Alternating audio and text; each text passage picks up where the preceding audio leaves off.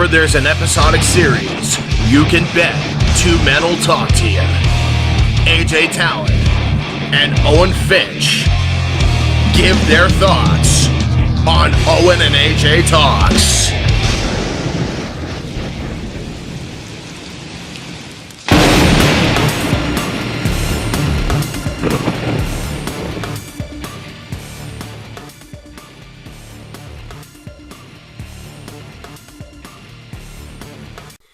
Hey, what's up, everybody? Welcome to Owen and AJ Talks.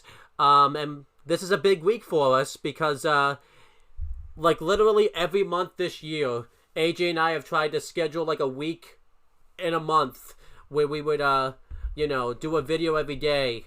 And either what would happen is, the first couple of days of the week, we wouldn't meet our goals, so we wouldn't give a crap. Or, we would do really well the first 3 days of the week. And then, the last 2 days, we would have something happen. But we actually stuck it through this time. We did, every video we wanted to make this week. Obviously, we didn't really get to do it the way we wanted to. We had to move some things around, but we still got every video made. Yep. But yeah, so I'm happy about that. I'm Owen Finch, and I'm here with AJ Talon, and today it's Toy Story 1 from 1995. Yep. We've been wanting to do this one for a while. We haven't reviewed a movie at all this year. I was gonna say, did we review one last year? Because I was gonna say that it's been a few years, but we did review one last year. It was the Netflix Death Note. So yeah. But yeah, I've wanted to. Hopefully, we can do two. But I've wanted to review a movie this year. One of my goals was to try to review 30 movies this year. But unless we do a video every day next month, we can meet that goal. But we're not gonna do that. But I'm happy we're at least doing one, and it's one that's probably one of my favorite of all time. So yeah, I'm happy we're doing this. I picked this movie because this is one of my favorite movies, like I said, of all time. I was a huge Toy Story mark. If you would ask me one of my favorite Disney movies, it would definitely be Toy Story. And that's weird because it wasn't even originally a Disney movie. Yeah, because obviously Disney bought Pixar, so then, I guess I've always thought it was a Disney movie, just because it had that Disney feel to it, and everything like that. Yeah. So, but yeah. Well, that's funny, because I talked about Pixar pretty recently in our Star Wars guessing game, where I mentioned that George Lucas was the one who actually created Pixar, and that's kind of funny. Yeah. He wasn't really involved. He wasn't involved with Toy Story, but it's kind of funny that he started the company, and we're starting Star Wars soon. But this is pretty special too because when I was first starting my YouTube channel, one of the first movies I reviewed was Toy Story, because I really like Toy Story. I think Disney Channel did a thing where it was on every day that week or something, or they ran a marathon, so I figured I would review it. I'm kind of glad I'm coming back to it, obviously, just because, that video is pretty dated now. I didn't really have the good quality, and I wasn't obviously as great at making videos now as I was back then. I've obviously learned from it, type of thing. I really didn't know, much about movies, about, the production side of things, so I just kind of went and talked about just the movie itself, but that's not going to be the case. And I'm a better video editor now. I have a video that's been edited for almost 2 hours, so I'm happy that we're doing that. And again, I've talked about this. I'm a pretty big Toy Story mark. I have all the Toy Story things. I have Slinky, and I have Buzz Lightyear, and I got Woody. This is when I went to Disney World back in 2021, and just to show you how much of a Toy Story fan that I am, I didn't really spend any money buying any merchandise, but once we got to Toy Story World, pretty much I spent all my money on all this stuff. Which is funny because I knew you liked this movie. I didn't know you were still into it like that, nowadays. So that's cool that you still got all the merchandise and stuff. Yeah. So I'm a pretty big. I was a pretty big Toy Story fan, still kind of am to this day. Because I haven't seen Lightyear yet, so that it destroyed. And Toy Story 4 kind of destroyed me a little bit, but I could kind of forget Toy Story 4 if I really want to, type of thing. So yeah, honestly, 3 was a great ending, but yeah, we're not talking about 3. We're not even talking about 2. We're talking about 1. So, Owen, before we actually get into the movie itself, do you want to talk about behind-the-scenes stuff, how the creators met and all that? Well, any memories you have of Toy Story before, like, since I kind of... Oh, yeah. Yeah, well, obviously 1995, I wasn't even alive yet. I'm pretty sure I wasn't even alive when 2 came out. So, those were kind of things I more so got hanging out with you because you were big into it. So I think I saw them for the first time with you. And I saw 3 in theaters when I was a kid. That was really fun. Yeah.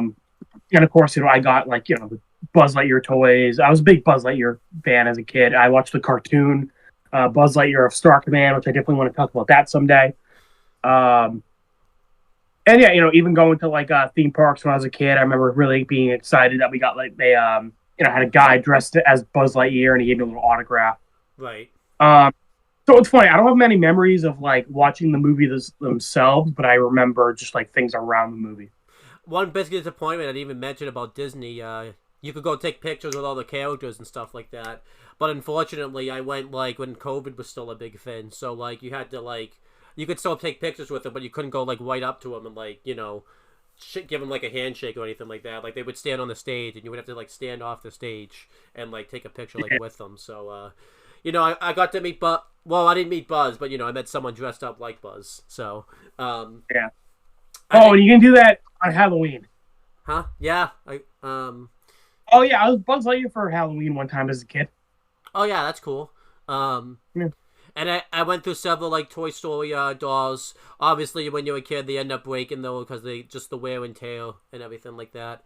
Yeah. My first Toy Story scene, I used to always think I watched it, but I kind of remember it. Was actually the talk that Woody and Buzz have towards the end of this movie, which is kind of cool that's my first Toy Story scene type of thing. So, but yeah, got kind of going through the behind the scenes and kind of getting into this now and everything like that.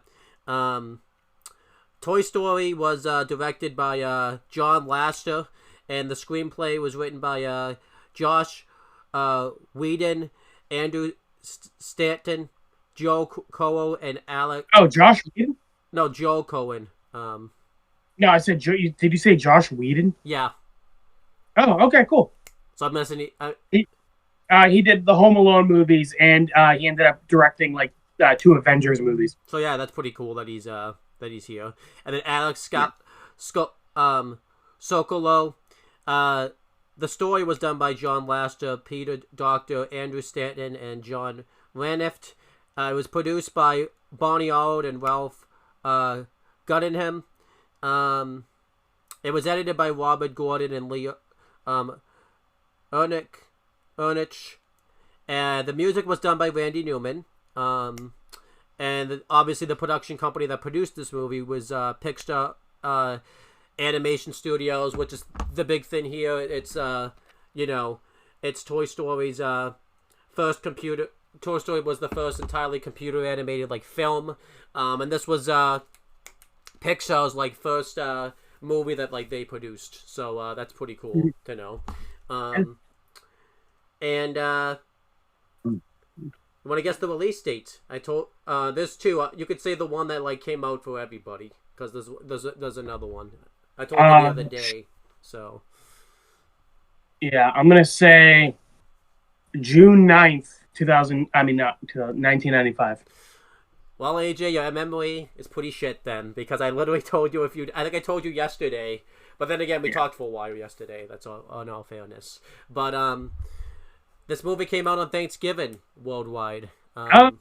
Yeah, that's right. Yeah, you did say that. It was yesterday, right? That the anniversary. Yeah. So it came out at Al Captain Theater, which is a Comic-Con thing, on November 19th, 1995, and then in the United States, it came out on November 22nd, 1995, and it released on Thanksgiving. So happy Thanksgiving, because I'm going to post this on Thanksgiving this year, since we're not hanging out with our families, we're just doing a video, not like this is pre-recorded or anything like that. So but let's see what I think do you want to guess how the budget for this movie, how much money went into this? First CGI movie, $20 million. Ooh, $30 million. So you were pretty close, actually. Oh, okay. Actually, I was closer than I thought. I'm really bad with budgets. I'll have no fucking clue how much something costs, so I'm surprised I was as close as I was. I am kind of surprised, but I'm not surprised it's 30 million. You know, because typically first movies, like a lot of the budget doesn't get put into it, but this is still a lot, obviously, because first computer animated movies, so they probably had to put a lot of money. Well, some big actors in this. Tom Hanks being the most notable one. So I was like, probably have to put quite a few into the voice actors, but yeah, I figured most would have been the animation. Do you want to guess the box office? How much money it made? Oh god, this was a big. I mean, again, I'm not bad with box office numbers. 100 million. This made overall, and I'll talk about it more like when we get to the after we review the movie and I talk about how much success it was. It was 394.4 million. So Yeah, so like I said, I have no clue how much a box office is what's good, what's obviously bad. It did well in the box numbers because that's pretty great, especially for your first movie and everything like that. So yeah. But going through behind the scenes, I just want to make sure I look at the names so I don't forget them. But John Laster, he was working kind of with Disney doing some like little animation work and everything like that, and he saw that they were one of his friends was working on a computer animation, and he kind of liked that. He kind of thought that looked interesting. He kind of wanted to do something with that, and he kind of thought what Disney was doing was kind of getting to be a little bit stale and a little bit predictable, because Lion King had come out, Beauty and the Beast, and other movies like that, and those kind of follow the status quo. Either like two people fall in love, or like it's about someone trying to become kin or something like that, and it has like a lot of big musical numbers where people just break into songs. So he kind of wanted to kind of change that a little bit. So he wanted to start doing Toy Story, and he was him and a lot of the people that work on this are pretty big into like action figures and all that type of stuff. Yeah. Which Surprising, I know. Which is pretty big, honestly, for like animators to be in. Like, if you ever see like what an animator's desk looks like, it's usually filled with like action figures when they're working on it. So that makes a lot of sense.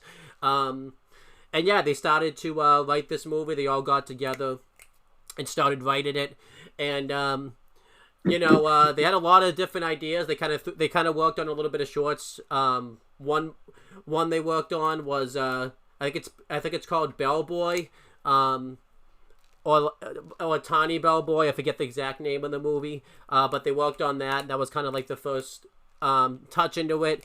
And originally the concept was they were going to have that be kind of the movie, like that was going to be the new toy. And originally he was going to get like lost and then like be found at like a preschool, and he would have stayed there. But they didn't really think that was going to be a very interesting like concept.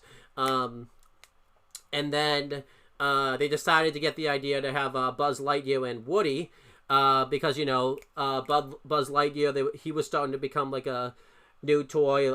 Everyone was kind of starting to get into the Space Rangers and everything like that, and it is interesting to see because I've been watching the DVD versions and everything like that.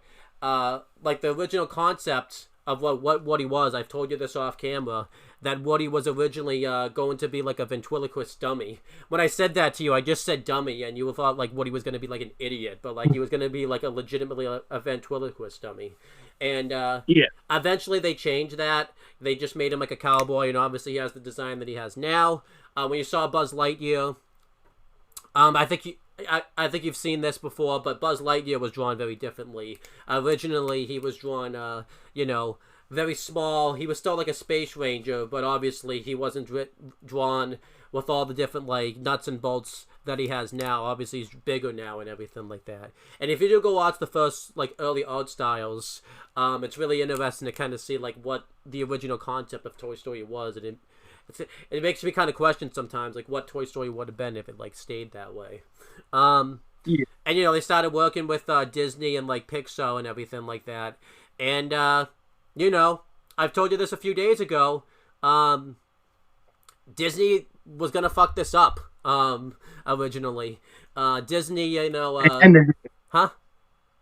tend to do that. Yeah. I mean, you just talked about that the other day with Star Wars. So, yeah. You know, they were writing movies. They kept pitching things, and Disney would keep giving them notes back and like changing it and not really liking what they were doing. I shouldn't say they didn't like it. They had like notes. They wanted them to go a different direction and everything like that. Yeah. And then eventually they did like the first screening towards Disney, and one of the, I think it was Laster, said that like everyone just kind of left the room and didn't really talk or anything like that, and they didn't really know like what was going to happen, if this was just going to get like pulled or anything like that. So they hired. I've talked about this. This is what Toy Story knows is like the Black Friday days. Toy Story, you know, they hired all their animators and everything like that, and Disney came in and basically like shut them down, saying like, okay, it's 2 weeks before Christmas.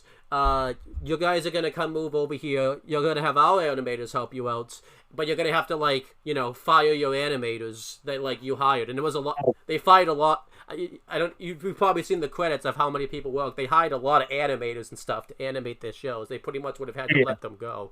And I think John Lasseter just finally said, okay, give us 2 weeks. Let us write the show. Let us write the movie that we want to write, and we'll come back and pitch it to you and see if you like it. And 2 weeks, that didn't happen, obviously, because Toy Story was never a thing. What's Toy Story? Yeah. This is a made-up video. We're just making stuff up. Yeah, a canned movie, yeah. No, but obviously it ended up happening. Disney finally got on board. And it's really cool because, you know, on the DVD version, they showed, like, you know, the screening that I talked about, and, like, I don't know if it's in the playlist, but you should watch it after we do this video. The screening that they did was really bad. I mean, they didn't animate it or anything like that, but that's not the reason it's bad. It's like what Disney wanted this to be was awful. Like Disney, it was really bad. And yeah, so then you're wondering, how did the voice actors come into play? Well, let me read who all the voice actors even are and everything like that. So,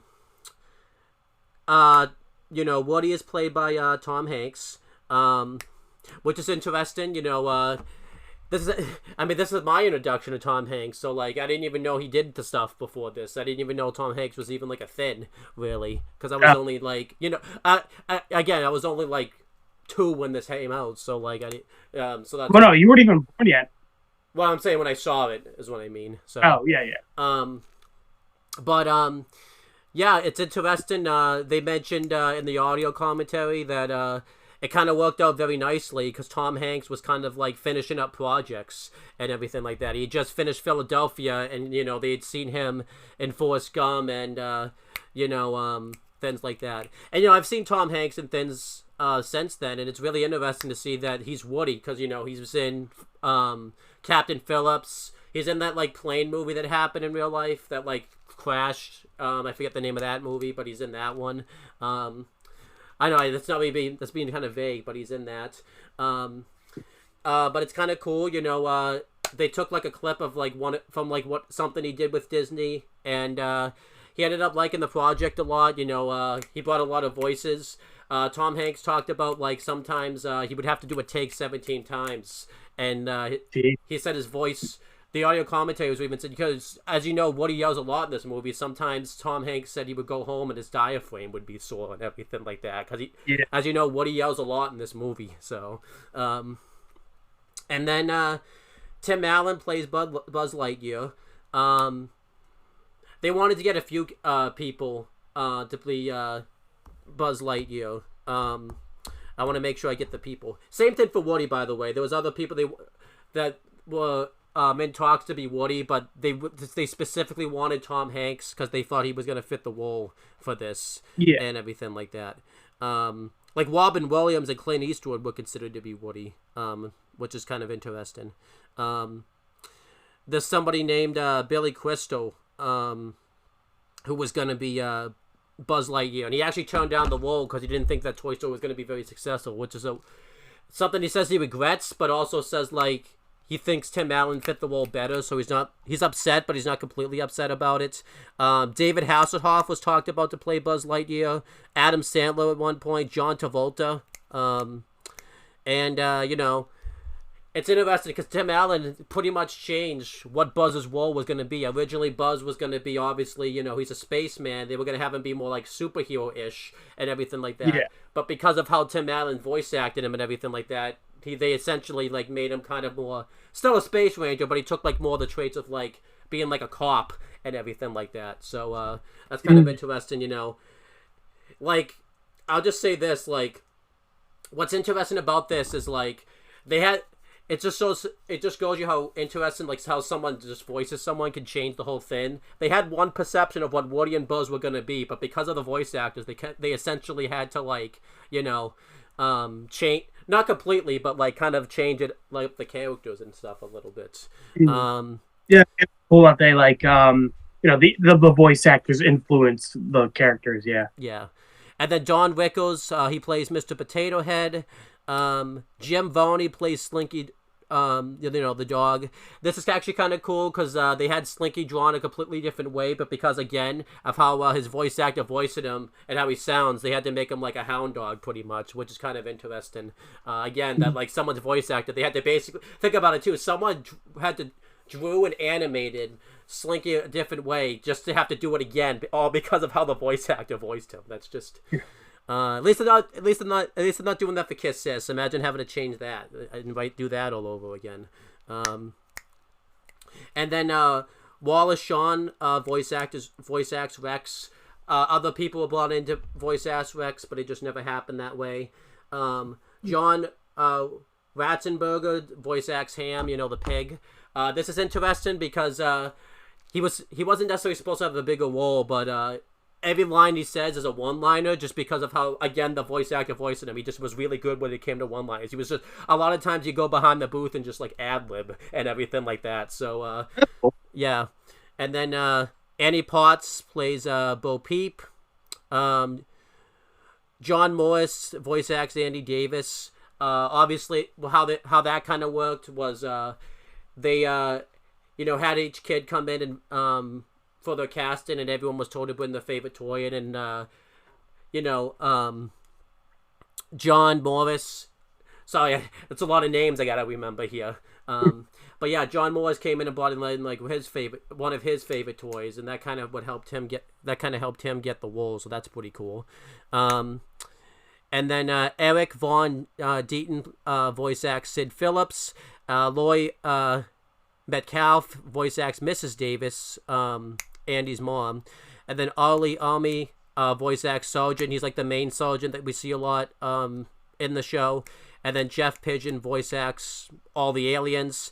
Sarah Freeman voice acts Hannah Phillips. That's Sid's sister. And then Penn Jillard voice acts like the announcer that does the Buzz Lightyear commercial. He was so loud, everyone says, like, they're supposed to be like, they have like a button that they do to turn off like, surrounded background noise so that way they can't hear him. He was so loud they had that like turned off. They could still hear him like over it type of thing. That's funny. And then Maggie McOwen voice acts Mrs. Phillips. This is like Sid's mom, who we never see in the show, but she just voice acts him. Yeah. So, well, like all the adults in this are like always just off camera. Yeah, pretty much. But good thing, hey, people sat down and voice acted the lines. They deserve to get the credit for it. So, there is other behind the scenes stuff, but I'll kind of talk about it, as we go through the movie and everything like that. I just kind of figured we would talk about it then. But yeah, kind of getting to Toy Story. And yeah, we have the opening. Again, it's Pixar's first animated film. And it starts off with not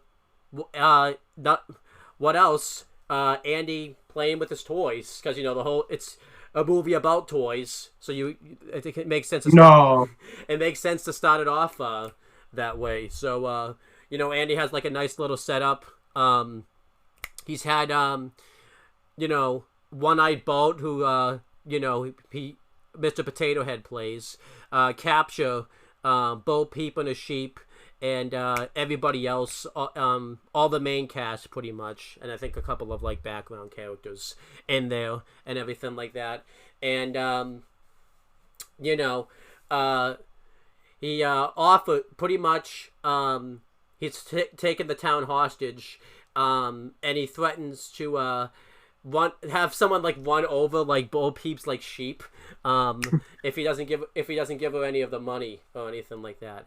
And Woody, the big savior that he is, comes in, and we find out that One-Eyed Boat's in disguise here.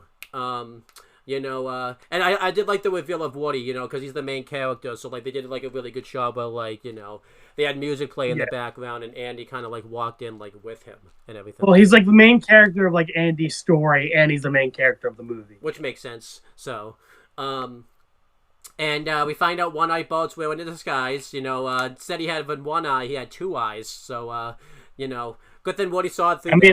That's a pretty good disguise. If I knew a guy only had one eye and I saw a guy with two eyes, I wouldn't assume that was him. So, yeah, York's gonna have that problem in RVB pretty soon. So, but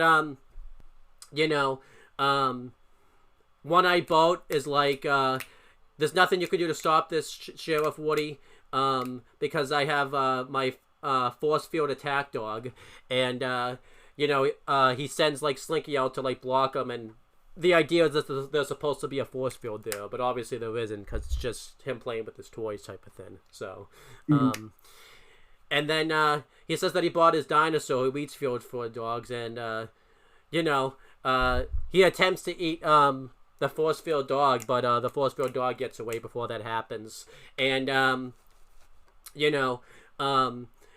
this causes One-Eyed Boat to get defeated, and he gets sent into jail, which unfortunately wasn't good for Mr. Potato Head, because he got sent right into his sister's crib, and he's just being like torn apart by his baby sister. One little touch I didn't really notice that they kind of got pretty well, because obviously it's a movie. We only review shows, so the big thing about movie is they have to kind of tell the story beats a little bit quicker, obviously, than shows, because you only have a short amount of time. So like they. Well, yes and no. Obviously a movie's gonna be a lot longer than an episode typically, but yeah, like they don't plan on like having a sequel. Yeah. So the big story of this movie is that they have we find out is that Andy's moving. So I thought a nice little detail they threw in. They talked about this in the audio commentary. Was him and his sister, and Andy's probably like maybe 7 or 8, and. Pretty young kid, yeah. Yeah, and his sister's like probably was just born, like she's like 1 or 2 probably.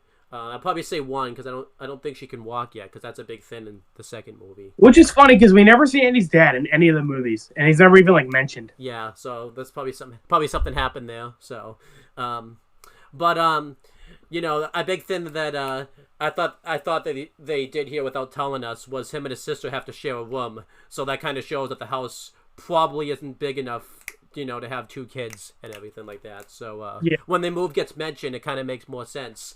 And I do like that was kind of put in there for like the adults to pick up on type of thing, that like because they have to share a room, that they're gonna have to like. Yeah, there's a few things in the background you kind of pick up on now that you're older. It's cool. Yeah. So then Andy's happy him and Woody saved the day, and they do a nice little montage. Like showing kind of Andy and Woody's friendship, which plays "You've Got a Friend in Me" song, which obviously very iconic song, good song. And they do things, where he has Woody ride on the remote control car, and crash into like a box, right there. He picks him up on his shoulders, and like this was a cool shot because it looked like. Because there was like a poster, and it looked like he was like riding like horses, like it was an old western, but it was just really him, Andy picking him up on his shoulders. So that was a cool shot. I also like that, like Woody isn't. We don't like see any of the toys come alive yet. Like for the first few minutes of the movie, it's just like, a boy playing with his toys. Yeah, I do like that because it'd be kind of weird if that was like the first thing. And I think that's typically always been, other than 4, that's always like the first scene of the movie. It's Andy playing with his toys for the most part, which I think is good. Yeah. There's another bit where like Andy slides Woody down the the handle of like the stairs type of thing, and then he spins Woody around in a chair, and he uses he like opens up the chair and like sends Woody flying pretty much.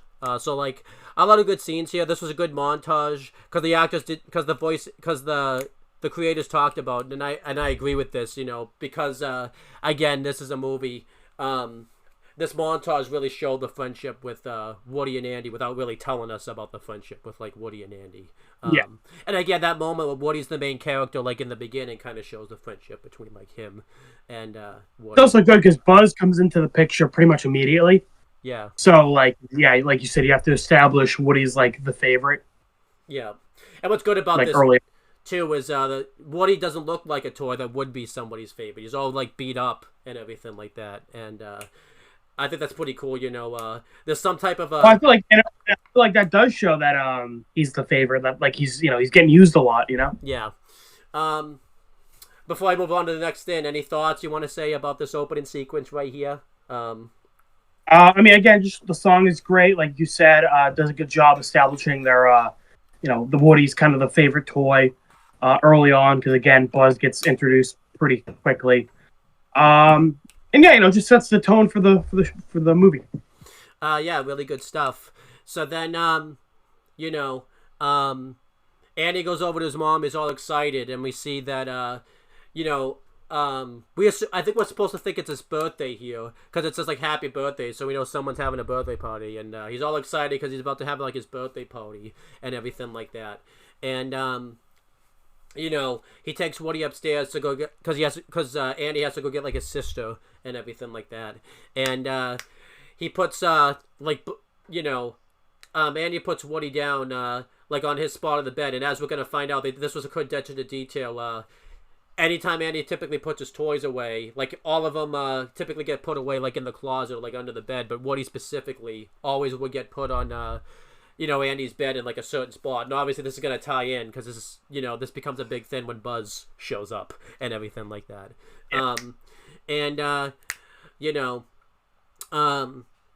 Andy takes his sister to like put her downstairs because she's like not even dressed yet or anything like that for the party. It looks like she was probably just like napping like before the party happened and all that type of stuff.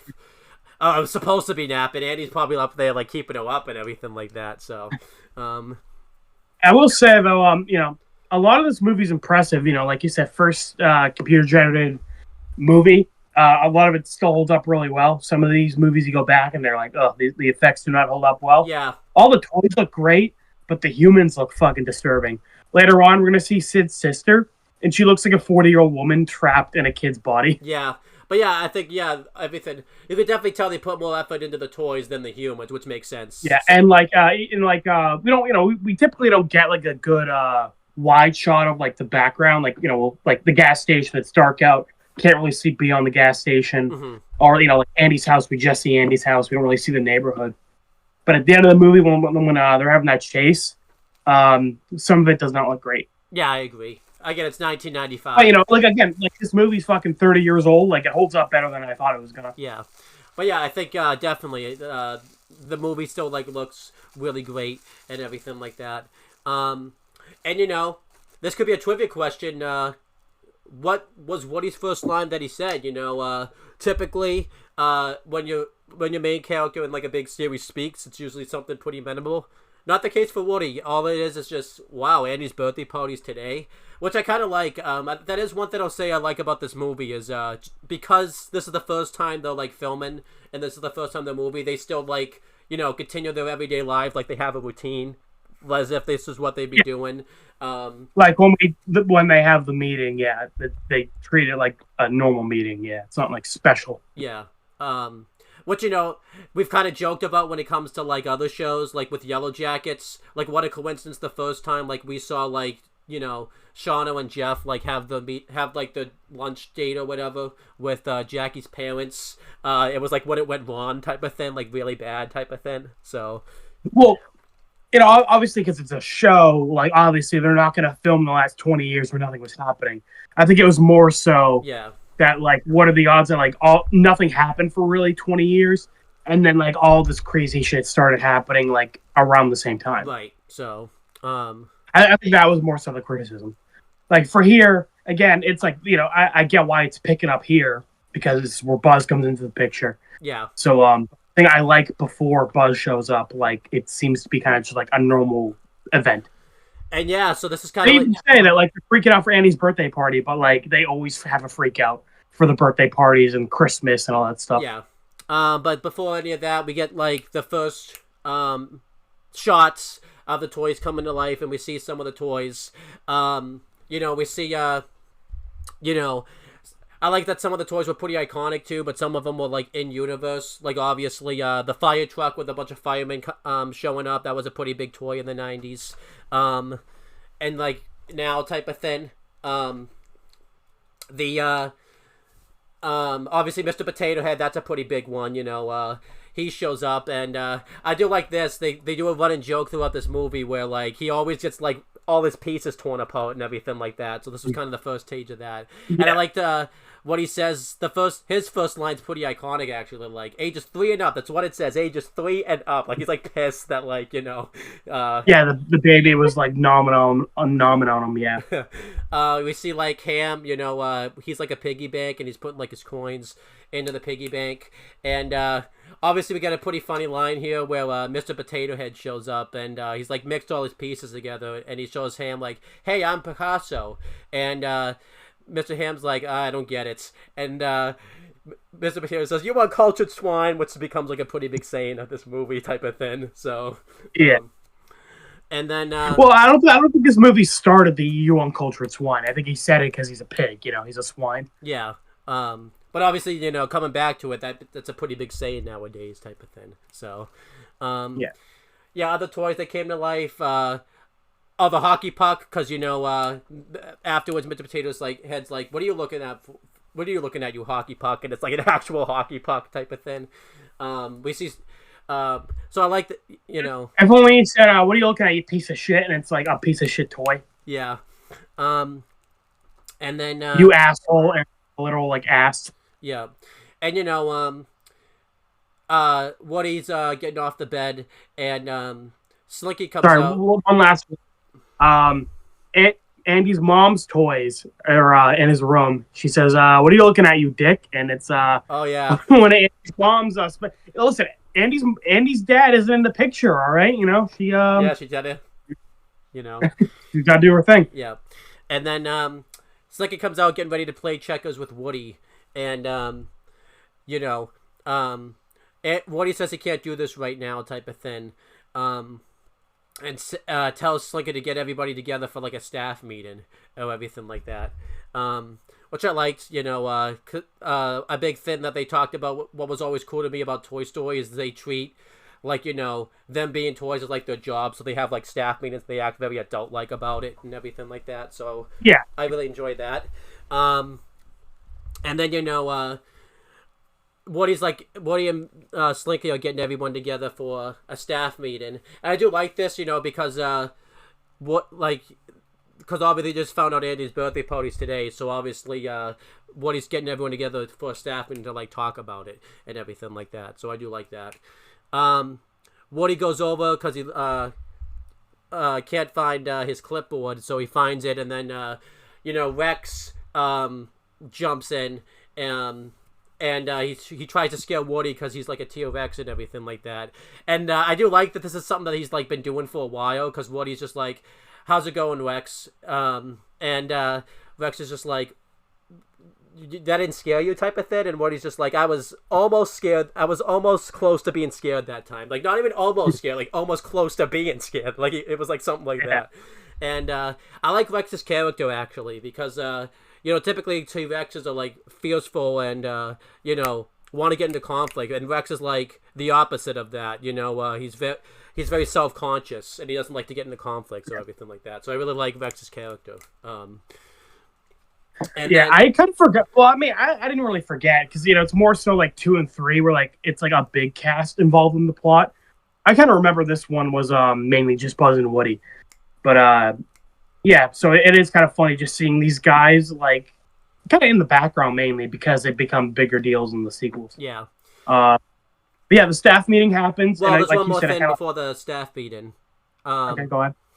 You know, Woody gets pulled by Bo, and she thanks him for like saving his sheep. And I do like this because you know, this shows that there's like a love interest going on type of thing. And she says she does like a little, you know, love story like joke saying like maybe I'll get someone else to watch the sheep tonight. And Woody's kind of blushing a little bit, and they do a funny joke where she says, "Won't forget, I'm just a couple of blocks away," and she's like walking by blocks as she's saying this. Yeah.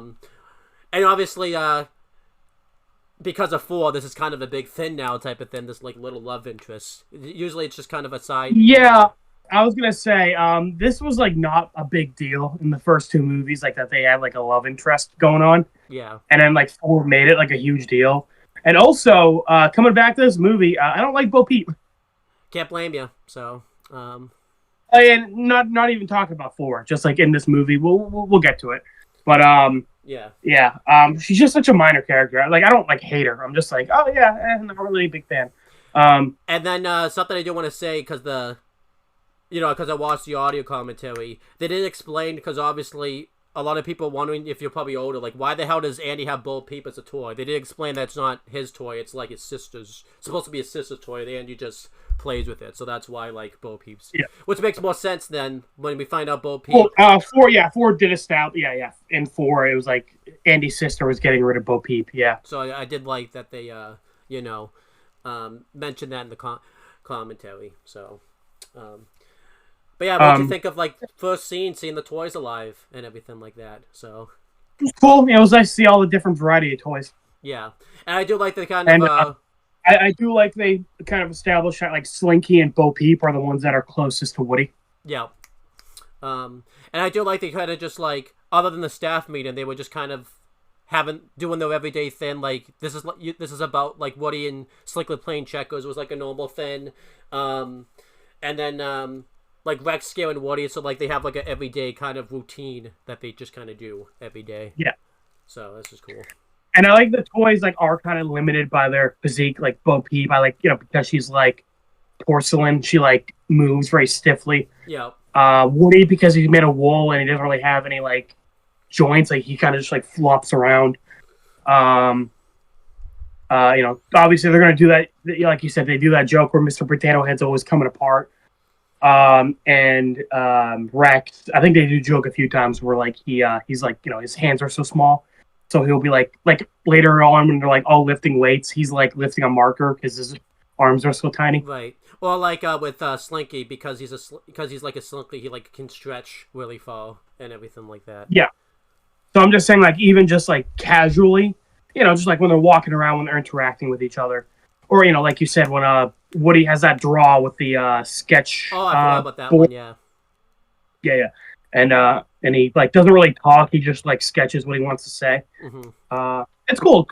I like that. All the toys like are different based on how they are.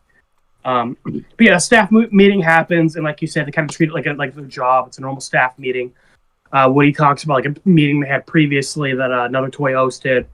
Basic stuff, and then at the end he kind of just slips in and like, oh, by the way, his birthday party got moved up a week, and everyone starts freaking out. And Woody tries to calm everyone down. I like that he's like kind of established as the leader, and it makes sense. He's Woody's favorite. He's always like the hero when Andy has like his toy sessions, and I'm pretty sure he's the one Andy's had the longest because Mr. Potato Head says like Andy's favorite has been Woody since kindergarten. Yeah. So he's probably been around like the longest. Yeah, I would imagine so. But yeah, everyone starts freaking out, and Woody says like, "All right, everyone, calm down. We go through this every Christmas, every birthday." Everyone starts freaking out because they're worried about Andy getting new toys, and they're like, "Okay, well, if it's an asshole who comes here, we're gonna have to deal with this asshole forever. Well, not forever, till Andy turns 18 and throws you all out." Mm-hmm. And I even like how Rex is like, oh man, if he gets like another dinosaur toy, he could be a jerk and bully me around. But Mr. Potato Head's secretly hoping that Mrs. Potato Head comes around the corner. And I like that because this pays. I like that this wasn't just a one-off joke. This like pays off later on in the film. Yeah, yeah, and in the future films, yeah. It makes me wonder, because next movie we get to see like a second Buzz toy. It makes me wonder, like, what happens if you get two Mr. Potato Heads or like two Mrs. Potato Heads? Yeah. Like, what happens? Do they have to fight to the death? I know. For over who? Yeah. And then Woody does a nice little speech, though. There was one thing I liked, too, where they mentioned they hosted, like, an auction doing all this, and it was won by Mr. Spell, and you got to see, like, Mr. Spell, and, like, the way he talks, like, he, like words would just pop up on the screen type of thing, and, like, they actually kind of they do a few funny jokes with him, like, Mr. Potato Head makes, like, a funny joke, and, like, he, like, laughs, like, like it's just typed out and everything like that. It's really, really funny. So,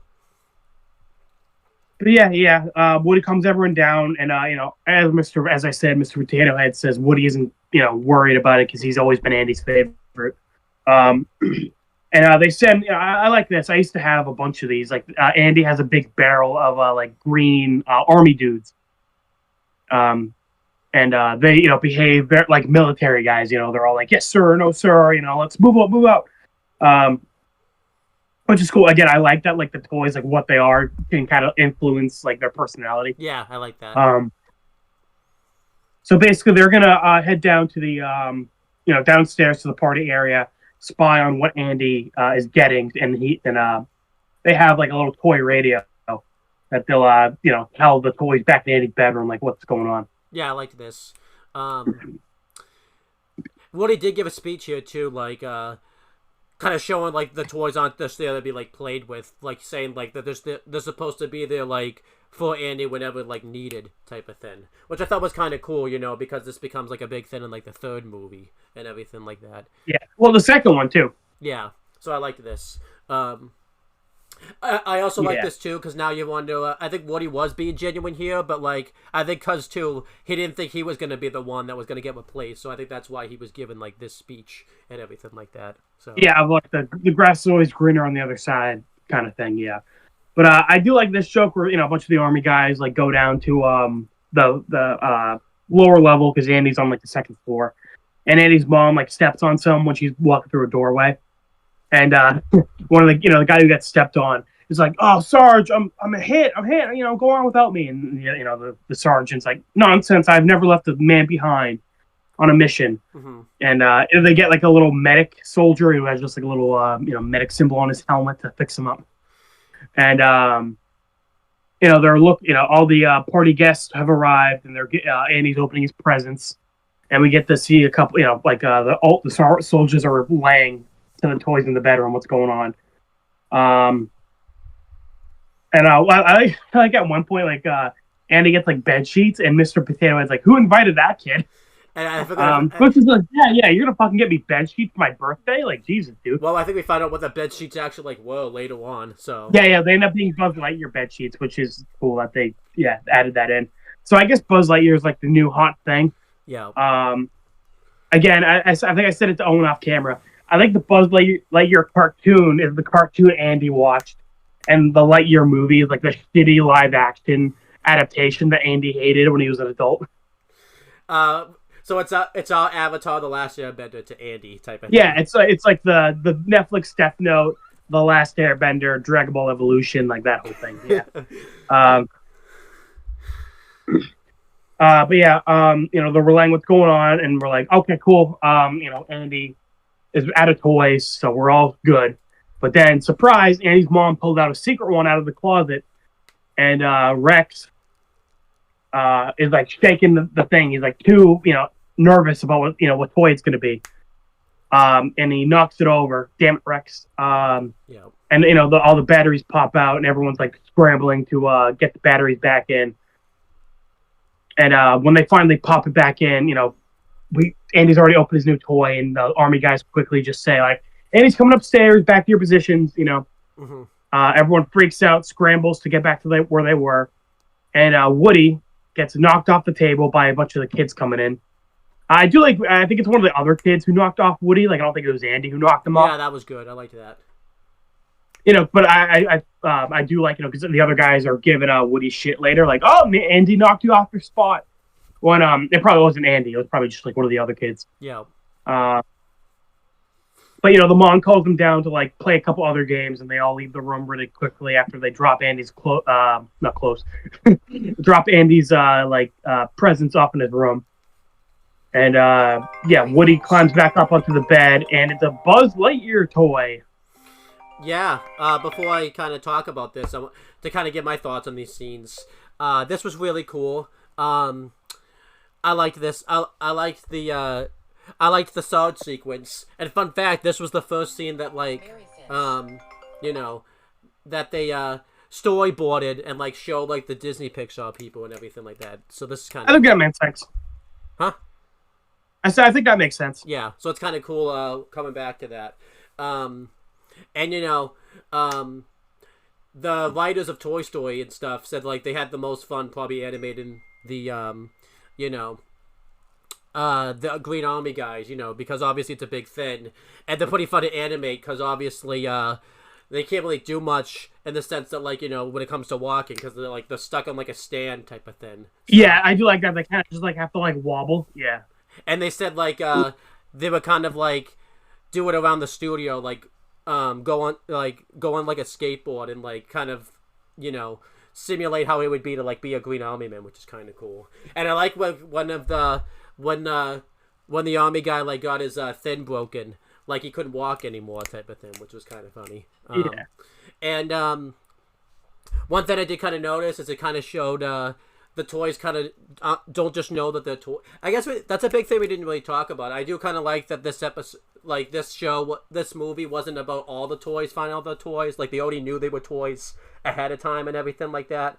One, because it makes Buzz's story better, but it's kind of cool, that it's not like a big reveal or anything like that type of thing. Like it's already been established off screen and everything like that.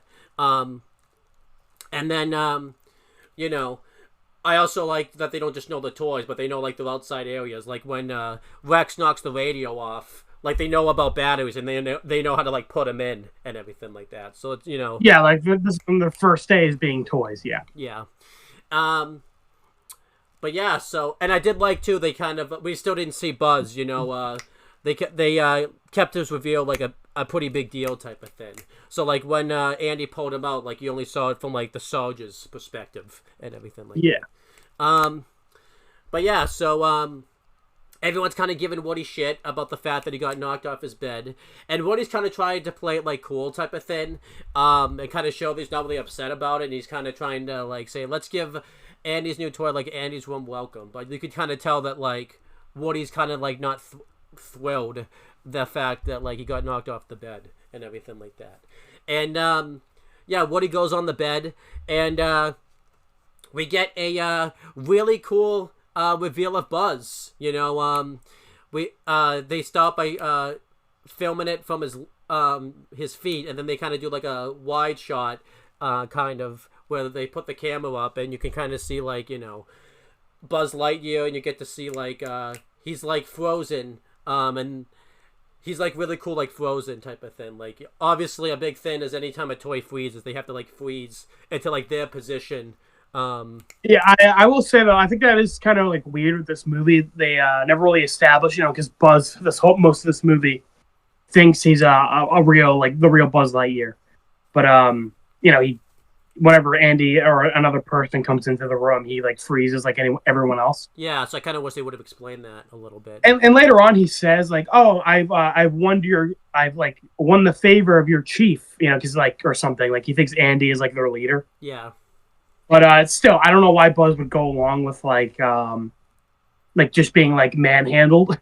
Right. And it's weird, because like if later on they like move for Stid, but like if that didn't happen, I could say like, oh well, maybe they just like become unalive whenever like a kid sees them or something. But no, they're able to move for Sid, so it's kind of like, huh, right. Like why do they like stop? It's funny. Woody even says like, okay, guys, we got to break a couple rules when they decide they're gonna like move for Sid. Mm-hmm. And I'm like, so wait, did Woody break like the toy Geneva Conventions? Is this like a war crime to like move for a kid? I know. But we put on our Sock as a war criminal video. We had to do Woody's a toy war criminal. He broke the cardinal rule. I think Woody and Buzz in this movie have broken a few in this film series have broken a few rules that we could probably talk about. Yeah. So, but it is kind of weird, that Buzz freezes. I kind of wish they would have explained that type of thing.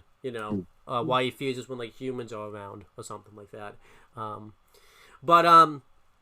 Yeah. So Buzz, gets a really cool reveal. We get like a view of like from his perspective in in his helmet and everything like that. He's radioing to Star Command, and like telling them that he like crash landed on a strange planet, and he sees like his ship, which is really like the box that like he came in and everything like that, and he sees like his ship has been quote unquote damaged.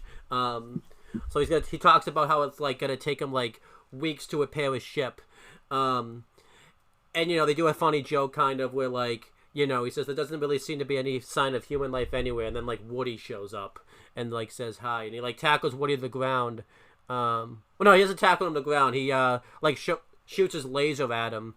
I did like that they explained this because we find out later that that laser is supposed to be like deadly, like it's supposed to kill people in an instant. But Buzz says like, well, this it has to be like recharged and everything like that. And I think he did say because he's on a new planet. Like just coming there and everything like that it's not as strong type of thing. So but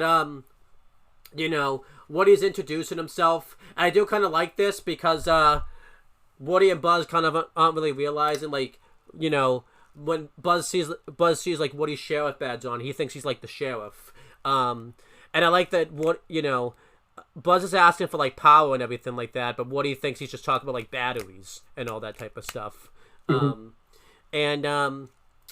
just do like this conversation, and Woody's kind of trying to tell Buzz like, it's nice to meet you, but you kind of took like my spot on the bed, like I'm like Andy's. Yeah, like Woody's being kind of passive aggressive, like right off the jump. Yeah, so it kind of shows like Woody's not jealous instantly, but kind of saying like.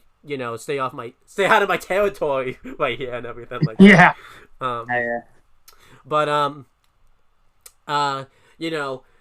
we see like I guess that the other toys were like kind of looking from off the bed, so like Buzz tackles them to the ground, and he's like, "Do you know these people?" And Woody's just like, "Yes, they're Andy's toys." And Andy, the rest of them go up. And they're being more friendly to Buzz than Woody is, and they're like really impressed with how Buzz looks, because Buzz looks more modernized, and like you can definitely tell he's got like that new toy like feel to him and everything like that. He's got like all these buttons, and they say like his voice block is more modernized than Woody is, which makes sense because Woody's has probably taken a lot of damage since he's been around for a while, and then well, we find out Woody's like from like an old like discontinued like cowboy show. Yeah, so Woody's a pretty old toy anyway. Yeah.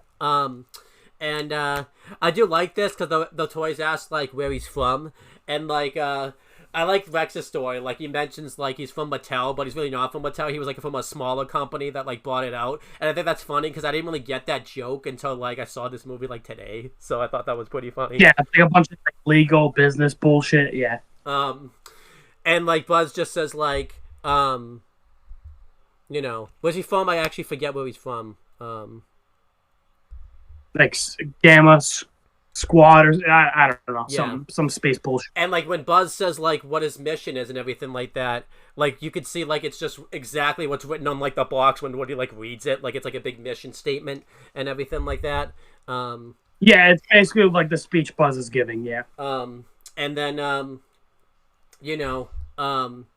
Woody's kind of like telling everyone like to stop getting excited about like Woody's about Andy's new toy, and obviously Buzz is confused about this because obviously I do like this because we're coming back to this. I think when you were first viewing this, you weren't really meant to know that like Buzz like actually thinks he's real. So like you just think, I think you're just meant to think like Buzz is like showing off and everything like that. So no, well that's what Woody thinks because Woody's like read the box and he thinks he says a little later on like he thought Buzz was just showing off. No, I always thought as a kid that Buzz actually thought he was the real Buzz Lightyear.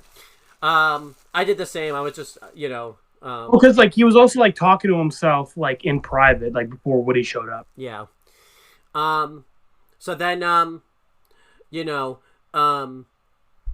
He's like telling the toys too, like he's not the real Buzz Lightyear. He can't fight aliens or fly or any of that stuff. So Buzz like is like he like pops his wings out, and Woody's even pointing out that they're plastic and that he can't fly and all that type of stuff. And like what Buzz and Woody are having some good banter. One thing I forgot to say, what was cool, and you could definitely, I don't know if you could tell this. Typically a voice actor, when they do their lines, they usually do them separately, like, and then they edit it all in later on. Yeah. But like when Tom Hanks and Tim Allen did their lines, they did them together, so that way it would feel more like natural when they would go back and forth. That's cool. And you could knowing that information, you could kind of tell that, especially when they talk back and forth, that it flows a little bit more natural, and it kind of makes sense since like they're in a good bulk of the movie to probably have them do the lines together and everything like that. So that's pretty cool. But yeah, so Buzz is like getting Buzz is getting annoyed with Woody and says, "I could fly around this room with my eyes closed." And Woody basically tells him to prove it, obviously thinking that obviously knowing Buzz is gonna fail and everything like that. Yeah. And I thought Buzz was like hoping here, but like he when Buzz jumped, he kept his eyes closed the entire time. Yeah. So he legitimately thought he was flying. Yeah, I did like that. And when Buzz jumps off the ramp of the bed, he bounces off a ball, and he lands on a Hot Wheels car, and he goes on to this road, and like spins around, and then he lands on like a plane that like Andy has like set up on his over his room, and like he's flying around like the plane, and he lands on the bed, and as what he says later on, he didn't really fly here. All he did was it was just circumstance, and what he says. He said he was following with style, which is pretty much what he was. But everyone's obviously cheering about the fact that Buzz. Well, I wanted to point out the following with style line because they bring that back at the end. Yeah, which I do like that. Yeah, everyone's cheering Buzz on and everything like that. And obviously, it's Woody's kind of getting pissed because obviously, Buzz is kind of winning over his crowd, and now he feels like he's winning over like Andy, and everything like that. I do like this scene a lot. I like Buzz's introduction here, and I think it's really good. And I do like, that we get instantly established about the fact that Buzz thinks he's the real Buzz Lightyear, and Woody's jealous about like Buzz and everything like that. Not obviously immediately. I think he's just a little annoyed. I like that it progresses pretty naturally. Like obviously, he was just kind of being passive aggressive, but then like as this conversation went on, you could kind of see he was slowly kind of getting more annoyed with Buzz as in this conversation. Well, I do like that one line where like he wants to call Buzz something, but he says he's not going to say it because there's like preschool toys around here, like basically saying he wants to like swear at him, but like there's kids' toys around. Yeah, and I've watched this scene in like many different art styles, which is pretty cool. And they showed it like on the DVD, like for a few seconds, like in different languages. I do gotta say the Japanese voice acting, the German voice acting, and the Korean voice actors did they were really good. I'll have to look at that because I love watching like different scenes like from like things I like in like different languages to see how the actors will do it. Yeah. But yeah, overall, what do you think of the scene? Buzz's first reveal and everything like that. It was good. It was good. Again, I was surprised Woody like really didn't like him pretty much off the jump. Well, and not didn't like him, but he was like territorial, like pretty much from the start. And then this upcoming montage, I just forgot how quickly it went. Like I was telling you, I remember the birthday party being shorter and like the montage of like Buzz becoming Woody's favorite. Not Woody's favorite. Andy's favorite was like longer. Mm-hmm. Which I mean, I'm fine with the way it is. I just my memory was different. Yeah, definitely. But the montage was really good, and I do like the songs, by the way, because obviously a big thing I said was they wanted to move away from songs. They do have music in this movie though, but like the characters don't sing. It's just like the songs like in the background. And I do like that like the songs fit the story of whatever the situation is. Like You Got a Friend in Me was about Andy and Woody's friendship. This one was, strange things are happening, so pretty much this is like about what Woody's going through, kind of as Buzz is kind of being left into the mix. Yeah. And I feel like here, because we talk about Woody's not just jealous of, Buzz becoming Andy's new favorite toy. Pretty much Buzz is taking over like Woody's life. Like he hasn't just like become Andy's new toy. He's kind of slowly taken Woody's group and becomes like everyone's favorite. Yeah. So you see stuff like, more particularly with Andy is, it looks like everything's fine originally. He's just playing with Woody, but then, he takes Buzz and, like, uses Buzz as laser to, like, knock Woody down. And, like, he was dressed like Woody here. And he switches into, like, Buzz Lightyear, like, attire and everything like that. And then, he had, like, drawings of Woody, like, on, like a pin board. I forget what it's called, but it's like a bulletin board. That's what it's called. There you go. Those words. It's good to know them. And they were all replaced with Buzz pretty much. And again, those bed sheets came back. Yeah. So obviously the kid bought him the bed sheets. Yeah. All was supposed to happen over like 4 days. It was like montage because when Woody and Buzz get like knocked off the window, or like Buzz gets knocked out the window. They mentioned that like Woody, they're moving in 2 days. Yeah. So like this whole montage is like 4 or 5 days, which is kind of crazy that like it's that quick. Also, I forgot to mention Bo Peep, because they talked about like everyone should have a moving buddy so no toy gets left behind. Right. And after Buzz like flies around for a bit, Bo Peep goes, "Oh, I know who I want to be my moving buddy." I'm like, damn, Bo Peep, he just got here, and you're already thinking about, right. Oh, Woody, I never liked that guy. Woody who? I did tell you, too, like, when they originally storyboarded this, like, Bo Peep was, like, flirting a little bit more with, like, Buzz, like, that they cut out and everything like that. Like, it was more than just this one line, so. Like, she talked to him, like, directly and everything like that, so.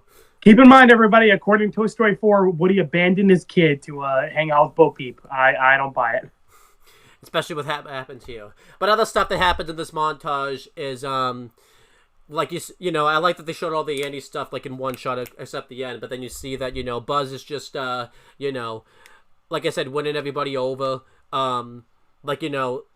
Rex is now able to, like, war louder because, like, Buzz is giving him, like, that confidence. And again, that joke comes back where, Mr. Potato Head loses all his pieces and everything like that. So, like, Buzz is, like, lifting weights and everything like that. And when Woody goes to play checkers with Slinky, we see that he's, like, like, he's gonna go, like, hang out with Buzz, and, like, we see a scene where, like, Buzz is, like, petting Slinky, and, like, Woody knocks him off, like, the bed and everything like that. And then, Buzz sets a ship up, like, in a position so that way he can just, like, fix it and everything like that. And then, this, by the way, Buzz never found out he was, like, not an actual toy. He was gonna work on that ship, I think, for the rest of his life. Like, he was gonna work on that ship for, like, ever. Like... Yeah. It is crazy that like no one felt the need to correct Buzz, and like I said earlier, it's weird that Buzz was just like cool with Andy, like playing with him, and like he had to hold still. Right. But then this is a good moment here. Like there's this moment at the end of the montage where like Andy's putting his toys away, and he has a choice. Like Buzz and Woody are like the last two toys that he wants to put away, and. Obviously, he sleeps with his toys one night. Stuffed animals. He doesn't believe in that shit. He just sleeps with his toys. So he has a choice whether or not he wants to sleep with Buzz or Woody, and he ends up picking Buzz. And I love like this scene, and I really like Woody's like facials here. Like you could, he was really heartbroken when Andy didn't pick him, so he's like sleeping in the toy box. So, like, again, the music was good, but also, like, throughout this movie, Woody's facial expressions are really good in this movie. Yeah. Because I was complaining about the humans' facial expressions. They'll look fucking weird. But, Buzz and Woody, they're all their facial expressions are really good. Yeah. But I really like this, it shows kind of Buzz is basically taking Woody's position and everything like that. And I did like the establish here, because we didn't know this, like Buzz glue in the dog, because he was glowing in the dog here and everything like that. And that's like a big thing. So, So, After the montage, we just get, kind of like continuing their like kind of daily life thing where, some of the other toys are helping Buzz fix his spaceship. But, Woody is talking to the drawing board. He says, draw, like earlier. But he draws a picture of Buzz instead of a gun, like usual. Mm-hmm. And, just a couple other things. And Woody just says, all right, you know what? That's it. I'm going to have a confrontation with Buzz. Buzz is trying to fix his ship, and Woody keeps, like, pulling him out. Like he's under it like you would a car. Like he's trying to fix it. And Woody keeps pulling him out, interrupting him. And I kind of like how, like, even though Buzz, like, tries to fight him later in the car, like, Buzz never really hates Woody. It's mainly just Woody one-sidedly getting pissed at Buzz. Right. So I do like that, yeah. And, like, Buzz looks at him like he's crazy anytime he has a conversation with him at this point. Like, yeah. Like, Buzz looks at Woody like he doesn't even know. You did miss a pretty big scene. I know you kind of mentioned it, like when Woody comes out of the chest and everything like that. Like Buzz points out to like the toys that like Andy wrote his name like on his foot and everything. Oh yeah, well I thought I already said that, but yeah. So that's another thing is we find out like Andy wrote his name on all the toys' feet or like somewhere on them to be his. And yeah. So I like they also point out like it's a nice permanent marker on Buzz, but you see like Woody looks at his, and Andy written on him is like kind of faded. Not just that too. Like you could definitely tell it like Andy's handwriting skills weren't as good when he wrote on Woody's because again he had him since kindergarten, and typically in kindergarten that's when you like learn to like write your name and everything like that. So you could tell like it wasn't as like it was better on Buzz's than it was Woody's.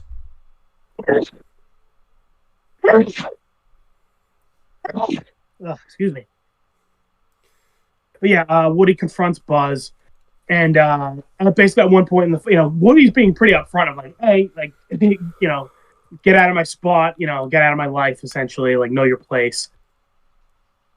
And at some point during this, like Woody presses a button on Buzz, and like to open up his helmet, and Buzz like starts to like choke and freak out, thinking like he's on a planet with maybe like no air. And Woody's just like rolling his eyes, like, oh my god, this guy's a moron. But then when Buzz picks himself back up, he's like, oh, okay, well, there's air here. But like, come on, man, that's dangerous. You could have killed me. My eyeballs could have fucking went out of their sockets. Is basically what he says. Mm-hmm. And this makes Woody realize, like, oh, I thought you were just like bullshitting. But like, no, you actually think you're Buzz Lightyear. Oh, also, I do like how like he keeps calling him like the wrong name, like Light Star or like Light Sticker or something. Like he keeps calling. I liked that. Yeah. The wrong.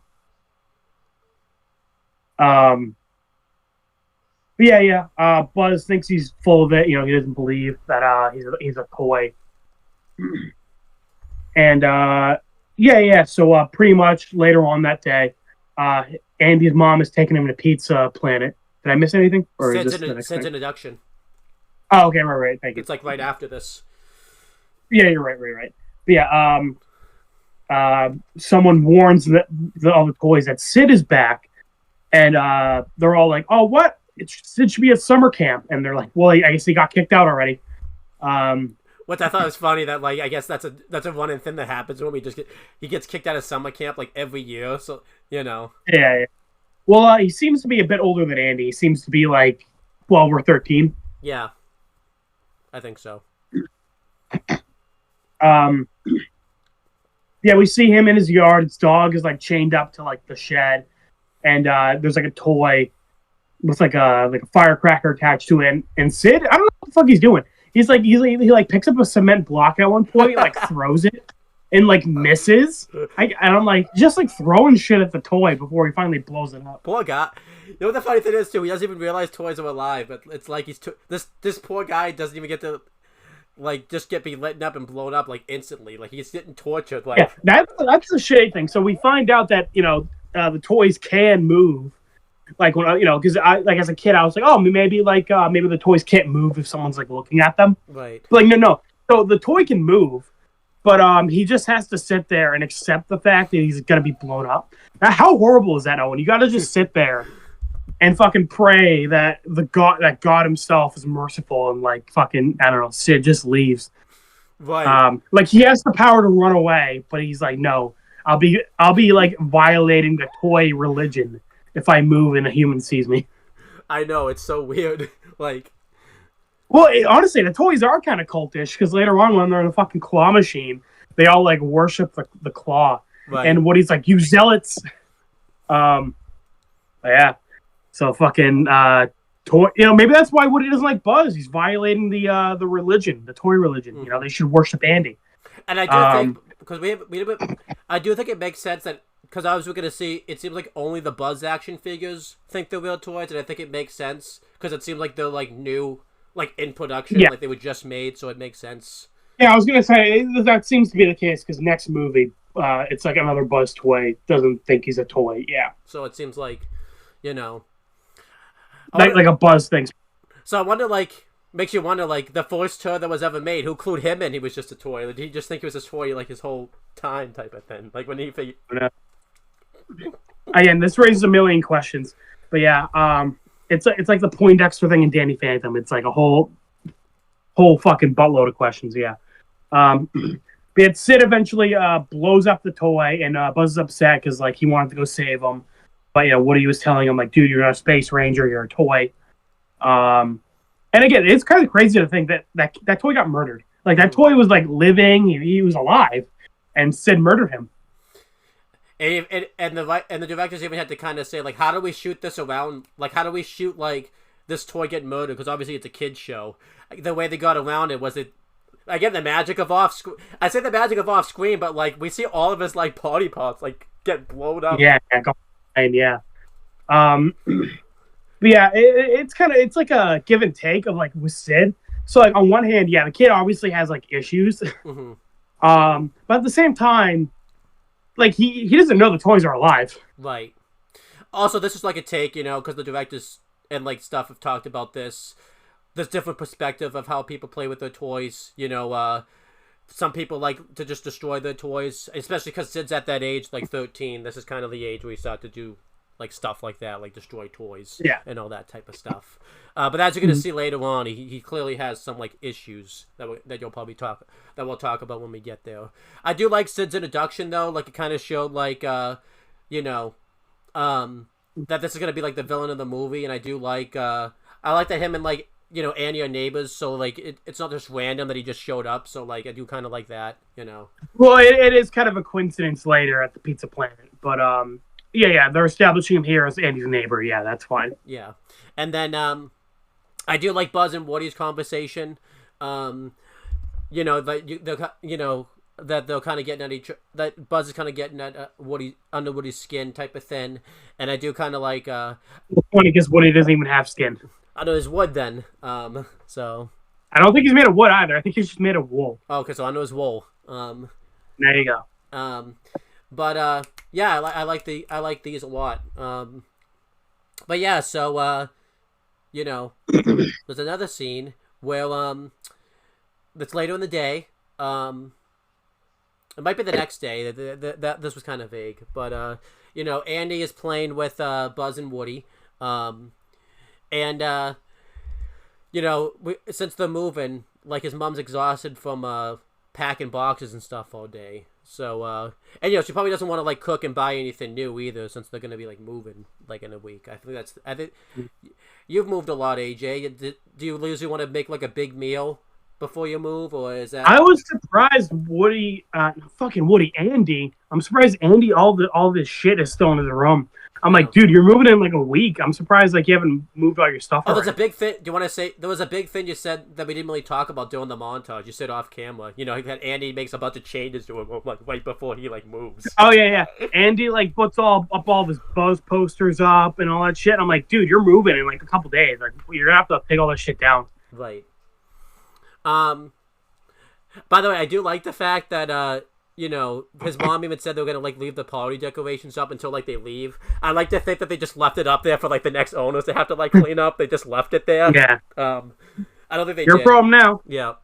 Because I know this is off topic, but I think when my dad moved, he couldn't get the couch out of the house. So I think he just left the couch there because he couldn't get it out. That's funny. But anyhow, so yeah, they go to Pizza Planet, and doing all this, you know, I think in the background, I do like you could hear them talking like in the background, but they were in the same room. And he's like asking if he can bring like a toy, and this was like I remember because this kind of reminisces because when we you know when we were at that age when we would play with like toys and stuff, we would always ask like your mom if we could bring toys, and I mean she never said like one toy obviously because it's two people, but like she says to Andy like you could bring one toy, which makes sense because he's like going out to dinner and most likely he's probably not even gonna play with this toy anyways because when you see what Pizza Planet looks like, it's like, you know, I don't think you're playing with toys when you go to Pizza Planet. I don't know, unless you're like Sid who wants to destroy every toy he gets. So, yeah, you know, Woody's just like, you know, he uses the magic 8-ball, the crazy 8-ball. I forget exactly what it's called, but he uses it to ask it if Andy's gonna pick him, and the ball says like don't count on it. So like he gets upset and like throws the ball, and it rolls underneath the desk, and this gives Woody like an idea. And I do kind of like you know they did this because now you get kind of a sense of what Woody's thinking type of thing. Yeah, because you know, like, yeah, Woody was kind of trying to screw Buzz over. Well, I don't think Buzz even really wants to go to Pizza Planet, but yeah, everyone ends up thinking that like the way worst thing that happens was like intentional, but it really was like a mistake. Yeah.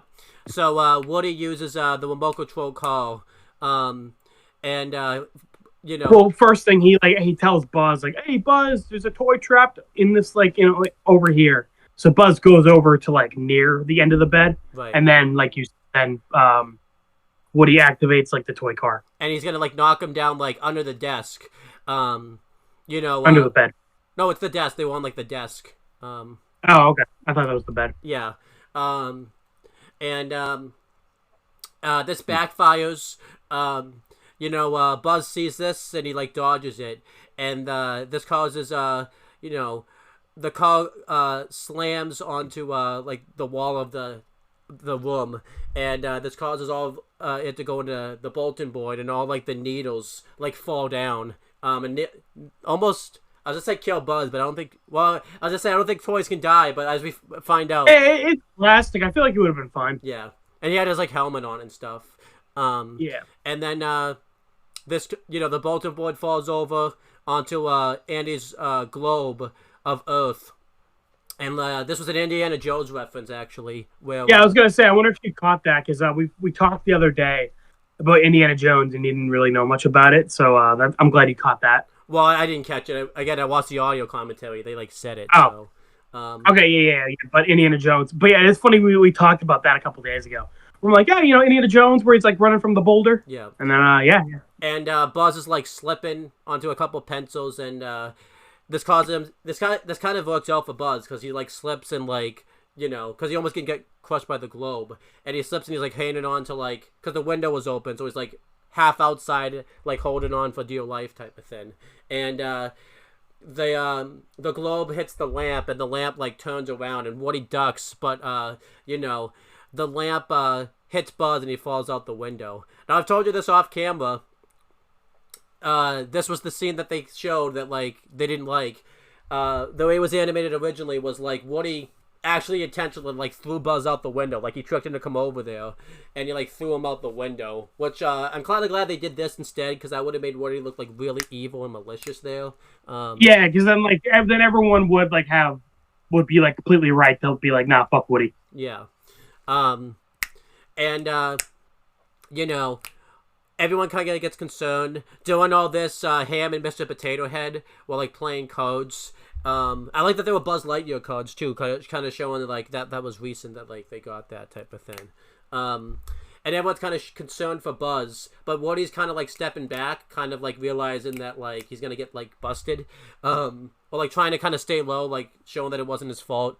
And the remote control call, as if it's like a dog, is trying to like say something to like the other toys, and Rex is kind of trying to figure out what it is. And Mr. Potato Head puts two and two together, and is just like, you know, I think that this was no accident. I think Buzz was knocked off by Woody, and I do like Woody because he is being genuine, but obviously he's like bullshitting because you could tell he's lying a little bit because obviously he's like trying to make himself seem completely innocent, whereas he did like try to knock Buzz like not out of the window, but he tried to like knock him over. Yeah, and I will say one thing I do like about Mr. Potato Head. He's not villainous, but you could tell he's like more sassy than the other toys, and I think that has to do with the way Andy, plays with them because he's like the villain anytime Andy plays with them. So I do like that. That's kind of why. I don't think it's completely why, but I do like that. That's kind of why he's a little bit more like sassy and villainous here. And everyone's kind of giving Woody shit. I do like that. Some people believe Woody, like Bo and Slinky believe Woody, that they didn't try to knock Buzz out the window. And one of the army men, it's like the leader, he comes out of like his barrel, and then he's just like, "Where is your honor, dirtbag? You are an absolute disgrace." And like Woody just like closes the lid on him, which I thought was pretty funny. Mr. Potato Head, I gotta say, like, this is probably like the best thing that he does, other than like him getting like knocked over. Like he's like cursing out Woody, saying that like you got jealous, about the fact that like Andy was playing with Buzz more, and then he's like, well, what if Andy starts playing with me? Are you gonna knock me out the window too? And I do kind of like this because he's kind of showing that like what he said in his speech during the staff meeting was, he's kind of thinking like what he said was like bullshit type of thing. So I do kind of like that he's kind of calling him out on it. And I will say I like that like Slinky is like defensive of Woody. He's like, come on now, Woody, we believe you, right? And Bo Peep doesn't really stand up for Woody. Yeah, he's kind of just there in the background. And I liked Rex. He's just like, I don't like confrontations, and obviously that's kind of funny, because he's supposed to be like a T-Rex and a T-Rex. Yeah, that's fine. Like he's just kind of neutral on it. Mr. Potato Head's pissed. Mr. Potato Head's like a villain in this movie. It's kind of weird. Yeah. Oh my god, my thing keeps falling over. And like I said, it kind of annoys me. Bo Peep like does not stand up for Woody like whatsoever. Right. Like later on in the movie, they fucking chuck him out the car, and Bo Peep's just like, oh well. Right. So then the army men come out, and like a bunch of them like jump on Woody, and everyone kind of gets ready to well, I guess it's murder Woody because you get it from what we're gonna see in a second. Yeah, we established the toys are like a cult. They're like, let there be blood. Yeah, but luckily for Woody, Andy comes up, and he's looking all over for Buzz. Obviously, he can't find him. And doing all of this, Andy's obviously like upset about the fact that he can't find Buzz, type of thing. And doing all this, Mr. Potato Head is like in the background, like threatening, to kill Woody. And the sketch pad, this might be his best scene of the whole movie. I forget what it's called, but he draws like that thing that like Haynes people that they would use back in like the old days. Like the sketch pad was a savage here type of thing. Like yeah. And obviously Andy can't find Buzz, so he just grabs another toy, and he grabs like Woody, which kind of kind of a good thing for Woody at that moment anyways, but it ends up kind of backfiring on Woody and everything like that later on. But yeah, I really like this scene here. It kind of showed like Woody's jealousy kind of got the best of him type of thing, and I'm glad they cut like, because I even mentioned like Woody in the uncut version, like Woody was a bit more of like of a douche when he gets questioned on it, and like kind of challenged. I'm glad they didn't like do the really like original version, yeah, because I like Woody being like he has his issues, like obviously he let the jealousy get to him, but like I'm glad he wasn't completely like villainous. Yeah But I really like this a lot, and this ends up kind of being kind of an important thing in what becomes of Woody and Buzz's friendship. So weirdly enough, Woody knocking Buzz out the window kind of starts their friendship, uncoincidentally type of thing. I know, right? I wonder what would have happened if that didn't happen. Yeah. But what'd you think of before I let you talk, because you're gonna be talking for a while? What'd you think of this scene right here with Woody and like knocking Buzz out the window and everyone's reaction to it and everything like that? Again, I liked it. I liked that it kind of just like snowballed. Like this became a much bigger thing than Woody planned it.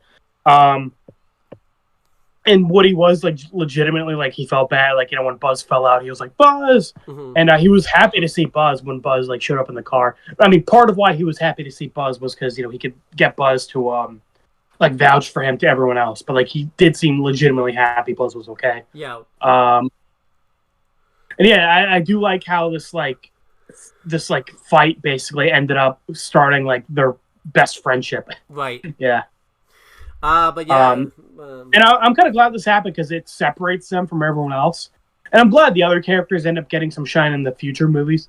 But I'm glad for this movie, like it was kind of just focused on like the duo of Buzz and Woody. Yeah, definitely. Yeah. Can we pause here for a sec? Sure.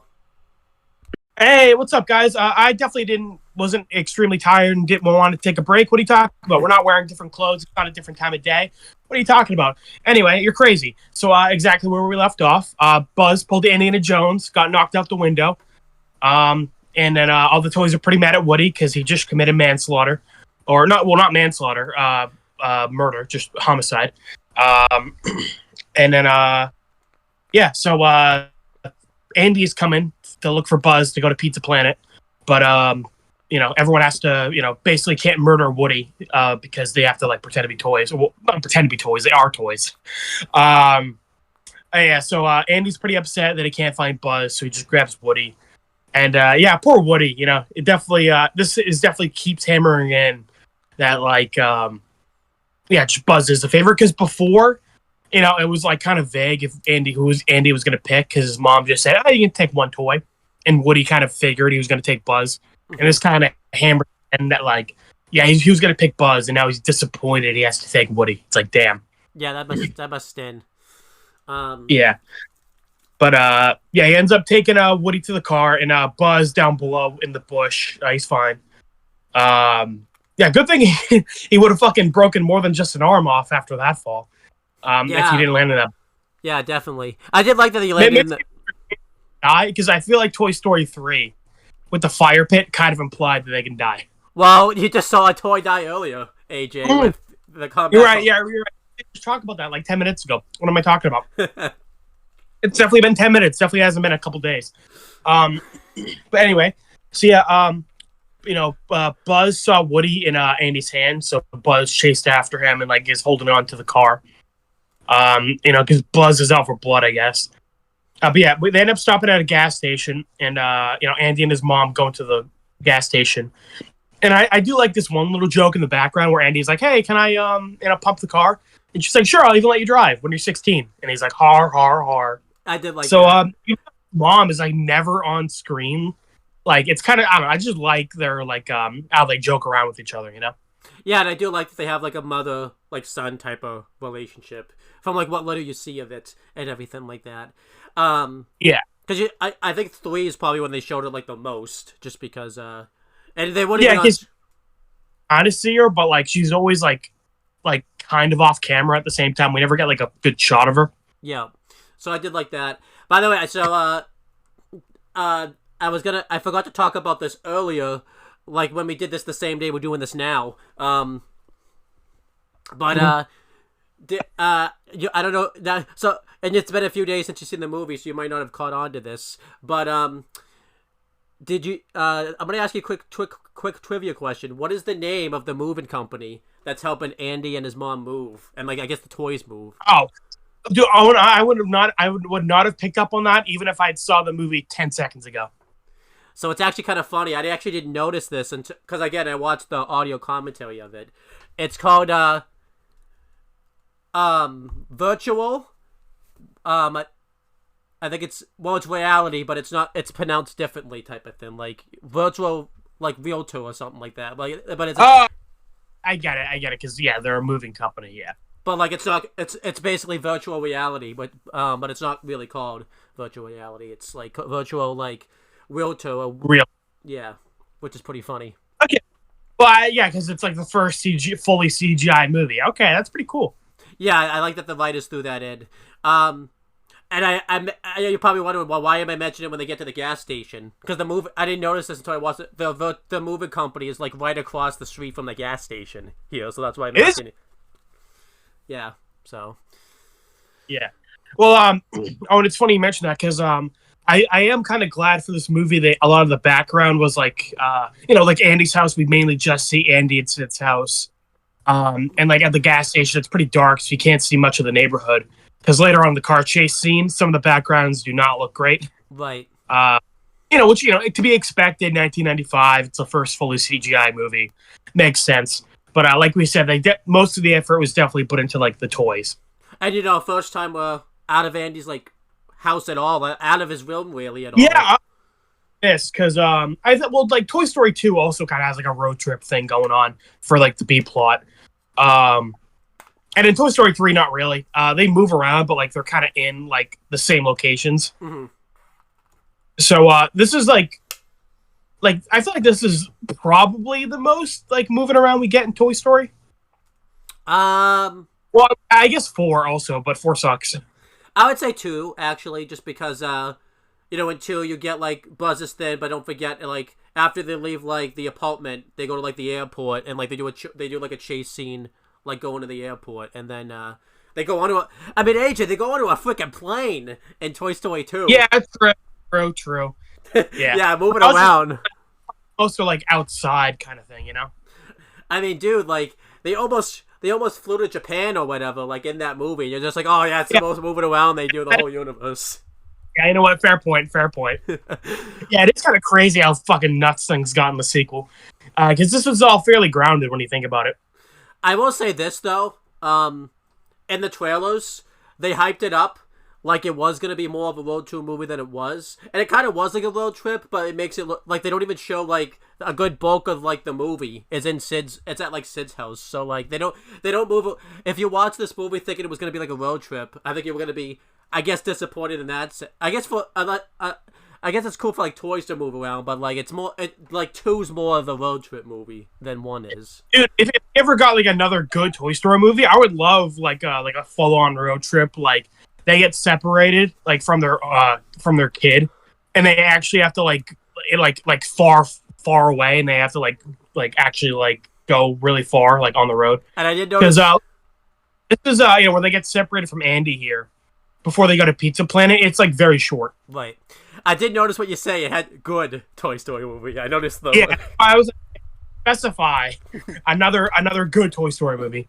I noticed you had I noticed the specification there. So yeah, guys, in case you couldn't pick up on it, I don't like 4. Yeah, but Andy and his mom go to the gas station. So Woody kind of just has like a moment to himself to think like, oh crap, I am screwed. Everyone thinks I killed Buzz. What am I gonna tell them when I get back? Mm-hmm. Because like he's they were gonna like really fuck him up, and he got like some time to think about it, by Andy picking him. But yeah, he really doesn't have much time to be like, okay, what am I gonna tell them when I get back? But then up on the sunroof, Buzz is looking down, and Woody's like super happy to see him. Well, at first he seems like just genuinely happy he's okay, yeah. But then he's like, oh, this is great. Now I'm gonna be okay. You can tell everyone I was an accident. And I love how you just see Buzz like mean mugging him. He's not happy. He's giving him the mom side eye. I know Woody's trying to get on his good side. I do love this joke. I forgot about this because I remember as a kid they got into a fight, mm-hmm. But then Buzz says here for a second, like threw me for a loop. I'm like, oh, did I like misremember that? No. So Buzz says, "You're lucky. On my planet, we don't believe in like holding grudges." And Woody's like, "Oh, thank goodness." And then Buzz says, "But we're not on my planet," and they just start roughhousing, tumbling. So Buzz seems like the type of person, by the way, that like, would go to like one, like something's illegal in like one state or like one town, but the next town he's just like, oh, but not in my town, so I could do this all I want, type of thing. So I love that. Yeah, I love it. Buzz when he was constantly driving to Canada to get drunk. I can see it. I did like one thing, by the way, when Buzz showed up, he had like a bug on his face, so like kind of showing that like it was just like fresh. Yeah. Say that again. Yeah, that he was like hanging out from the outside. Yeah, so that's good. I didn't. Yeah, it's a good catch. The like writers and stuff on the commentary like mentioned they were gonna have him have like several bugs on his face, but then they kind of realized like, yeah, that's probably going too far. Like one, I feel like one was fine, but if he had like several on him, that's a bit too cartoonish type of thing. I'm glad they just went with like the one bug. I would have been fine with either, but yeah, well, obviously I didn't pick up on the joke because I didn't notice it, so maybe a couple would have let me, dumbasses like me, pick up on it. There you go. Which is funny because I feel like I was catching a lot of the small details in Red versus Blue. Like the great fucking back snatching where like 3 different people just swipe shit off people's backs. Yeah, definitely. But I think you're catching a lot of the small details on this, which is good. But yeah, they end up having a fight. They end up underneath the car, and basically, Andy and his mom take off. Yeah. And Woody is like super depressed. He's like, he realizes he's a lost toy, basically. This kind of makes fun. They made a big thing of that earlier in the movie when Woody was like, okay, make sure no one gets left behind during the move, Yeah. I like this fight too. This is like our first fight we get to see like in the CGI. We haven't really seen one yet. Yeah. I thought, and we'll keep like it's not like a serious fight. It's a lot of it's like comedic, Yeah. But I do like it's logical. Like Buzz like kicks Woody's ass, but I do like that Woody gets like a 1-up on him. There's a bit where like Woody tackles him to the ground and like he opens his. I don't know if he meant to open his helmet this time. More details of the fight, but yeah, you're right. So like I do like one part where Woody opens up the helmet, starts beating him in the face, but then like Buzz shuts the helmet and like on Woody's fingers. My favorite thing is like Buzz like launches Woody like and he lands like upside down like into like the onto like the not into it but like onto like Talia. Like he took a pretty big fall there, type of thing. And it's thing where it's kind of cool just to see this like such small scale fight, because like the car, obviously they're under the car, so like the car looks massive to them. Yeah, I do like by the way too, when Andy and his mom came back, it did seem like like they were gone long enough where like I can believe they would come back at that time. They weren't gone for like a super long time. Like this scene that happened like while they were gone, I felt like they fit that all in there like during that time. They said they were gonna like get gas and like pump the car. So I guess they like never actually pumped the gas, right? Because they went into the store, and they came off.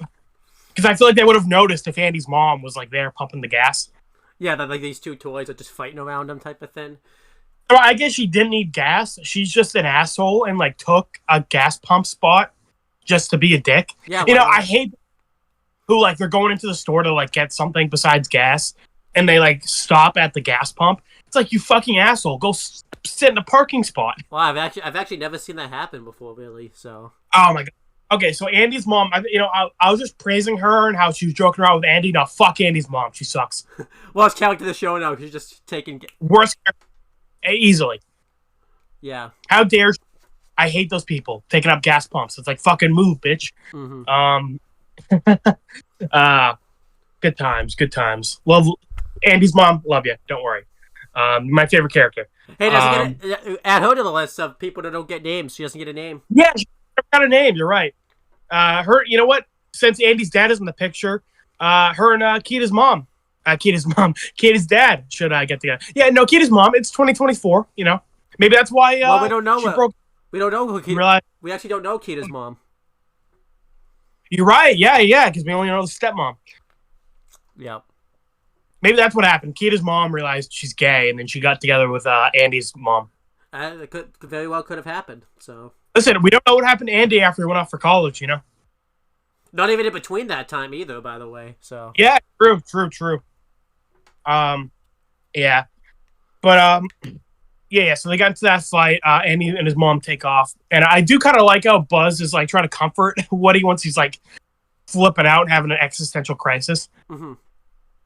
And it's kind of cool because we get the reversal of this later in the movie where Buzz is like the one having a breakdown of Woody's trying to calm him down. Yeah.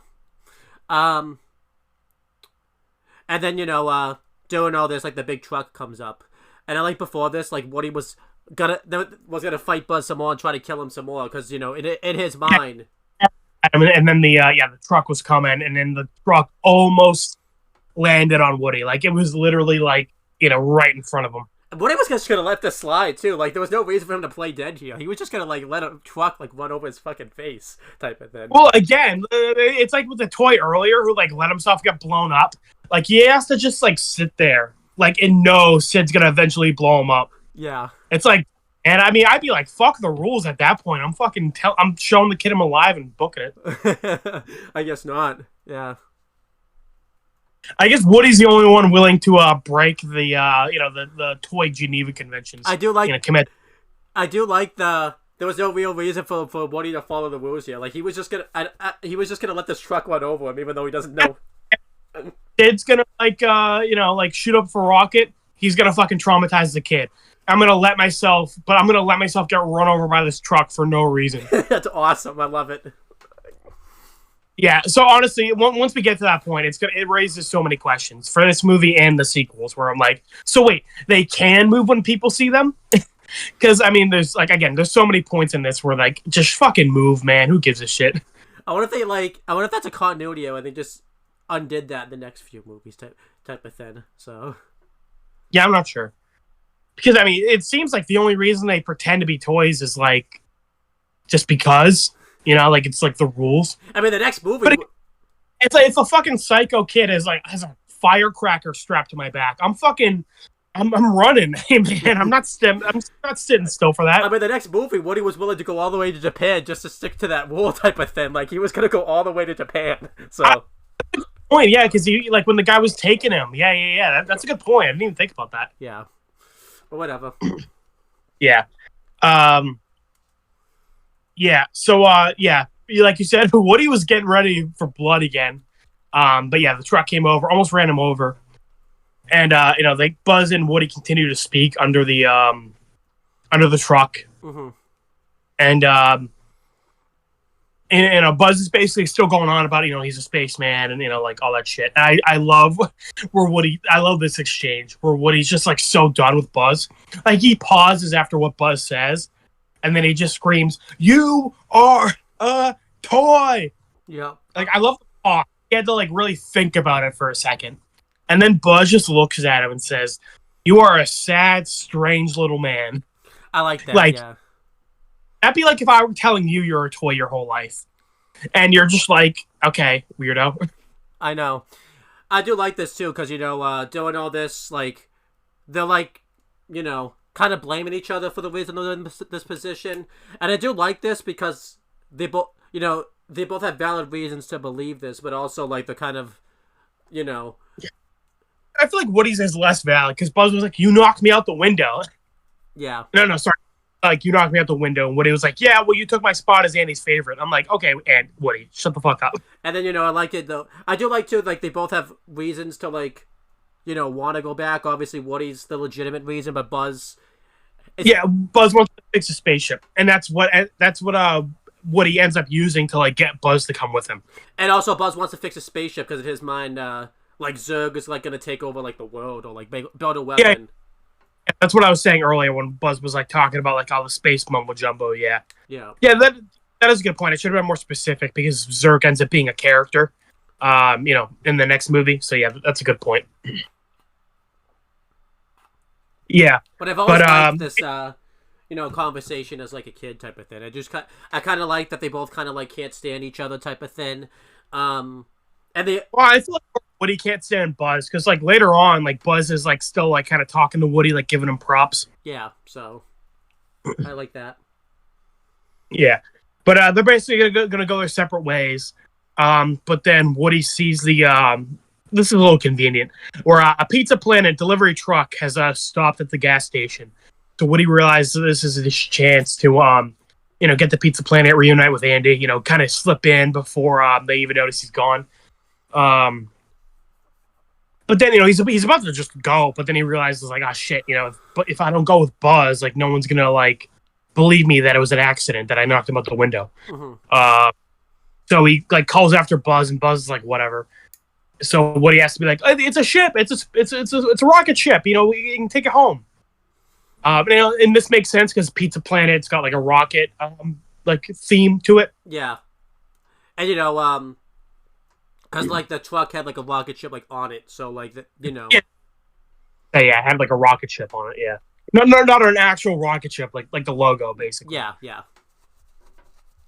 So, but this gets Buzz to go with Woody. Buzz is like gonna climb into like the passenger seat, and Woody's like, "No, you fucking lunatic! Why?" He's like, "Well, you need seatbelts for travel." Well, I like how he says that, but he was just fucking hanging.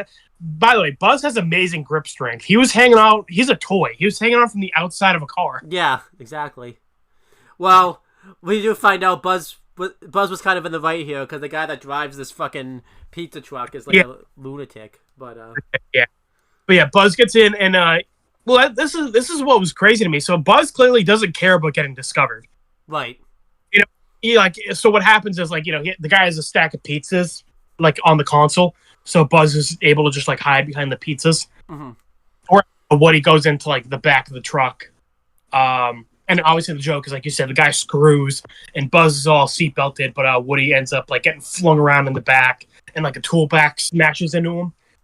And I do like this sometimes, like when cartoons do like the character gets like beat up as a joke. It's like undeserved. Woody kind of deserves it here, so I'm cool with it. Where he gets like the the toolbox like slammed into him. I was cool with this, yeah. Or like in Dragon Ball in the last episode where Bulma was like shooting Goku with a gun. It's like, yeah, Goku kind of deserves it, and he's bulletproof, so like it's not really like it's not gonna actually hurt him that much. Yeah, I did like this, because Woody kind of deserved this, and also it's just it's a fine little scene here. I kind of like this, and there was going to be more to this scene, but they cut it just because of time. And like they felt like, it was doing a little too much to Woody. I'm glad they cut it, because obviously we just reviewed this. We kind of have an RVB Tex versus the Reds like situation all over again there type of thing. Yeah. Well, I was just pointing out because I remember in that like SpongeBob episode we talked about where like Mr. Krabs was just like constantly traumatizing Plankton for the whole episode. Yeah. And like it felt like mean-spirited after a while. That's kind of what I mean.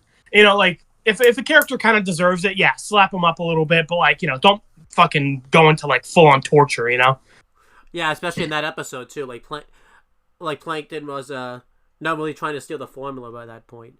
Also, what sucks in that episode is like when Plankton tries to get his quote-unquote revenge, and then you find out it's like a trap by like SpongeBob and Mr. Krabs. Like, why are you trapping him at that point? Like, you only have the edge on him, type of thing. So yeah. But I was just saying here because like Woody he didn't actually try to knock Buzz out the window. He just tried to knock him like off the desk. Yeah. Like it was he didn't mean for things to go that far. But to be fair, he is being an asshole here. Like he's not acknowledging the fact that he did like he is in the wrong for knocking Buzz out the window. And the only reason he's having Buzz go with him is because he wants Buzz to like vouch for him. Like he doesn't even like care about like getting Buzz back home. He just wants Buzz to like save his own skin, basically. For sure. Do you think like Buzz knew that he didn't mean to knock him out the window, but I think Buzz knew there was like intention of like he was trying to do something. I don't think he knew he meant to.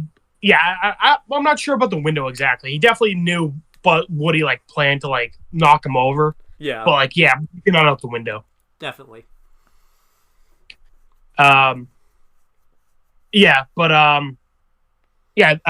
Like you said, well, like I was saying, Buzz is, nice and comfy in the passenger seat, hiding behind the pizzas, and Woody's getting smacked around in the back. They end up at Pizza Planet. I do like this small joke where like the guy's like fucking zooming like 90 miles an hour, and then he just like, like slows down right at the parking spot. I do think this is kind of convenient too because the guy was like mentioning earlier that like I think he was like. He was gonna miss like his time to like get these pizzas to people, so it made sense that he was kind of speeding a little bit. Plus, if you look at like the truck, it wasn't very well taken care of and all that stuff.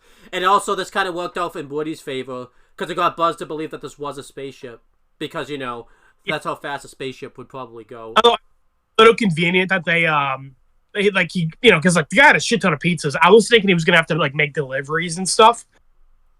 Well, I mean, like you said, he did it pretty fast. But I'm like, imagine the guy didn't go back to Pizza Planet for like a couple hours. Yeah. It's like, well, shit, I'm not going to reunite with Andy. But I also did like, the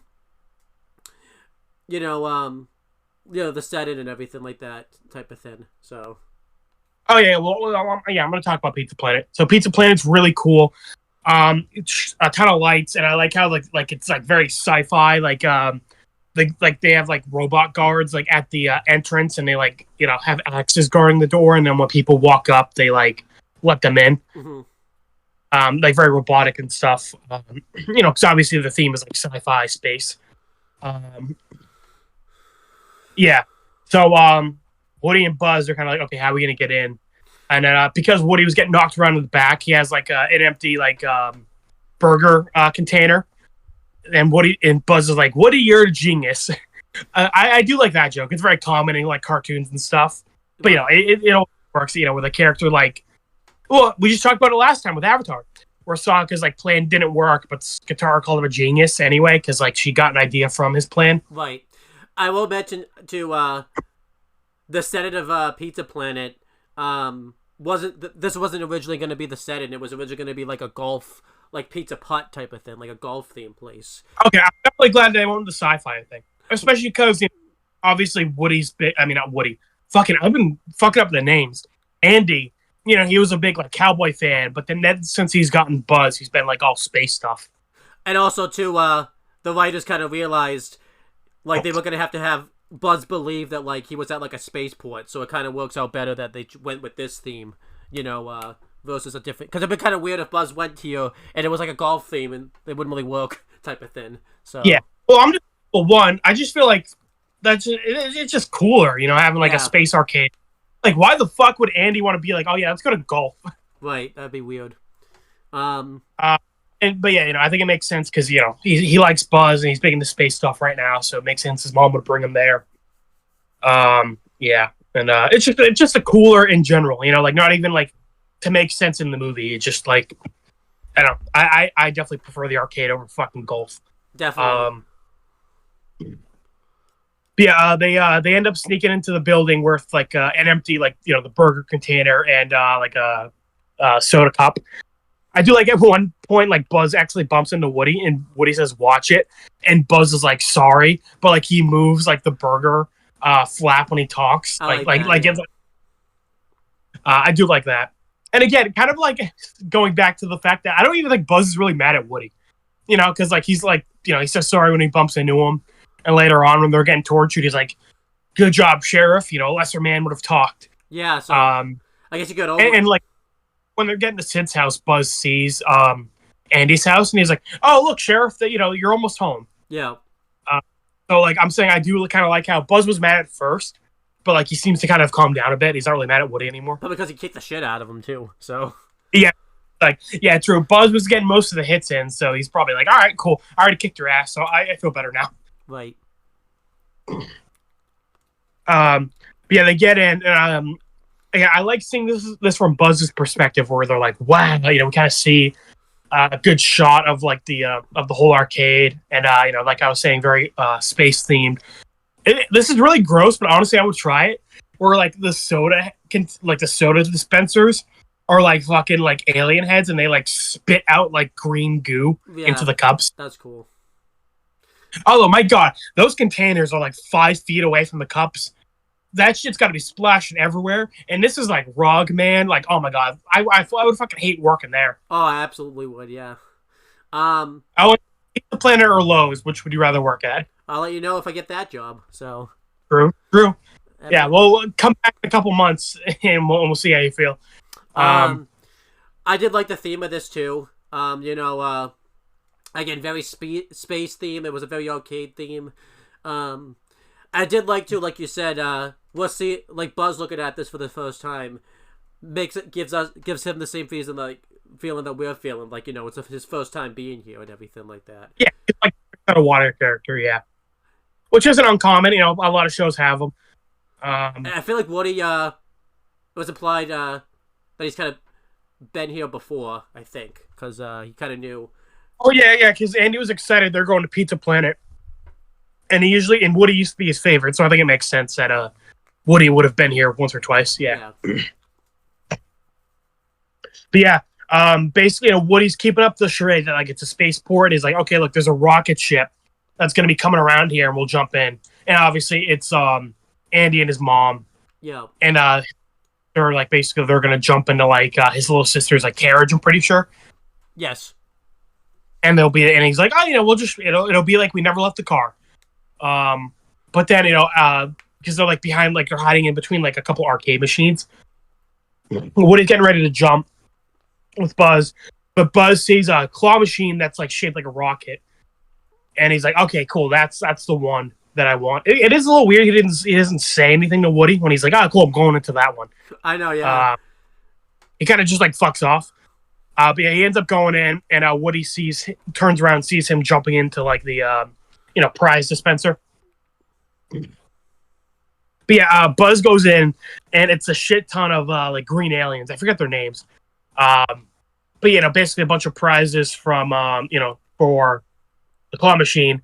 And I like we end up finding out these guys are like from the Buzz Lightyear like cartoon. Yeah, that's cool. I like that. Would it be cool if they recognized Buzz? Which kind of makes it... Yeah, that would have been cool. I mean, also... Or if Buzz... Yeah. It's kind of cool, too, because it makes sense, because they think, like, kind of the way Buzz thinks, like, everything's kind of real type of thing. So... I love this, because it's so funny. It's like, yeah, they've basically been living in this claw machine forever. And it's basically... they have no fucking clue how it works. They're basically like, okay, this giant claw that's always hanging over us sometimes comes down and picks one of us and like takes us off, never to be seen again. So the way they see it is they worship the claw as a god, and the god chooses one of them to go to Valhalla or paradise or something. So basically taking them to heaven, and they're like, whoever gets taken by the claw goes to a better place. Right. That's insane. Well, Jesus, literally in this case, the fucking claw is their Jesus. Yeah, it really is. It's so fucking funny. I love this. And, doing all this, I like that Woody's kind of seeing this in, like, the background, because he comes in, too, and, like, he has the ridiculousness of this type of thing, so... And, Buzz is just, like, talking to them, being like, okay, I need to commandeer your spaceship, who's in charge here, and that's when they all go, like, oh, the claw. Yeah. And I love how they all talk in unison, too. Yeah, because that's a big thing, because these... No, I don't think it's this... Not these ones, but, like, different ones later on in movies. Yeah. Because I remember they get more... Like they get like 3 of them join the group, and they like get adopted by Mr. Potato Head. Yeah. But I don't think it's these. I'm thinking like some of them from here joined. I'm like, oh no, that happens in the second one. Yeah, I kind of wish like in the second one we could have found out they were also like there, but I guess that wasn't the case type of thing. Convenient, I guess. Yeah. Well, not convenient, but I guess it would have been like, what are the odds that like the ones from the Pizza Planet are like the ones that like join them here? Well, I'm pretty sure it's a Pizza Planet like vehicle that like they steal in that one. Oh, so. Is it? It's been a while since I've seen 2. I haven't seen 2 in like fucking 15 years. Yeah. But yeah, God, I just realized like how old I am, because I was thinking like, oh, yeah, I was like 10 years ago, but I'm like, oh shit, I'm 24. Right. So I'm like, fuck, damn. Man, all right, that's depressing. Moving on. But yeah, Woody's trying to get Buzz out of there, but they see Sid in the arcade as well, and he's like on the machine, fucking playing. Oh, but he's clearly like just beating the shit out of the machine. And then when he doesn't win, he just like chucks the like the hammer. Yeah. So clearly this kid has some fucking issues. But also, okay, this is a little like, okay, what are the odds that Andy's neighbor is like here, and what are the odds that he ends up getting Buzz and Woody? Yeah, it would have been. I guess maybe they cut it, but like it would have been good if like maybe he still could have been there, but like someone played the game before and then like won, and then he just played and won or something. I don't know. Yeah, and they were in this claw machine for fucking like less than a minute, yeah. And then all of a sudden it's well, this is like both like the best thing to happen and the worst thing to happen. Worst thing because it's Sid and he's a psycho and they almost die. Mm-hmm. But it's also the best thing because it's Andy's next door neighbor, right. So they were able to catch up to Andy in time to like for the moving truck. Yeah, but they didn't know that obviously. So well, that's what I'm saying. It's a little convenient that like it's like on one hand, if they got a kid who lived on the fucking other side of town, yeah, it's like the kid probably wouldn't have tried to blow them up and they probably could have escaped easier, but they're on the other side of town, and it's going to be harder to get back to Andy's house. Yeah, so this is like worst case scenario. Right. Like, weird mix of just convenient. Yeah. I mean, Sid is a kid, and he does seem like the kind of kid to like go to these arcades and shit. I was just a little bit like, okay, what are the odds? Andy's next door neighbor happened to be here, and he happened to get Buzz and Woody. And again, it was like a couple seconds after like they went in there that he played like the machine type of thing. Yeah. Like, this is the biggest convenience in the movie. Like, everything else has been pretty, like, fine. Like, even the Pizza Planet truck being at the gas station. I'm like, okay, the gas station's probably near the Pizza Planet. I can buy the delivery and gas here. I'm like, okay, fine, I can buy it. I don't know about that, because the guy was fucking speeding all the way to fucking Pizza Planet, so... Yeah. Can you talk about the claw machine? Because I gotta answer the door. Oh, I guess you didn't send that text out then, so... Doing all of this, Woody notices Andy, and, no, he doesn't notice it. He notices Sid, and, he tackles Buzz down to the ground, so that way, like, Sid doesn't see them. They can hide enough, so that way they don't get, like, taken by the machine. And, Sid plays for the first time around, and he gets one of the green aliens, and then Sid notices there's a Buzz Lightyear in there, so he tries to win that. Because Buzz Lightyear also stands out, too. He's bigger than all the aliens, and, like, the aliens are, like, clumped around him type of thing. And I guess we just have to, like, take whatever tip Sid does with this claw machine, because I've tried to play the claw machine a few times. I always get ripped off and never win on Sid's kit. And Sid got even better for it. He got a toy that wasn't even supposed... Well, we find out 2 toys that wasn't even supposed to be in there. But, Sid uses the claw machine and he hooks it to Buzz. And Woody, doing all this, sees a way to get it to escape. He sees, like, the door that, like, loads the machine. And he's about to escape, but obviously he wants to get Buzz. The claw machine's, like, taking Buzz and, like, Woody's trying to take him out. But obviously, it's kind of like a back-and-forth fight, kind of a tug-of-war type of situation. But the aliens kind of start tickling Woody because they're, like... The aliens in their mind are like, okay, he's been chosen, like, he's got to go now, like, you can't just, like, Jesus, you can't go with what Jesus wants, so, like, they're tickling Woody, and this kind of causes Woody to, like, lose his grip, and, I do love how, when Woody's, like fighting the aliens, he's like, back, you zealots, I'm like, damn. You missed this part, by the way, I think we need to take tips from, like, Sid, because typically these claw machines are supposed to be, like, a ripoff, but Sid won 2 parts. That I was fucking angry when I was seeing this, because, like, the claw machine grabs Buzz, and, like, it does not let go. Even when Woody's, like, pulling on him, the claw machine is, like, fucking, like, pulling back. I'm like, why can't I have this claw machine? You would fucking get every damn toy in the claw machine.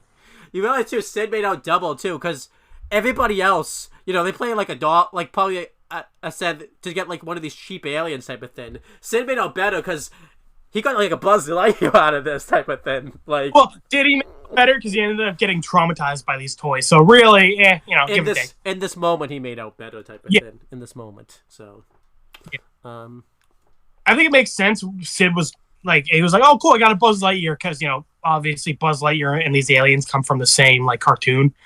But it is a little weird how he was like, and a cowboy for some reason. He was cool with it. He's like, hey, more toys for me to destroy. I would have been like, why the fuck is a cowboy in this, like, space-themed claw machine? But whatever. Yeah. He ends up getting both. And, so he gets Buzz, Woody, and, like, an alien toy. And he ends up putting him in his backpack, and, he leaves. We found out he, like, skateboarded there. I liked that attention to detail just because, like, Andy went there with his mom to, like, have a good time, but, like, he went by himself pretty much. Kind of shows, like, the family dynamic is kind of a little different and everything like that. Yeah.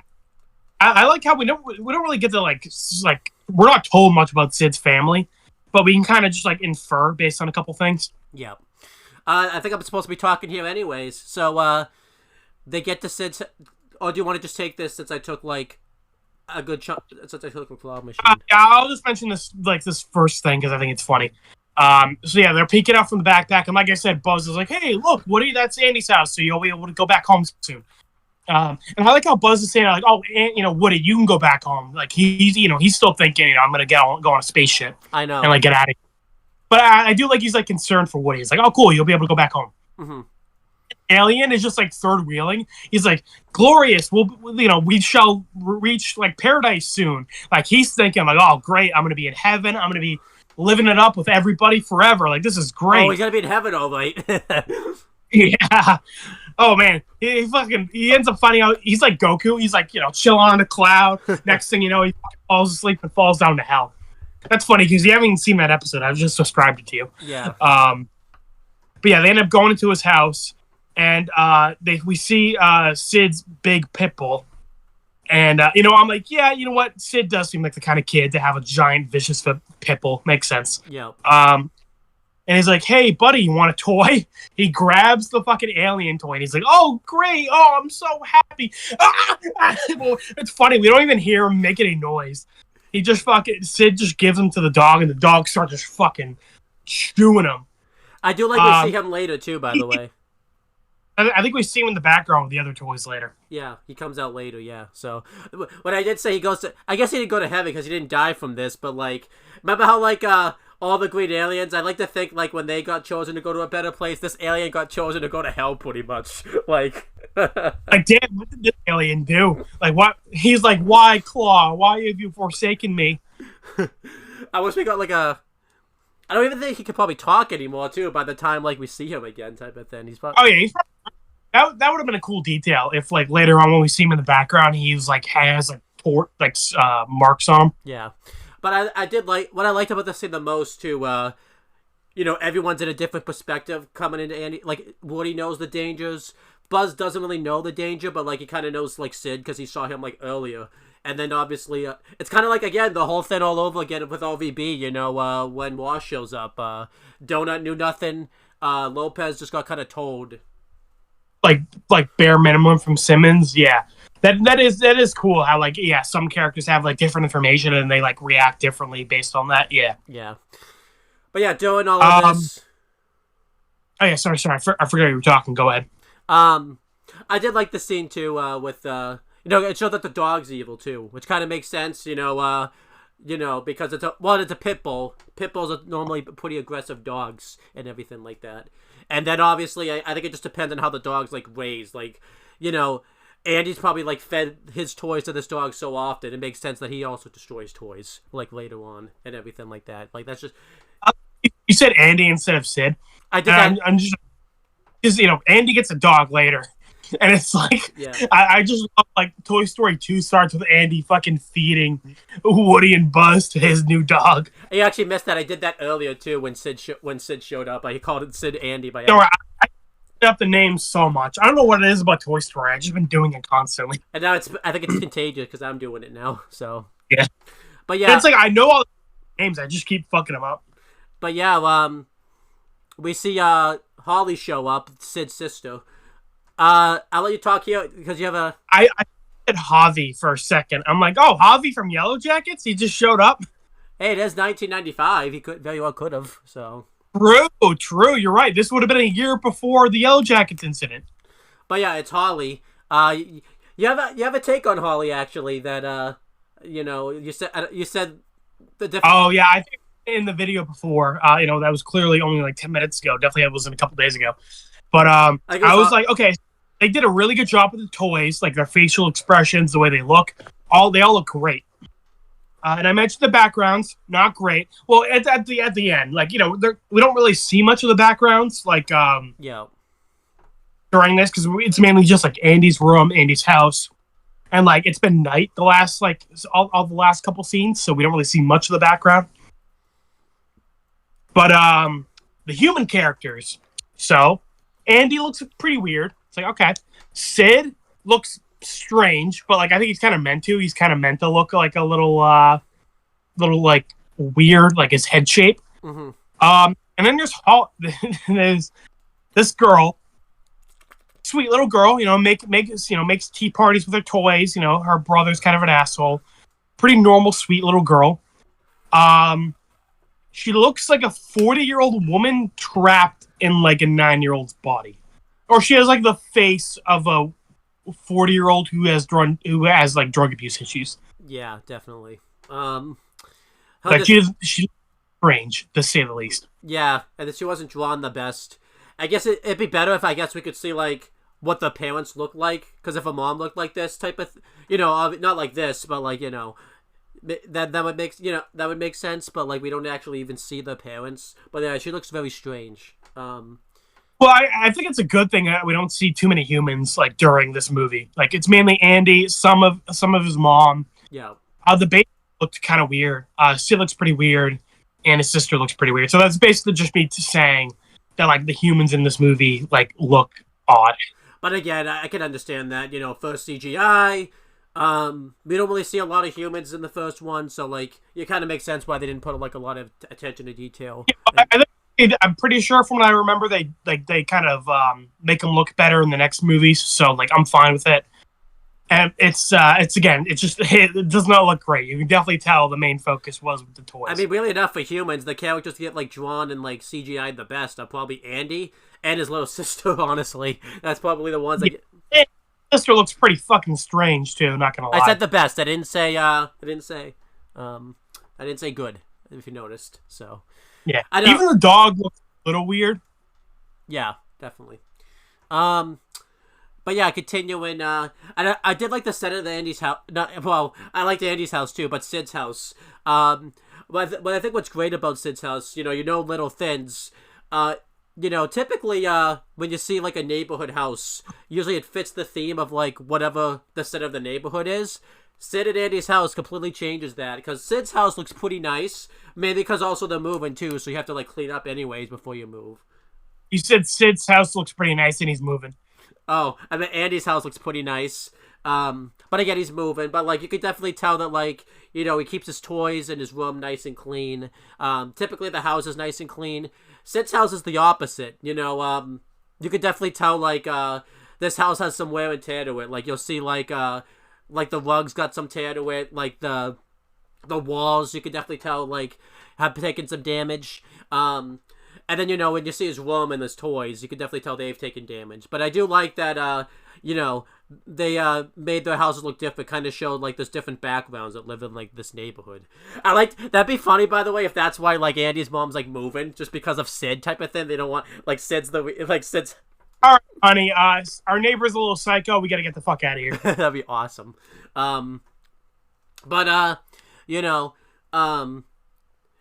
Sid is, and I did like that Sid asked about his package here, because obviously that ties in to later on, so that wasn't just a one-off. Sid's kind of teasing his sister a little bit, and not like a joke in like AJ and I or like typical siblings joke around. Like it starts out kind of that way, but you can definitely tell they don't have the greatest relationship, which I do kind of like, because Sid takes Holly's doll, and he runs up into, his room. Like this could be kind of normal, like at first, where he's like, he's being a little asshole brother. He's taking her toy and kind of like being a little jerk about it. But like, nah, he ends up doing some demented shit. Yeah. So, and I do like Sid's room. Like, Sid's room, like, is really torn apart. And like, I think you could tell Sid's room wasn't meant to be his room probably when they moved in, because he's got like a toolbox and stuff in there. Like, it doesn't even look like it'd be like a bedroom, if that makes sense. Yeah. I do like this because you got to kind of see like, Sid do his stuff with toys. Like, he doesn't just destroy toys. He also, destroys them in other ways because, doing all this, like, Woody, is watching this in horror. I do like Buzz is just kind of joking around by like, he's just like, yeah, you could definitely, that kid, there's no way that kid went to like, medical school. Like, Buzz doesn't even like... Yeah. I love the way Buzz says it. He's like, I doubt that boy's been to a single day of medical school. Like, the way he said it was so funny. Yeah. I like that we don't actually see what happens, but then, and also, too, like, something else that's also, like, Sid doesn't just have one lock in his room. He's got, like, a ton of, like, locks that he does on, like, his room type of thing, which, kind of shows that it's a little suspicious.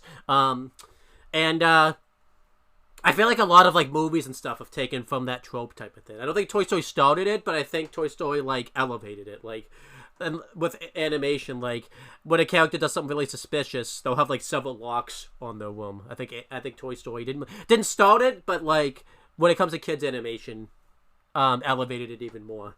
But yeah, he shows what we find out he did. And I kind of like you saw what he was doing. Like he took a pterodactyl like toy, and he showed that what he did was he put the pterodactyl's like head onto and replaced it with the doll that like Holly had type of thing, and obviously she gets horrified by this and she just takes off, and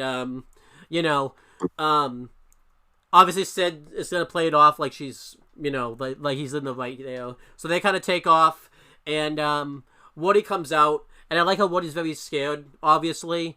Like Woody knows, like, yeah, and I like that this happened like right when they got there, like showing like Woody's like, yeah, doesn't matter how long we're gonna be here, we're not gonna be here long type of thing. Because the stall looked pretty new, by the way. Like the stall not just came out of the package, but it looked like Holly hadn't had it for very long. So like I didn't really like that happened. So Woody's trying to get out, but it's locked. So and I think you also see like some of Holly's other toys like are missing their heads. Yeah. So like, kind of showing that like Sid kind of does this a lot. So I never noticed that too until I saw it this most recent time type of thing too. Yeah. And Woody's trying to find a way out. And at first he uses like a pencil like to defend himself type of thing. And then we hear like something moving like in the background, like a horror movie like. And Woody's just like, Buzz, was that you? I think he knew that wasn't Buzz, but like I think he was just hopeful. Yeah. And then he grabs a flashlight, and he shines the flashlight, and we see that like it's like a toy that has like a bunch of needles like through its head, but like we see that it's been like attached to like a bunch of like legs and all that type of stuff. And what we don't see that originally, but what do you think? It's just like a little toy type of thing. But then when it gets revealed, like we also feel that like this toy's eyes been like ripped out and everything like that. And yeah, obviously this horrifies Woody. And during all this, we see the mutant toys show up for the first time. And a few of them I'll highlight. There was like a bug. That was like attached to like a muscle type body, like a professional wrestler type body. A Jack in the Box that instead of Jack being in the box, it was like a zombie hand type of thing. There's like a duck that was like attached to like a pogo stick. This is a big one, like the fishing pole that has like dog legs. About that, yeah, that's a pretty funny joke. Any other ones you caught? Oh, actually. Well, did you say what the joke was with the fishing pole and with the legs? What's the joke? That she's a hooker. Oh yeah, I knew that. I just thought Sid was just being demented. There's one. Well, I don't think Sid planned that. I'm just saying that's the joke. Yeah. That because Woody calls her legs later. That's like true. that's. Yeah. There's one funny one, by the way. I never caught. There's like someone that's like on a skateboard, like a surfer dude or whatever. I never caught this until recently. I didn't realize he was stuck there. Like I didn't realize he was like stuck there type of thing. Like that's why he stayed like that the whole time. That's like the skateboard they write off. So I never caught that he was like stuck. That he was stuck onto it. I thought that was just like a toy, but no. Like poor guy, by the way. Like he had to take for the rest of his life, he has no legs, and he has to like be hooked, not just, like his face first, like onto a skateboard, like the rest of his life, pretty much. Yeah. Yeah. I said the rest of his life too. By the way, toys don't just die. By the way, they're not really supposed to die. So like he has to stay like for eternity. It's like at that point, it's like shit. Do you want to die? But yeah, they all like take the pieces of like the toy, the pterodactyl and the doll. Yeah. And like run off, and Woody and Buzz think they're cannibals. I like that Buzz even says cannibals. That's kind of where they talked about that, like in a kid's like movie and like show. Yeah, when they said zealots earlier. I'm like, oh wow, and I think it's because kids don't really know what those are, Right. But yeah, but then they full on mention it like later on type of thing. So they keep calling them cannibals. So I'm like, wow, they're just hammering that in, huh? And from their perspective, they do look that way because they just take the toys and like leave. But as you find out later, there's a reason. I think they try to take they take the toys, and I'll talk about that when we actually get to that scene. Well, it's also like they seem to be kind of like just as scared of Woody and Buzz as Woody and Buzz are of them, because whenever they try to like talk to them, they kind of just like run off. Mm-hmm. So that makes seem like suspicious and like like they're lurking around the corner. But yeah. And then well, my thinking too was they're thinking like Sid could just show back up at any minute type of thing. So yeah, they're like hiding. Yeah, that makes sense. But yeah. So I like to hear Woody went for Buzz for help. Because typically like this is like the first time where Buzz could like feel like a hero. Like Woody hasn't really gone to Buzz before, so now he kind of is. So I did like that. But and like what Buzz changes is he tries to call into Star Command to let them know like they're in danger, pretty much. Good thing Star Command isn't real. Either that or like this is like that scene where Tucker tried to call in RVB to like command to like get him help type of thing, and the Reds and Blues just like Blues picked it up and they were like, "What the?" You're like, "I don't give a shit, man." By the way, I love on in that when Tucker brought that up. He was like, "Oh, you guys picked up the call?" And he's like, "Oh," and he didn't bring backup. And they're like, "Well, at first we just ignored the call." Right. I do like the thing too. Tucker waited all that time for like someone to show up, type of thing too. Like he waited. Oh yeah, he was out there months, dude. Dude must have been so fucking bored in that temple. And CT never opened it. I still love that, by the way, that like you try to say that again. I say in CT too, being like, "God damn, I can't even kill one fucking person." I still love the last episode of RVB. Like when we reviewed it, you were just like, "Oh, there's a mystery behind it." CT. You were like expecting me to like comment on. Like I was just like, I don't give a shit. We're like, am I supposed to give a shit? And I'm like, But yeah. Anyhow, let me think. Yeah. So Buzz changes his like laser from stun to like kill, and like aims it out backpack. I do like that Woody still gives him shit for that type of thing. And then back at Andy's house, before I let you take it, Andy comes home. The toys are still looking for like Buzz. They don't even know that Buzz like crawled out of the bush and like went to go chase Woody down, type of thing. The commentators pointed this out too. I did like the cat, because they knew the cat type of thing, so that was pretty cool. Like they know the outside world like around them, even beyond Andy's room type of thing, which is pretty cool. Yeah, well, I guess Woody wouldn't, like you said, he's been to Pizza Planet before, presumably. But yeah, I guess like the others probably don't get taken out as much as Woody, so it's cool that they know some stuff. Yeah. Yeah, Andy can't find Woody. He looks all over the car for him, type of thing. And it's kind of, I did like the scene because it's like that scene, when the mom's just like, "I'm sure he's there, you're just not looking hard enough," type of thing. And that's so relatable because obviously when we were as a kid, that's the big thing, and I do feel bad for Andy here because Woody's like legit not there, type of thing. So yeah, I wonder what he says later on. By the way, gaslit. His mom's telling him, "Oh, you left him there. They're there. You're not looking hard enough," and they're actually fucking gone. And it's like, damn, Andy's like 6 and he's getting gaslit. Like, damn. I was gonna point this out earlier when you mentioned like his mom stepped on like the army men earlier. Think about how many times like when the toys come to life, Andy got blamed for leaving his toys out when he. I know, right? Like imagine his mom like got mad at him. Like, "Andy, you left your fucking toys out again. God damn it." Yeah. So, well, I wasn't even gonna go that far. You like took it on a whole other fucking level. Yeah, well, it's the one with the troubled home.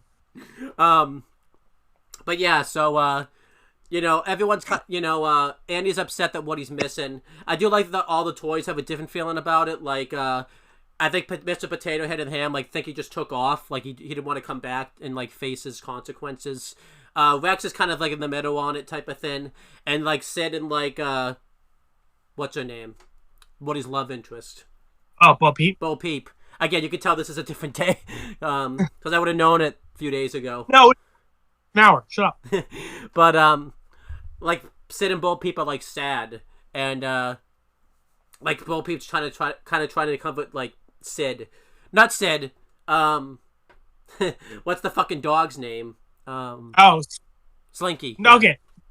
Andy and Sid I can kind of get. They're like normal names. Slinky, I don't know how you fuck that one up.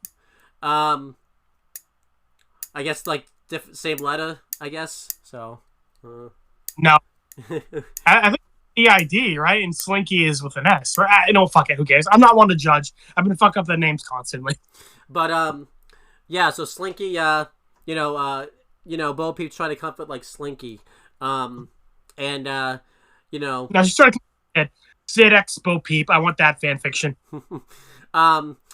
But yeah, Bo Peep is like, I'm sure wherever Woody is, like, he's like fine or something. It's like obviously like it was supposed to be like a joke. Like she said like one thing, but then the opposite happened because then you see that Woody, like the camera pans over across the street like the next day type of thing. Yeah. So we kind of see a bit of what Sid does for his playtime. He has a magnifying. He's like throwing Woody around, like he's interrogating him. He's like, "All right, where are those rebel scum?"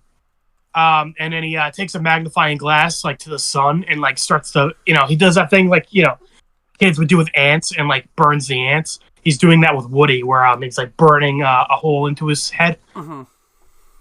And but I always wondered if that worked as a kid. Like I never wanted to try it because obviously like I'm not a psycho who liked killing ants. Right. But like that was a real thing.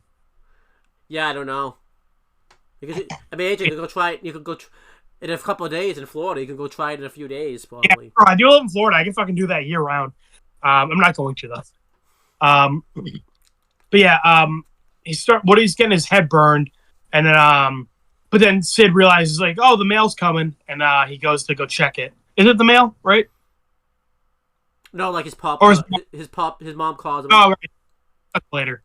But yeah, his mom made Pop-Tarts, and he gets all excited to go get them, and I'm like, Pop-Tarts, really? Why? It's kind of implied Sid's house is kind of poor, right? So Pop-Tarts for him are like a big deal. Funny thing is, as a kid, like, I don't even think I knew what Pop-Tarts even were, like, when he saw this. Like, what the hell was that? Like, he must be something pretty exciting if, like... So. I thought it was, like, pancake. I always thought that it was, like, a pancake or something. But, like, he got like, really excited about, like, Pop-Tarts. She must be making a shit out of those Pop-Tarts type of thing. Like, okay. Is this movie, like, sponsored by Pop-Tarts? Because this is a really good Pop-Tarts ad. Yeah. It's like Pop-Tarts. Even little psycho kids love them. But yeah, as soon as Sid's gone, Woody like pops alive. He's like screaming in pain, and he runs over to like a nearby cereal bowl to like dunk his head in it because his head's burning. Yeah, and I did like. And I'm like, again, it's kind of like the toy from earlier. Like you're getting tortured, and you just kind of have to sit there and like not make any sound at all. Right. You can't even like feel pain. I know, yeah, you can't even do that. Like what? That's why, that's why it's so funny when Woody just pops up out of nowhere because he was sitting there taking that pain for like a while, type of thing. I did like. It's like the doll. She got fucking beheaded, and she was just sitting there, being like, "Yep, I'm cool with this. I'm gonna not break the rules." By the way, how did that work? Because like, did that toy technically like died? But came back to life somehow, type of because we find out later they fixed the toy. So did that? Well, again, it brings into the question like, are the aliens right? Is Claw like the god? Like do toys have a god? Do all toys go to heaven? Right. Well, obviously that one alien didn't go to heaven. No, I did like. He's the toy who doesn't go to heaven. But yeah, a couple of things of the scene I mentioned. There's they cut the scene a little bit. Like there's a full on scene where Woody's where Sid's torturing like Buzz also, like with like you see like it's with like a drill, like he's spinning Buzz around type of thing, and Buzz like falls over to like behind where the computer is, and it's like a I kind of like they cut that, like this gets the point across that Sid's a little psycho and he kind of just likes like pretending to torture people. Yeah, and it's kind of funny that like Woody's getting like actually hurt. But then, like when Buzz goes to like check on Woody, we just see he's like covered in like suction cups. Now you know why. Deleted scene. I said now you know why. Okay. Deleted scene. But also too, I did like something else I did like about this. For the rest of the movie, like Woody still had like the like because he had like a burn mark on his forehead. Yeah, he had it like the rest of the movie. It wasn't just forgotten about type of thing. Yeah, I do like that because I was thinking he would like wash it off or something, but yeah, no, he kept it. And also, it's just a funny story. Recently, I was watching this movie at like a graduation party, like on a projector. And obviously, if you've tried to watch a movie with like a projector, sometimes the lips don't match up. Sometimes, yeah. So there's a funny scene. I forget it. I think it was like before, like Woody screams, you just hear silence. So it's really funny to like watch this without. Watch Woody screaming without, like, the actual lyrics where he's screaming type of thing. It's actually hilarious. So. But yeah, like I was saying earlier, I like that Buzz gives Woody his props. He's like, good job, Sheriff. A lesser man would have talked. Well, so again, I like that, like, Buzz thinks this is all real, like they're actually being interrogated. And I'm like, Buzz, what do you think you're being interrogated for? I don't know. Maybe Buzz thinks Sid's like working for Zurg somehow, type of thing. That's what I was gonna say. Yeah, he must think Sid's working for Zurg, yeah. But yeah, they're basically like, okay, we gotta get the hell out of here. Is the door just open? Because I remember they go into the hallway. Yes, it is. Okay, so yeah, Sid didn't shut the door because normally Sid has a shit ton of locks on his door.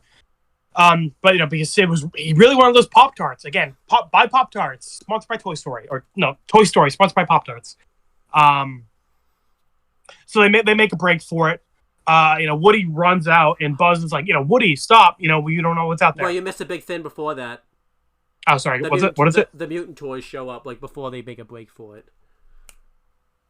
And they're kind of just like, what, back you cannibals, right? Like nothing really big happens, right? Yeah, it's kind of big because it's like okay, because I'm not remembering. So the mutant toys show up and obviously because this is kind of a big scene, sort of like Buzz like shoots the laser at him and like it doesn't work. Like he's kind of confused about it because like obviously he even says like I charged my laser, like it should be good. So he's like wondering why his laser's not working. And then Woody's just like, come on, you're a toy, use a karate chop action. And he's like pressing a button behind Buzz. Oh yeah, like karate chop, and he's like, stop! How are you doing that? So that is kind of important because that's what starts the motion of like Buzz kind of like noticing something suspicious about why his stuff's not working and like why he's being controlled. So yeah, I forgot about that scene. I was thinking, the mutant showed up again, when Buzz's arm was broken off. But yeah, they make a break for it, and Woody's all happy. He's going down the stairs to try to get home to Andy, and then he sees the dog is there, and sleeping on the bottom of the steps. So Woody has to kind of slowly climb back up. Mm-hmm. And Buzz like runs from like one end of the top of the staircase to the other, and he's like, "Hey Woody, come on!" And then Woody has to like slowly, like crawl, like because he's like terrified of the dog waking up. Mm-hmm. But Woody when he's like down there, he like crawling, his string gets hooked onto like the wall or like whatever it is, like the railing. And when he goes to stand up, it pulls the string, and there's a snake in my boot goes off, or like whatever voice line it is. Yeah. And the dog wakes up like Sandy in hibernation. Oh yeah. And the dog starts going after them. So they have to hide. Woody goes into like a closet. I thank God these doors were cracked open because like damn, they would have been fucked. Oh, definitely, yeah. Woody goes into like the closet and Buzz goes into like a nearby room. We get this one scene. It's kind of like the T-Rex in Jurassic Park where Buzz is like up against the wall, like hiding, and the dog is like kind of slowly look around, can't find Buzz, walks away. Yeah, I like that. Also, I noticed here too. I thought Woody got it in the closet, but like Woody had like some like soot around him, like dirt type of thing, and I like that because he had that the rest of the movie, like also. So I like that they kept. Yeah. I was thinking there was something in the closet. Yeah, I guess like the closet was dirty or something. And another good catch. It's kind of funny. We're seeing a lot more of Sid's house than Andy's house because Andy's house we mainly just saw like the living room and like Andy's room. Right. And here we're seeing like Sid's room. We see the living room, the backyard, the staircase. I'm like, damn, we're seeing a lot of Sid's house. Yeah. Well, they have to get out of there. Yeah, true. I do like to. Well, I like that. Like it's just like a house. It's like a fortress for toys. Because like they're so small. I do like too. They're trying to get out of there as fast as they can. Because I think that's a critique you have with Yellow Jackets. Like in the beginning, they didn't really try to escape like where they were. But I think it kind of makes sense here, like in Toy Story. One, it's a movie, so you kind of have to do that kind of immediately. Yeah. Only been there for like a day, but yeah, they're making like multiple attempts to get out of there. Yeah. Also, too, because they're instantly on like a timetable. Because like we find out like tomorrow. Yeah. So they kind of have to get out of there. Yeah. But yeah, so Buzz is in the room, like I was saying. He was hiding from the dogs, and then he hears on the TV, he hears Star Command, and he thinks, oh cool, Star Command's finally calling me. Like I finally got a signal. But then he notices Star Command's being a little weird. They're talking about Buzz Lightyear and how they start going all over the Buzz Lightyear toys functions. And then Buzz is kind of like looking over on himself, like the wings, the buttons, the laser. And he's kind of noticing like everything on him is like matching the toy commercial. Mm-hmm. And like he looks, because Slinky and the pig and T-Rex were talking about like where they were from, like where they were made. Yeah. And then Buzz is like looking at the thing on his arm. He like looks on the lid and sees it says like made in Taiwan. Right. So I guess he just never noticed that before, which kind of makes sense because he never really has looked for it before, I guess. So. Yeah. And then it's going over the glow in the dark, and then it's like, it shows the wings and like and then the commercial says like, by the way, can't actually fly, and that makes Buzz like depressed. Oh, but I do like we see in the room, it's a bunch of beer cans on the ground, and like you see like a man like sitting on the couch, like watching, like presumably that's Sid's dad. I always thought this was his mom because we never hear about his dad, but obviously this would have to be his dad because we heard his mom like in the kitchen not long before this. So yeah, so I do like we're kind of getting a picture painted of like the house is kind of crummy compared to Andy's house, and like his dad's probably like an alcoholic. Mm-hmm. So kind of painting a picture of like, okay, that's kind of cool seeing like how Sid became kind of like a little shit. Right, I like that. And I like now keep in mind, something to point out is like Sid doesn't know toys are alive. Right. Now keep in mind, the kid was showing a lot of little psycho tendencies, mm-hmm. but like I didn't think he was actually hurting anybody. Yeah, exactly. But I do like here that like you're kind of seeing why Sid becomes the way he is, type of thing. And I like too. This kind of gives gives it that adult feel type of it too, because they said they wanted this movie to be made for adults also, so you could kind of you pick up on as you're older and kind of appreciate more. Yeah. So I like that. No, because and I think I complain that like it's really convenient that like the toys ended up at Andy's neighbor's house, but like it is kind of cool because obviously because they live right next to each other, you can make comparisons to Andy's home and family versus Sid's home and family. Yeah, that could be a video we do someday. So I do like this too. By the way, Sid's villainous can like apply to all ages. Like obviously you watch this as a little kid, you're like wondering why he's so horrified about toys, but when you get to that stage of like 13, 14ish, you kind of relate to Sid because that's kind of when you're like a little destructive towards your toys and everything like that. I want to see shit like blow up and like be kind of like darker and edgier. And when you get to like that 1849 like older type of dynamic, when you see like his family life, you're like, yeah, you can kind of understand why the kid. So like Sid's. You went from 18 to 49. I'm like, damn, that's a fucking big gap. Well, and you're not even 30 yet. Because you go to 49. Well, usually the TV ratings are certain demographics. That's like the demographic they try to reach to. So yeah. But like when you get to the older stages, my point is I like that Sid's character. You can view it different ways depending on the age type of thing, which I think is really cool. Yeah. Yeah. But I love Buzz having this existential crisis, and then we get another song by who's the guy who did the "You Got a Friend in Me"? Randy Newman, thank you. I can definitely tell it's his voice. So Buzz kind of does like the I feel like this could be a meme. The Buzz is like depressed walk where he's leaving the room, and then he looks out the window and sees a bird flying by, and Buzz wants to fly through the skies, just frees the bird. So he takes the leap, to infinity and beyond. And, he shuts his eyes like he did before, but then he opens them again. And we see slow motion him just, like, slowly falling as he realizes he isn't who he thought he was, and his whole life is a lie. And I'm like, damn, this is fucking dark. I never realized how dark the lyrics kind of are, too, because, like, right when Buzz falls, the lyrics are like, clearly I will go sailing no more. I was like, wow, that really is like depressing. Like the first line you hear in the song, like right after Buzz falls to the freaking ground, like, And I like how it's slow motion, but then it like picks up back up to normal speed, like as soon as he hits the step. Like it really makes it feel like that, like he really hit hard, Yeah, I do like too. Well, falling on that step hit hard, but finding out he wasn't the real Buzz hit his feelings even harder. Yes, it did. I like too that like he's noticing this like as he's falling too. Like he once he fell, like he kind of knew like he wasn't the real Buzz Lightyear before he even hit like the step. What we see in slow motion, like that realization hit him as he's falling. And then when he lands on the ground, he looks over and like his arm is falling off, and like obviously it's very obviously like a toy arm.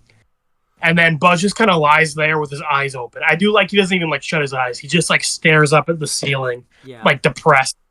And I'm like, damn. I feel like that's kind of why the next scene is like played for comedy with Buzz, because this scene is really fucking hard. What I liked about the scene too was when it went to slow motion, it wasn't just doing it just for the movie. Like that's how Buzz, like you could imagine in Buzz's mind, that's how he was feeling. It's like slowed down for him, like he as he realized like his whole fucking life is a lie. Yeah, I like this a lot, type of thing. Yeah, and I do like. Honestly, like it's strangely dark and like introspective. But I really like to that Buzz tried to fly himself, and that was what made him realize he wasn't a toy. Because it'd be kind of weird if this commercial, all of a sudden, that's when he realized he wasn't a toy. Like, because Woody told him for like the whole movie that he wasn't a toy. So it's like it'd be kind of weird if the commercial would convince Buzz. So I like that they did like the pieces coming together. Yeah. And then when he jumped off, like it seems like he already kind of figured, because he did that really depressed walk out the room. Mm-hmm. So I think he knew, like he was a toy, but like him trying to fly was like a last ditch effort, Yeah. I also like to it cut Buzz believing like he's the real Space Ranger. I think cuts off at a good point because I paused and checked the time. I think it was like about maybe a half hour. 40 minutes into the movie when this scene took place, so it doesn't overstay its welcome either. The movie's like almost 2 hours long. No, it's an hour and a half. Is it? Yeah. Okay, maybe 45 minutes because I'm like, no, it's only a half hour into the movie. Right. I did say 40 minutes also, so that's why I was like, fucking damn, they got a lot of shit done in a half hour. But I do like it. What my point is, I like that it doesn't overstay its welcome. Like, but I feel like they cut the Buzz thinks he's a real Space Ranger, like at a good point in the movie where it doesn't feel like it overstays its welcome type of thing. Yeah, this is like the second act. I feel like, and then that's a good job. This is because usually the end of the second act is like the low point. Mm-hmm. So this is a pretty big low point for Buzz, and I mean for Woody too. Less so Woody, but he's obviously freaking out because he needs to get back to Andy. So I guess it's like Woody, it's like the physical low point, as in like he's trapped in Sid's house and he can't get out. Yeah. And this is like emotional low point for Buzz. And what I like about this too is like the first half of the movie up until this point has been like in Woody's perspective. It kind of changes here to like Bud's perspective for a little bit now. Yeah. Yeah, because obviously you saw it from Woody's perspective because you knew Buzz was a toy and he didn't. Yeah. Yeah. But then, while Buzz is on the ground, Holly walked over and picked up Buzz and decided, hey, I'm going to have a little tea party with this guy. It's obviously because Sid took her doll, so now she wants to, like, take his, basically, and have a little tea party. That makes sense. Yeah. Woody comes out of the closet. So he's gay. Congrats, Woody. Would Tom Hanks be That's gay? why... Would Tom Hanks be gay also, since this is technically Tom Hanks? It's a good question. I'm not sure. But yeah, I gotta think about that. So is Forrest Gump gay? We haven't seen Forrest Gump. God damn it. I keep making movie references that you haven't fucking seen. Well, I like you said when he's gay. The first thing that happens when he comes out of the closet, he falls over, a fucking ball falls onto his freaking head. Like... You're right. That's a good point. Poor guy. Like... Yeah. And then he goes over and gives his best friend a hand. Because... Actually, Buzz gave him a hand. Actually, more so. Oh, true. Yeah, Buzz did give him his hand. You're right. There you go. So looking for Buzz, and I do like at this point in the movie, Woody genuinely seems like worried about Buzz. Like he's not like because earlier, before Pizza Planet, like he was kind of just like having Buzz come with him to clear his own name. Right. Like it seems here like he does genuinely care about Buzz and like he wants Buzz to like come with him and like be safe. I still think kind of low. There's enough like debate where you're wondering like if it's genuine or not because they haven't really formed like a bond yet type of thing. So you're wondering, Well, that's why I think around here is when it starts, because when he sees Buzz is all depressed and shit. Because, when they're trapped and, Buzz is going to be blown up, that's kind of, like, the confirmation that, like, yeah, they're friends. Oh, yeah, definitely. But, like, I feel like, we're kind of slowly getting that, like, during the whole Sid's house stuff. Yeah, definitely. Which I think makes sense. They're going on this big adventure. And, it's funny, we were just talking about Stockholm Syndrome, where it's kind of like, people, like, in these shitty situations. Well, it's not really Stockholm Syndrome. Yeah, this is not Stockholm Syndrome at all. Or, like, instead. But, like, kind of, like, people in these, like, shitty situations together grow, like, like a brother-in-arms kind of bond. Well, yeah, that's not what you said in the last video. That was a completely different thing. You were talking about, like... Different than that, but they're kind of developing a friendship because they're going through this shitty situation together. That'd be awesome, by the way, later. That's how the movie actually ends. Woody and Buzz decide to become Sid's toys instead of Andy's toys type of thing. Like, you know what? I really liked getting my fucking face burned off. I'm going to go back to that. Yeah, why not? Yeah, but good times. But yeah, speaking of good times, Woody goes over to Holly's room and sees that Buzz is having a little tea party with Holly and two of her decapitated dolls. Oh, sorry, I realize this is your part, so go ahead. Oh, is it? Yeah. Oh, no, sorry, it's... Yeah, it's still yours. Yeah, the next two things. Yeah. But yeah, they're having a little tea party, and obviously I like the detail that two of the dolls are decapitated, because obviously Sid got to them. Mm-hmm. Poor Holly. It's one, poor Holly because she looks like a 40-year-old woman and she's like 8. But also poor Holly because, like all of her boys get fucked up by Sid. I do like this too because you can see like whatever's going on in like Holly's home life. Either she's too young to really understand what's going on. It hasn't affected her as much as Sid type of thing. So yeah. Yeah, she seems like a pretty normal kid, aside from the fact that she looks like she's 50. She's a pretty normal kid, having a little tea party. And then Woody pretends to be Holly's mom calling for her. Mm-hmm. So Holly leaves the Holly's got to be young because Woody did not sound like like her mom at all. Not at all. Woody walks over. Sorry, go ahead. Yeah, I will say this too. It makes you question what Sid's life was like, before. Like maybe it was worse than it was when like Holly came into the picture. Like why is she so normal but not Sid type of thing? Like, like you said, I think she's younger, so she probably doesn't like understand exactly. Yeah. And to be fair, it is left kind of vague. Right. Like we're not like his dad's presumably an alcoholic, but we don't know like. If he kind of just like sits in his room all day and doesn't talk to them, or if he's like abusive, or like what? Right. And the mom, barely normal.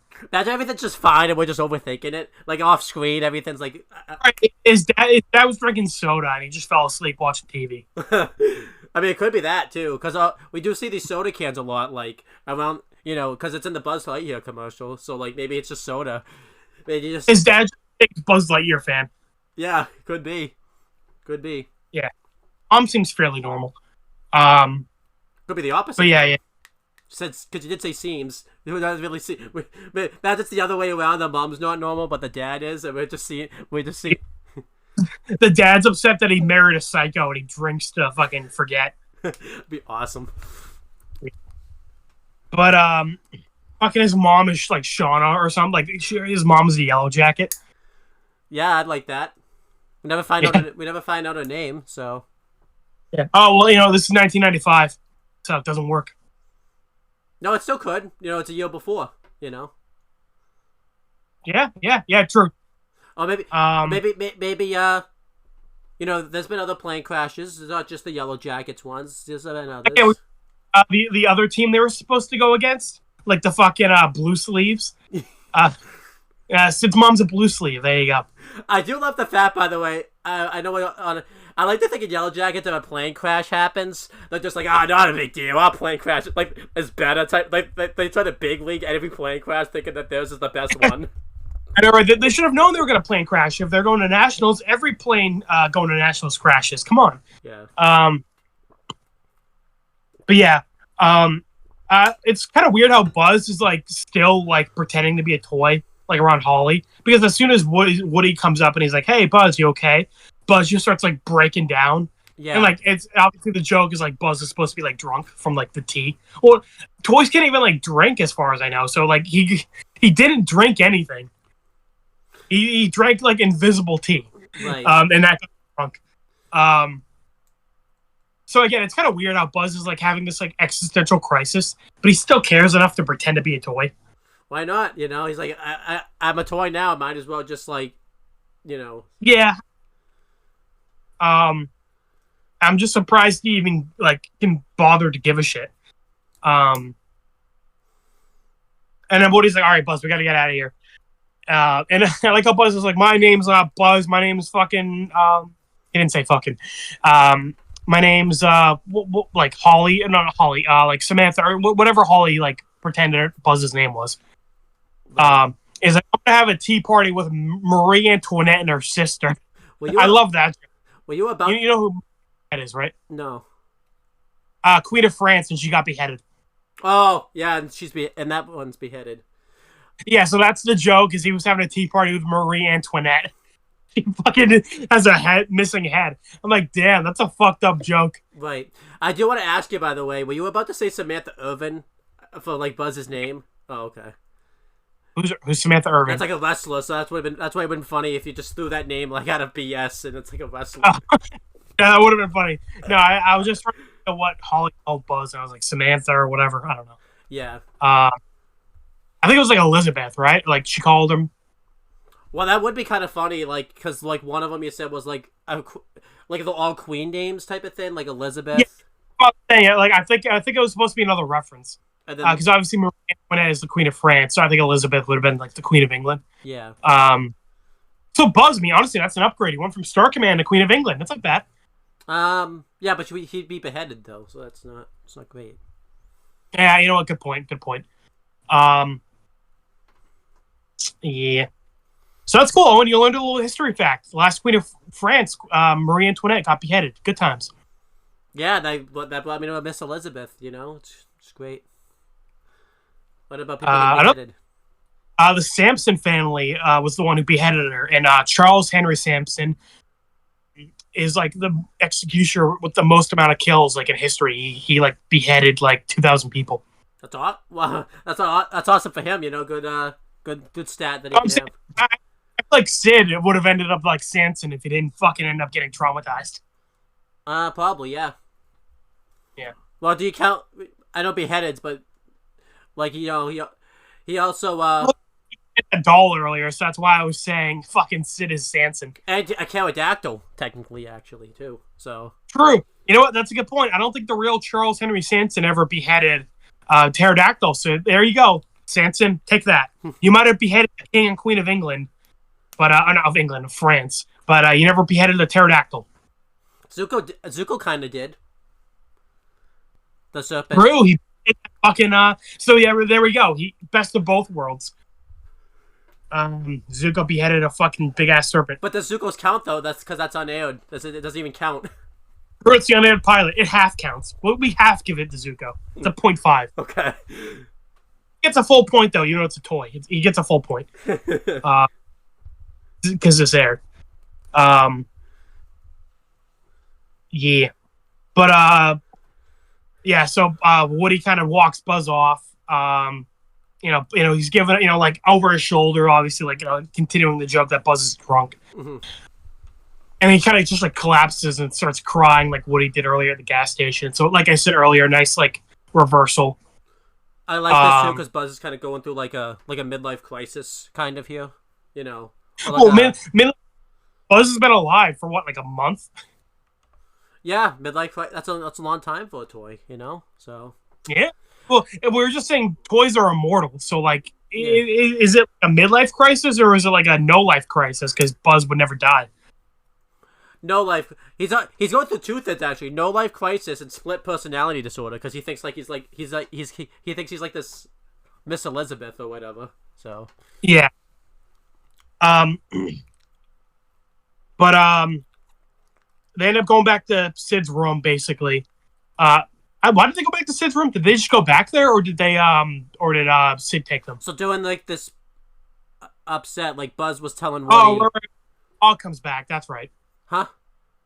The dog comes back, right? No, Buzz was telling Woody that like he can't even fly out the window, so this gives Woody the idea to. That. Yeah. So Woody realizes, the window's open. So and because Sid's right across from Andy's, they go to Sid's room, and Woody tries to speak to the toys over the across the window. I did like about that scene where like when Buzz mentions that, it gives Woody the idea, but it shows they haven't formed a bond yet, because like Buzz is like depressed, like basically talking about Woody about all his problems and everything like that, and Woody's like, yeah, it's great. Although to be fair to Woody, I feel like getting out of there is the first priority. Like they can deal with Buzz's issues like later. Right. So I think Woody does care, but he's kind of just more focused on getting it out of there. And that'd be like if I was depressed and me and you were like trapped in a dungeon, and it's like because you don't want to sit down and like talk to me instead of escape. It's like, oh, Owen, you don't care. It's like, oh no, I'm pretty sure you just want to get the fuck out of there. Yes, that too. But I think it also shows because like once Woody gets into a position where he can't get out, that's kind of when the bond really kicks in and everything like that. Yeah. They're kind of just like starting to get along, but yeah, it really kicks in when they both get like a low point. And I do like we see the toys are already at the window because we saw they were like still looking for Buzz like last night. Yes. So they're still kind of like thinking they don't know Buzz is with Woody.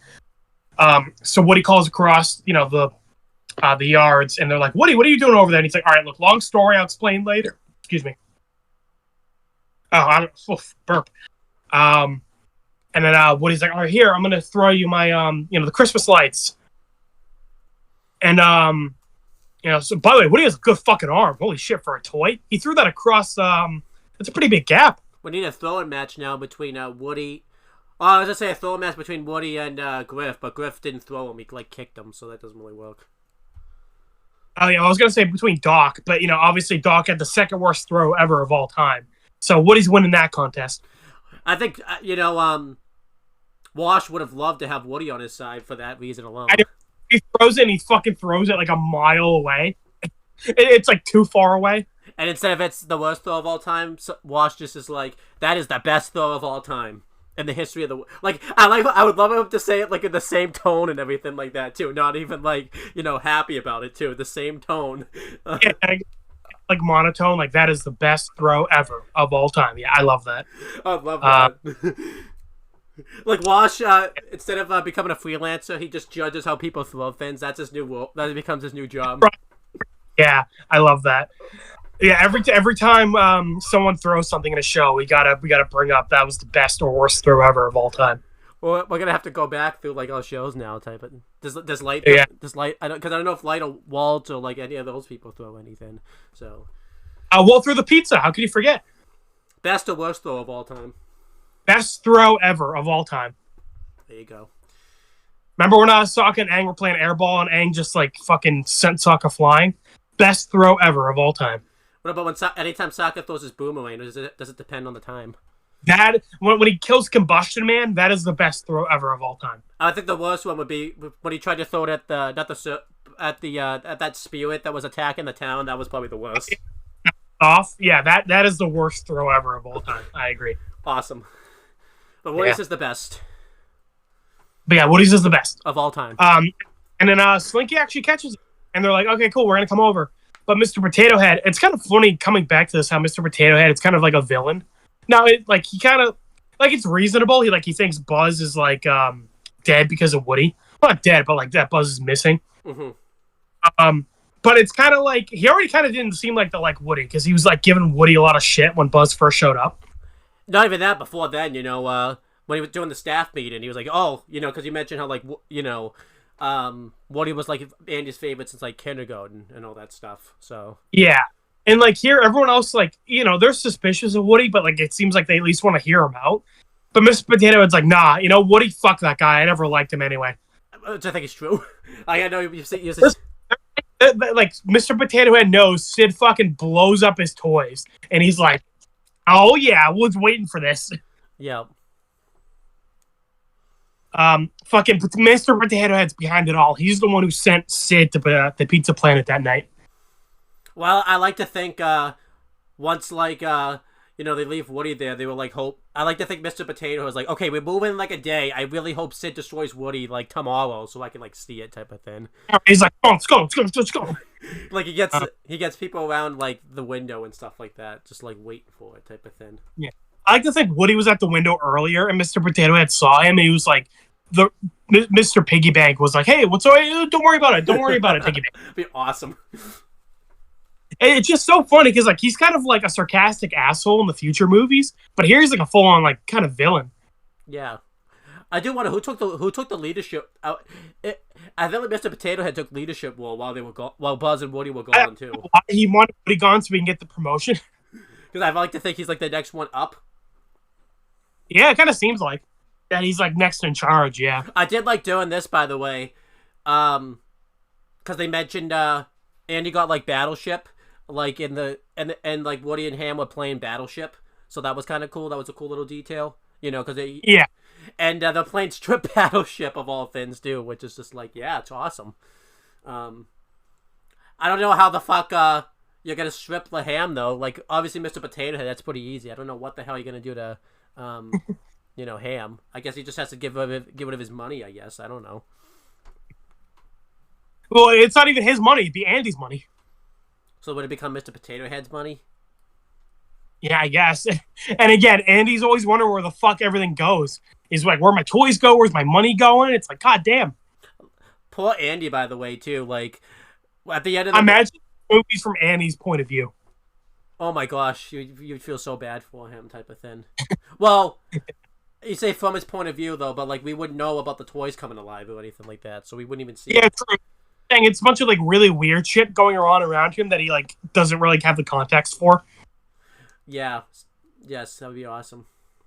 Yeah, I'm watching videos from this guy who's like doing like shows from like different characters' point of views. He did like Avatar from the Fire Lord's point of view, and it's just like over the course of a year, like he's basically winning the war, and then he keeps getting people coming to him and being like, so the Avatar escaped. So the Avatar fucked this up. So the Avatar did this. By the way, the Avatar's like 12. And he's like, what the fuck is happening? I'll just because it's really funny. Like, imagining the show from the Fire Lord's point of view.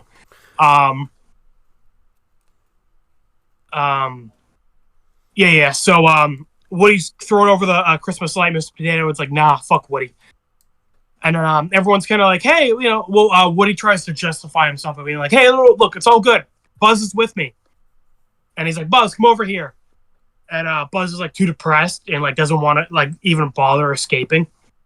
I like that doing this. He like whipped out like the logo, like the sticker that was there, like it's definitely supposed to be like the radio to command, and like crumple it up and like he throws it away, kind of showing he's. In future movies, we see like that whenever he opens that up, like it's missing still, like the sticker. Mm-hmm. But kind of showing he's still not coming to grips yet that the fact that he's like a toy type of thing. He's still not really sure how to feel about it, so it's him venting a little bit too. Yeah. But all other toys, because think Woody's bullshitting, like he doesn't actually have Buzz with him, and he's just trying to say that to go over. But then Woody's like, "Hey, Buzz, give me a hand. Come on, just came out of the closet." But then as Buzz throws Woody like his broken hand, and he's like, "Oh, funny." So he has to like pretend Buzz is like just off, like behind the wall, and he's like waving at the others, and he pretends like they're hugging and stuff, like they're buddies. And it almost works, but the piggy bank is like, all right, this seems kind of suspicious. Yeah, I don't think a lot of I don't think Mr. Potato Head and the piggy bank were buying this. By the way, like I don't think they were buying this. Kind of buying it. But yeah, then Woody kind of fucks up and like he shows like them like the hand, Buzz's hand, and everyone freaks out. They're like, oh my god! So they think Woody not only knocked him out the window, but he fucking like ripped him apart. I guess so, yeah. Yeah. It's kind of funny because Buzz kicked his ass earlier. But they're like, nah, Woody beat Buzz in a fight and then just ripped him apart. Either that or like he just went later and like ripped his arm off or something. I don't know. Like while he was like dead type, I guess. Yeah. So either way, they think Woody's a sick fuck. And now to be fair, so I really like Slinky's reaction where everyone is like, all right, we're leaving him. You know, they throw the Christmas light back at Woody and they kind of just like leave and they're like, all right, Woody, get to bed now, you can lie in it. And I like Mr. Slinky's kind of like looking over, like he really wants to believe in Woody. Because he was like one of the only people who like was like giving Woody the benefit of the doubt earlier. Yeah. And because he has Woody's, he has Buzz's arm. He kind of just like somberly walks away. Like you can really tell he's really sad that like that he believes Woody's done this. He wanted to believe in Woody. Not even just me, fucking Bo Peep didn't say a fucking word earlier when everyone was against Woody. Yeah. And now she just kind of walked off. She didn't even say shit. She didn't even look as depressed as Slinky. She just kind of walked off. What I liked about this too, by the way, with the Slinky's perspective, he's like the last one to, like, everyone leaves. Slinky's the last one to leave, and he like closes the not the curtain, but the blinds. Yeah, because like they know Woody's gonna die, and he doesn't want to see it. Mm-hmm. So well, so I'm just saying, like, I like Slinky here. We're like, he really believed in Woody. Like, he had his back earlier. Yeah, really good. And believe, and he seems really like he's not angry like the others. He's just sad. And that's why I'm saying, like, it's really weird. Bo Peep, again, she was flirting with Buzz. Yeah. She didn't defend Woody earlier, and then she just kind of walks away like everyone else. And then the next scene we get of them is, like, it's nighttime, and Andy's, like, sleeping with his, like, cowboy hat, and he's sad Woody's gone. And Bo Peep is just like, oh, Woody, if only you could see how much Andy missed you. And I'm like, what the fuck? So, first, like, I feel like that scene should have taken place earlier. Yeah, definitely. Like, that seems really weird that she's, like, sad Woody's gone when you've just abandoned Woody to die. Yeah. And again, it makes me kind of mad. I feel that, like, again, abandoned Woody earlier, and she just walked off with everyone else. I feel like you'd still be mad at this, but because you know how Toy Story 4 ends up, and the ending of that makes you, like, hate this more. It makes me angry. But, like, the first 3 movies, like, never really made Bo Peep a big character. So I'm kind of like, whatever. She's just kind of a background character. Mm-hmm. I mean, it kind of makes me mad that Woody's still, like, dating her at the end of the movie. Right. But, like, it's kind of like, whatever. But because she becomes, like, the main character of 4, I'm like, fuck you, Bo Peep. Exactly. But, yeah, continuing. I liked all these scenes here. The Buzz thing. I really liked this scene. And the biggest thing I liked about this the most was, like, Woody started this scene, like, very hopeful, like, knowing about the fact that they were going to get out of there type of thing. Because that's the thing in Yellow Jackets. I know we feel the reverse effect because we know what happens, but, like, the difference is, I think, they're never really hopeful, I guess, that they're going to get out of there. Here, like, Woody was really hopeful, like, especially in this scene here, that he was going to get saved. And, yeah. They were hopeful for, like, 5 seconds when Laura took off, but, like, that's kind of it. Yeah, but, like, Woody, like, actually, like, believe it. And you can just see, I like doing this conversation, like, you can just see, like, Woody's hope is, like, dying pretty much. Especially, like, once, like, it's revealed, So I like that Woody starts this conversation off very hopeful, and then, like, he's kind of, like, depressed. And I like this, too, because now, like, Buzz and Woody are both, because of this scene, they're both at, like, middle ground. They're both, like, very, depressed and, like, unhopeful. They're gonna get, like, out of the situation now, type of thing. So, that makes I feel like this scene also, like, makes the conversation they're gonna have in a few seconds, like, really means something, because they're both, like, kind of feeling, like, in the same level now, type of thing. Another behind the scenes thing here, Tom Hanks, like, doing this actually did have a prop, like, while he was doing the Buzz Lightyear scene, where Woody was talking with Buzz's arm, and he ad-libbed that, like, really well, type of thing, which is cool. Mm-hmm. So, I guess I'll just take it from here, because, like, this kind of leads to everything. So, like, Woody, I like that it started raining after this, too, kind of showing, like, both characters are, like, depressed now and can't get out of it. Yeah, it's like, it's a real big look. Yeah. So then, doing all this, the Mutant Toys show back up. I did like we saw the Mutant Toys too multiple times. I don't like doing this show. Because it would be kind of weird if if we only saw him once and then here. So I like that we've seen them a few times. But at this point, Woody actually is full on defending Buzz this time around. When the mutant toys are gonna like eat him, Woody's trying to like do the best he can to fight off like the mutant toys and everything like that. Yeah, it's kind of, it feels like they genuinely became friends like a little earlier. Because like Woody went out of his way to try and save Buzz. Yeah, because he has no reason to at this point. Because there's no chance he's going back to Andy's house and everything like that. So yeah, again, he's scared of these guys, but like he's still putting himself like in the line of fire to try and save Buzz. And yeah, Woody does a decent job fighting him off. He's outnumbered though. So he. Well, I mean, they're not fighting him back is the thing. He's just kind of like pulling him off of Buzz. Yeah, and they knock. The only time they fight back is to get Buzz's arm, and that's really it. And then we think that Buzz has gotten like eaten, but then when it shows up, we see that I like too because like Woody's shocked, and you're meant to feel like how they feel. We see that they fix Buzz, and like I like that it pauses and like Woody's like even making sure Buzz is fixed, and they fix him up real good. Like they should like fix. Well, it is a toy. It's in like it kind of looks like you can kind of just like pop the arm back in. That's true. And Woody's all confused because he's just like, wait, but they're cannibals. We saw them eat like those other toys. And then when I like that they were in the background. So when it pans over, we see that like those toys have been like fixed now. The doll and the pterodactyl. Seems less fixed because they have like tape on them and shit. Right. And I guess I do like this. It's a nice character moment for the mutant toys, and it also kind of teaches a lesson. Like, don't judge a book by its cover. Like, yes, these toys look like mutant, but they're also good toys underneath and everything like that. Yeah. Like this where it seems like they kind of know Sid's like a dickhead. So basically, like whenever anyone gets like fucked up, they try and like repair them as best they can. Yeah, and I watched the commentary of this, and this is why I brought up the mutant toys showed up.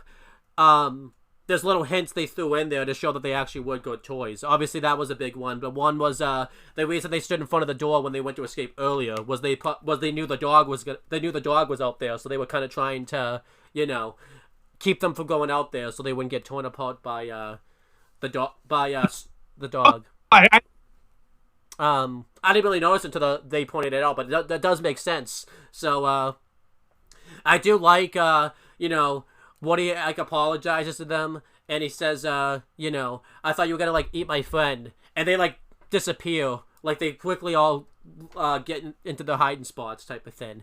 And I think what we're meant to think is like Woody hurt their feelings, which is true because obviously when Woody asks for the help later, like they still disappear, but also the reason they went off camera like so quickly. It was coming, yeah. So I did like that. And obviously Woody's trying to hide. Buzz won't hide though because he's like so depressed. And at this point, Woody's just like, okay, well, if Sid wrecks you, don't blame me, type of thing. So, like, Woody kind of throws Buzz to the wolves. I like that he didn't purposely do it, because obviously, like, there's really not much Woody could have done for Buzz. If he doesn't want to hide, he doesn't want to hide, type of thing. Pretty much. It's like either, like you said, it's either like Woody stays out there with Buzz, and good thing he didn't, because Sid was kind of going for him. Yeah. He's like, look, he wanted to get Buzz to safety, but he didn't have time. So he's like, all right, man, like, I gotta hide, So he hides underneath like a milk crate type of thing. And someone pointed this out. I get this milk crate that seems like Andy stole because it had like a logo on it and everything like that. That's just pretty hilarious that he just stole a milk crate from somewhere. I can't believe Andy stole a milk crate. Fucking jeez, Andy. How dare. Well, if it's the bomb Andy from your LVB, I can buy that, So. Oh, yeah. He was a dick. Yeah. But yeah, no, Sid stole the milk crate. Hey, Andy could have stolen one too. We don't know. We never see it, so... I like to think Andy's portrayed as such a nice kid, but like all of his toys are stolen or something. Awesome, except Buzz. That's the only one. So yeah. But Sid shows up and he's happy that his package came. I guess Amazon was kind of dropping the ball there. Should have. Well, at least one of us got our package. I remember I ordered a video game like 2 weeks ago and it never fucking came. I had to cancel it and order a new one. Oh, poor. And at least you got your fucking Amazon package. How did Andy even buy... No, well, how did Sid even buy this, by the way? Because obviously you need to be like an adult to buy this. Like, I guess he just... I don't even know how he bought this. Yeah, I'm like, damn, how did he buy it? Because he went to his mom and he's like, hey, Mom, I need you to buy me a fucking rocket. But yeah, so, and we find out that it's the big one. And it's like really dangerous. You have to keep away from children. So that's what I'm saying. Like, did Sid? Because it's not like back then too. Like you could buy, like nowadays you could buy it no problem because you could just buy it online. It's not like online is as much of a thing back then as it is now, type of thing. So yeah. But you know, he's trying to find like something to do with it. So he's looking for Woody, and like Woody's obviously scared. He's under the milk crate, and I do like that he was about to find Woody, but like Woody like wedged himself like on top of like the top of the milk crate, so that way Sid wouldn't see him. And then he steps on Buzz, and this kind of spokes, and it makes sense, you know, why he gets this idea, because, you know, Buzz is like a space ranger and everything like that, so it makes sense that he would want to like strap a rocket to him. Spaceman's gonna go to space, yeah. Hey, so Buzz was gonna get. Good that Buzz didn't think he was like the real. Fish. Well, one, you were gonna go to space, and two, you're gonna die, so you didn't have to feel depressed anymore. Yay! Yeah. So Buzz gets what he wants. But can you imagine if Buzz still thought like he was like a real space ranger by this point, type of thing? Like he's like, "Oh yeah, I'm going home, dude." Like, I know, right? That'd be pretty funny. Reminds me of an Adventure Time. There's just Cookie, like because like in Adventure Time, like there's like living candy. This Cookie, I shit you not, tries to kill himself on Cartoon Network for a kids show. Tries to kill himself, and like he fell apart, and like the joke is like he crumpled. But like he was still alive, like when he was in pieces, and he was like, "All right, I messed up." That's awesome. I would have loved it if Buzz blew up, but because he's a toy, he was like still alive, like he's in a million pieces, and he's just still alive somehow. Yeah. So you know, he tapes Buzz up to the rocket ship, and I guess he was gonna get ready to go out there. I did misspeak earlier. I made it sound like it was raining right after the conversation, that like, you know, but it was like you saw like rain clouds were coming over, so like it was. Yeah. I do like the rain didn't show up like as soon as Sid got the rocket, because that would have been really convenient. Like you said, it looked like it was gonna rain already. Yeah, so that and I did like it the way, you know, because typically they'll use weather as emotion. I actually kind of like that, like it didn't rain like right when both Woody and Buzz were like sad, type of thing. It was like coming. Well, it's I like both reasons. One, I like that it's raining because obviously, like you said, like rain usually symbols like sadness. Yeah. And like, you know, Buzz were at their low points, and also it serves as a good plot reason, like why they end up surviving the night, because, you know, Sid didn't want to launch the rocket when it was raining. But I like for the reason that the rain didn't hit, like it would have been stupid if it all of a sudden just started raining, like right when Sid got the rocket. But I like that it actually didn't start raining because they were sad, because that would have been really convenient. Like right when they're both sad, like it just started raining. And usually when it rains in a movie because the character's sad, it's just symbolic. It is not the claw, or God itself, the claw, going, "Oh, this character's sad, I'm gonna make it rain." Be awesome. Yeah, so Sid gets upset that, like, he can't really go launch his rocket right now. So he's just like, you know what? Tomorrow's a better day. And he just goes to bed, you know? I guess he just realized, like, fuck it, I can't do anything else now. This is what I plan my whole day. Yeah. He just went immediately to bed. It's like, really? Not gonna do anything else? Okay. He got immediately, like, tired, too. Like, it took, like, a sleeping pill or something, too. Like... Yeah, he was instantly out. I'm like, damn, kid, I wish I could fall asleep that quick. I know.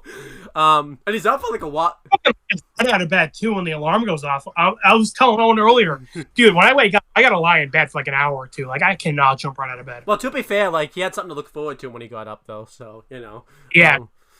One of those psycho is like, I can't wait to go up and just, well, again, he doesn't know those are alive, so you can't even really call him a psycho. He's just gonna blow up a rocket. It's like, hey, he's 13, I can see that. Yeah, why not? But I do love this too, that like, yeah, he had something to look forward to when he got up. I'm just gonna blow something up. Like, yeah, cool. Like, he doesn't even go. He doesn't wake up to eat breakfast, brush his teeth. Nah, he just goes right down. Owen, you're telling me he didn't wake up and immediately go for the Pop-Tarts? Our Lord and Savior Pop-Tarts? He didn't even change his clothes or anything like that. He woke up right immediately. Oh yeah, he's been wearing the same shirt for like fucking a week, man. It's a little gross. Well, maybe he has multiple of those, like Jimmy Neutron, SpongeBob SquarePants. Yeah. That thing of cartoons where he has a closet full of the same clothes. Yeah. But you know, yeah, doing all this. I feel like he has a bunch of like rock posters on his wall. Oh yeah, that was cool. I like that. why he seems to wear like the black clothing and the skulls. Like he seems to be big into like rock and metal bands. Yeah, that's cool for him. I'm saying nice detail. I like it. And then we have that scene back at like Andy's house where Bo Peep's kind of being a hypocrite right there. You kind of talked about that already, so we don't need to talk about that again. But before that, unfortunately, Mr. Potato Head got stuck with Rex as a moving buddy, which is kind of unfortunate. So it's not good. And I like too. Rex even mentions like everybody else was picked, so like he was like the bottom of the barrel type of thing. Yeah, that means no one likes Mr. Potato Head, but when he was like, nah, fuck Woody, everyone went along with him. Everyone was like, okay, Mr. Potato Head, normally I disagree with everything you say, but I agree, fuck Woody. Yeah, why not? Does that mean like nobody liked Woody and everyone's just like waiting for a reason to get rid of him? Yeah, that'd be awesome. Except Slinky. Slinky's the only one that really liked him. Slinky was like, yeah, the one genuine friend. Yeah. But yeah, I do like this, because his mom's being like very nurturing and stuff, like kind of like saying like I couldn't find the toys anywhere type of thing. And like Andy's like worried they're gonna leave him behind type of thing. So I do like this. It kind of shows like it wasn't just the toys worrying about the fact, like them get like overthinking it and all that type of stuff. Like it was genuine, like a worry for the movie type of thing. It wasn't, Did you ever notice, by the way, the hat that Andy had? It wasn't Woody. It wasn't like a Woody hat. It was like a Jesse hat. So I wonder if that was like Oh, yeah, you're right, because it was red. That's a good point. So I'm wondering if that was like a teaser in case they got like a sequel or something. I don't think it was a teaser. I think it was more so like they kind of took the idea that like, okay, what Andy's hat will like tool it for Jesse. Yeah.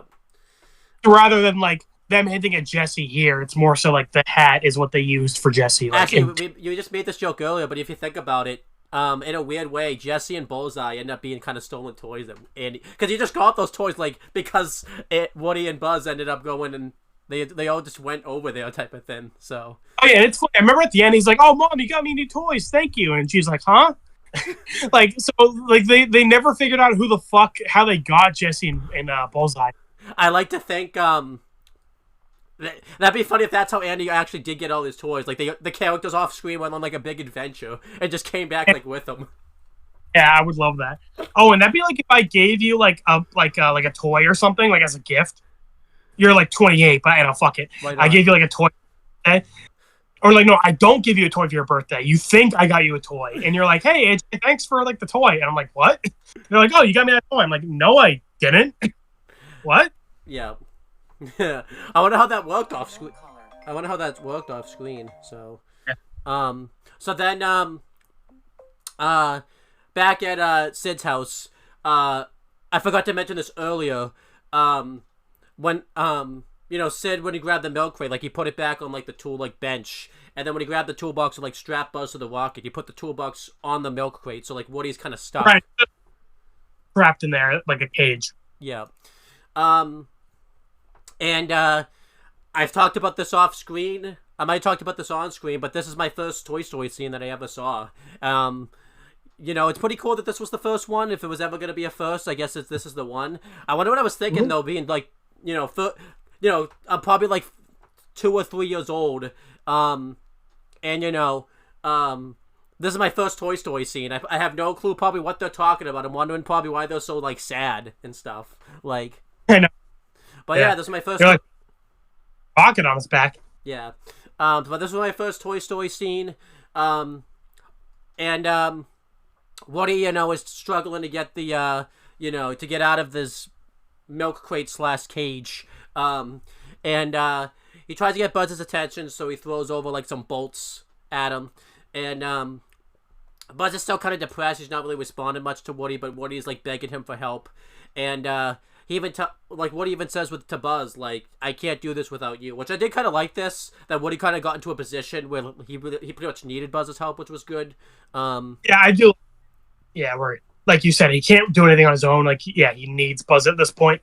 And Buzz is just, like, depressed still, saying, like, I can't help anyone.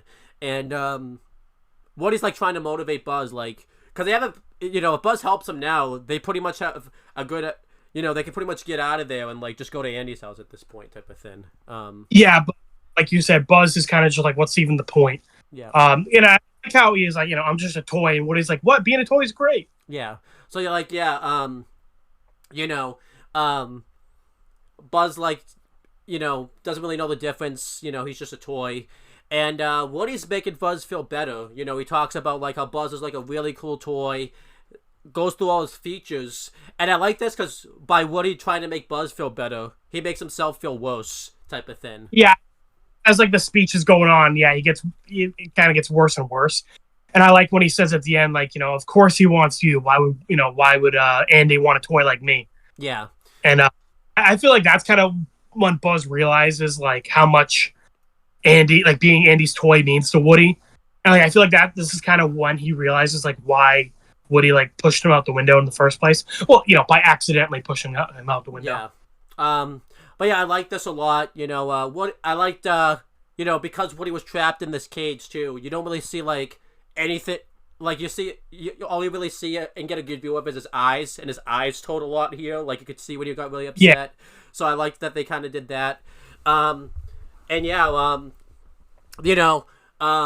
Woody starts to get upset, and he's just like, and I even like it too because Woody, I think is kind of starting to feel at fault that Buzz is strapped to the rocket because Woody was supposed to be strapped to this rocket, but because he hid, it caught and left Buzz out in the open.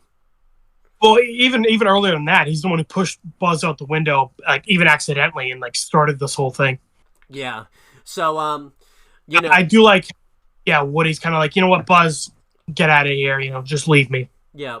And this kind of gives Buzz has like a realization moment. He looks over and now you see like, compared to earlier, when his name was when Andy wrote his name, it looked like new and like clear. Now it's like a little bit more beat up than it was like earlier type of thing. And this kind of gives Buzz like a realization that like he could serve more of a purpose than just being like just being a space ranger. He could like be there for somebody type of thing. You got a friend in me. Yes. So then when Woody looks, we think Buzz just abandoned him type of thing. That's totally what happened too. Like there's no more of these. Well, there is no more sequels. Okay. Yeah. Well, we got the Lightyear, got that, so. Yeah, that exists, I guess. I like to think too. Andy stopped playing with Buzz once that sequel came out. I'd like to think that. He's like, all right, that's what caused him to stop playing with Buzz. I love that idea. And like he just threw Buzz away, type of thing, and then like that, it becomes a story in like the next movie. Like the sequel sucked, so like Buzz has to deal with the fact that like he doesn't want to be played with anymore. All the Buzzes have to deal with the fact. Play with him because the movie is terrible. I love that idea. Really awesome. Well, I guess we did kind of see that when the show getting canceled type of like what is show getting canceled. It's like what caused all the. But I guess we did kind of see that. So, Buzz,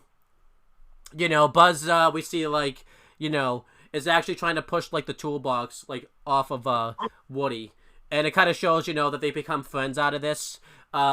Originally, when I used to see this, I used to kind of not really get this, like why all of a sudden Buzz is kind of in the know now of like everything going on. But like you kind of watch this now, it kind of makes sense. Like Buzz kind of pieces together like everything that like Woody's talking about.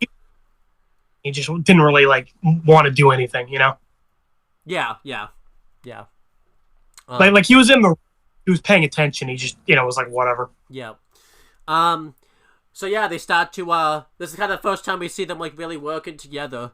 So I do like that, like Woody's pushing like the milk crate coat as Buzz is pushing the toolbox, and a little opening opens up so Woody can just like jump out type of thing. But Buzz doesn't realize this because he's on like the top of it, and like I do like because the toolbox was loud too, so like, and it was raining, so like Buzz probably didn't like hear Woody like escape, and like they're also trying to be quiet too because they don't want to wake Sid up. Yeah, this was really good miscommunication where Buzz Woody slips out and then Buzz keeps going. Yeah, I like that. And it kind of shows like they're just starting to work together as a team. It's not going to be like perfect overnight type of thing too. Like you said, Woody has to like whisper because Sid's sleeping. Yeah.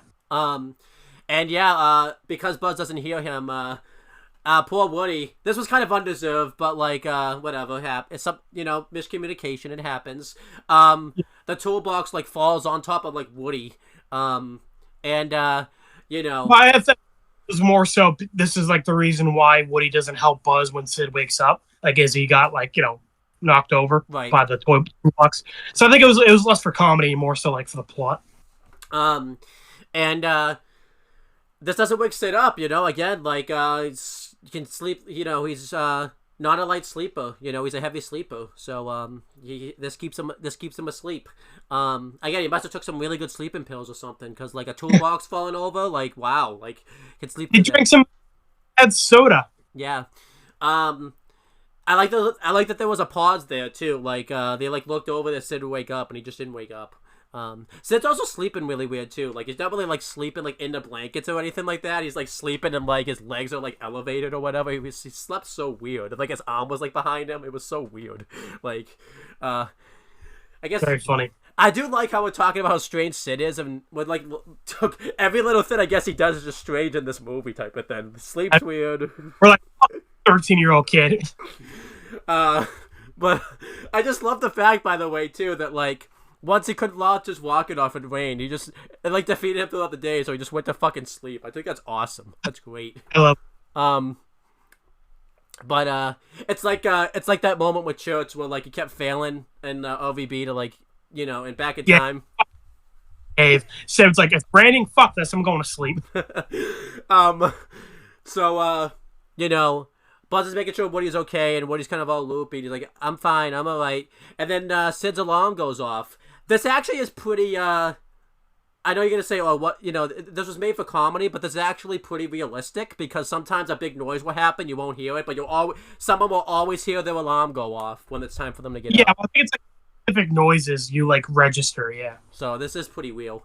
I didn't mention his alarm clock. His alarm clock's even like disrepair. Like it's got like toys all over it and like bits of pieces and stuff. It's like yeah, cool details. Yeah, just like how beat up everything Sid is. Yeah. And then so Sid gets up, and again we just talked about this. Doesn't want to take a shower. Doesn't want to have breakfast. He's excited that he could just go launch his rocket off, and that's what he immediately goes and does that type of thing. I guess good on him. He's got ambition. Yeah. I mean, not that's ambition, but it's ambition. Hey, more ambition than we had today. So, it's... Yeah, he was track ass at dawn. We were like, yeah, let's do the video at like noon. Yeah, not even the same video. Like, we're doing this video. We lost ambition. We're doing this video in posts. So, Yeah, but Sid takes Buzz out, and Woody basically, he gets back up and he realizes he has to go rescue Buzz. But the door's closed, and he realizes I like this is kind of continuing the thought from earlier when he was trapped. He's like, Buzz, I need your help. I can't do this alone. Mm-hmm. He's kind of still thinking like, okay, I can't do this alone. I need help. So he reaches out to the other mutant toys. Now that he knows they're like friendly and they helped Buzz out earlier, he's like, look, guys, I need your help. And Buzz, I like what he calls Buzz his friend at this point. He's like, listen, my friend needs our help. I can't do it on my own. And I do like he does say that's like the only one he has too, kind of showing like he's burned bridges. Yeah, he's the only one he has. Yeah, because all the other toys were like, nah, fuck you, Woody. I like that's. I think that's why I can believe this friendship like built up so quickly over like a day. Mm-hmm. It's just because they've gone through this like horrible experience together. They were able to they were all each other had basically. I mean, you can make the argument, did Woody really have friends before Buzz, because he was just kind of, they treat this like a work thing. Yeah, like Slinky could have been the only friend he really had type of thing. Yeah. So Woody is able to convince everyone to come help him out. I like how everyone was hiding, but they like slowly came out, like one by one. Mm-hmm. And Woody's like, okay, guys, listen, I think I have a plan of how we can make things better for everybody, but we're gonna have to break a couple of rules to do it. Oh yeah. And when we find out, it's like Woody broke the fucking Geneva toy conventions. Like he committed war crimes for toys. He broke the cardinal's rule, the cardinal sin of toys. Yes, he did. So bad. In fact, listen, so many times toys were gonna die or did die, and they didn't break this rule. But Woody was like, nah, I'm doing it. I think I do like this too, just because Woody is the one that always keeps ruling, in like the group and everything like that, and he always willing to break rules just to save his friend too, type of thing. Yeah. I feel like he's able to convince everyone because earlier he was like the leader of Andy's toys, and now he's able to like rally all of Sid's toys. Yeah, that's cool. Yeah, but yeah, it's so funny this rule thing because it's like it makes no fucking sense they can do this. Right, I'm okay with it. It works. Like it's cool, but it's also like, wow, this is so fucking strange that like because I always assume that like whenever somebody sees them, they like lose their life or something, like they can't move when people see them. That's not the case at all, I guess. No, not at all. I'm like, oh yeah, it's really weird that they can move when people see them. And it's like, who fucking made this rule? Like you were saying, like the first toy to ever exist, did they make this rule that like no people can like see them or some shit? Yeah, I know. I don't know what the case is there, but it's a thing. It's a thing. Yeah. So yeah, Woody makes we get it cuts off screen and Woody explains his plan. And I kind of like this. It's kind of like earlier with like with the army dudes, like seeing like everybody organized together and like move around, like operation. But yeah, you talk about like the actual implementation of the plan. So you take over. Yeah, before this, it cuts back to Andy's house, and it's because I forgot to say this earlier. The movie van showed up when Buzz and Woody were working together and everything like that. So, like, they had, they don't have... That's the thing, they don't... Huh? Yeah, ticking clock. He has to get Buzz to safety before the rocket goes off, and they have to catch up to the moving truck, yeah. Yeah. But I like this because they were, emptying Andy's room, and, you can see he's all sad because, he's holding, Woody's hat. Well, Woody's hat. The rocket ship that Buzz showed up in, and that shows that's all he has left of his two favorite toys at the moment. That kind of confirmed to Andy that his toys probably are gone at that point. So I like that it showed how upset he was, and doing this Sid's kind of getting ready to launch off his rocket. But we see Woody implemented the plan. I do like Woody. We see Woody going through the plan here, but we don't know what it is yet. So I just hear him say he's gonna break the rules. Yeah. And what he does will make things better for everybody. Implying Sid will treat them better after what they do. Because we didn't. I think you forgot. You didn't say why he's also doing this. Because the dog's also out there, so Woody can't go out there without being treated. Oh. Yeah. So doing this, Legs is with Ducky, I guess. I don't think that's Ducky's name. That's just what Woody calls him. I just like that that's the names we're going to be calling him now. So, well, none of them can talk. This would have they would have all gotten along better a lot sooner if if one of the toys could have spoke. Yeah. But what they do is they go through the air vent and they go outside and Legs uses its fish hook to attach itself to Ducky and Ducky rings the doorbell, and before this, there's a frog that winds up. So in a weird way, that kind of came to bite Sid in the ass. The fact, because obviously all these toys are supposed to be mutant. The frog, it was his creation, so it's kind of one of his mutant toys that he created kind of bit him in the ass there a little bit. So yeah. They have this timed out too. And Holly answers the door, and they send the frog out, and the dog chases after the frog, and I guess they just think it was I guess Holly thinks, I don't know who Holly thinks it was, because I don't even think she knows what Din Don Ditch even is probably at this point. She's only 8. Doing all this, the frog gets sent out the door, and I did like this too, that they grab the frog very quickly and because I think what happens first is they grab the frog and they go up, and this causes the dog to knock over Holly, and I guess Holly's just stupid dog and just leaves the dog out there to I don't know, I don't think she was gonna let this dog back in. I think Holly just was yeah, fuck you, get out of my life type of thing. So put him in the backyard or anything. She put him out front. Yeah. And, like, as we see, like, he fucking runs down the road. So, like, she's like, oh, you're going to get hit by a car? Cool. But, Holly's last scene, by the way, too. Thank God. Her face is horrifying. Okay. Doing all this, everybody kind of got together on the skateboard. Which, again, I thought, like, this guy was just riding around on a skateboard, like, casually. But no, he's his last scene, Owen. Oh, there's one more scene. Okay, you're right. Yeah. There you go. I know the Toy Story's better than you, Owen. Yeah. So they ride down the steps. There was a different scene written for this. They were gonna have like Barbie show up and like save Woody. I'm glad they didn't do that because that would have been fucking random. Barbie. Yeah, because remember she becomes a pretty big part of this universe. So. Well, yeah, I know. I'm just surprised because she's like. Has nothing to do with the first movie. So I don't know if they would like maybe they. I think that's why they cut it. That would have been random. Wouldn't have made any sense. So yeah. And then so they go out the doggy door and they doing all this. Sid's setting up.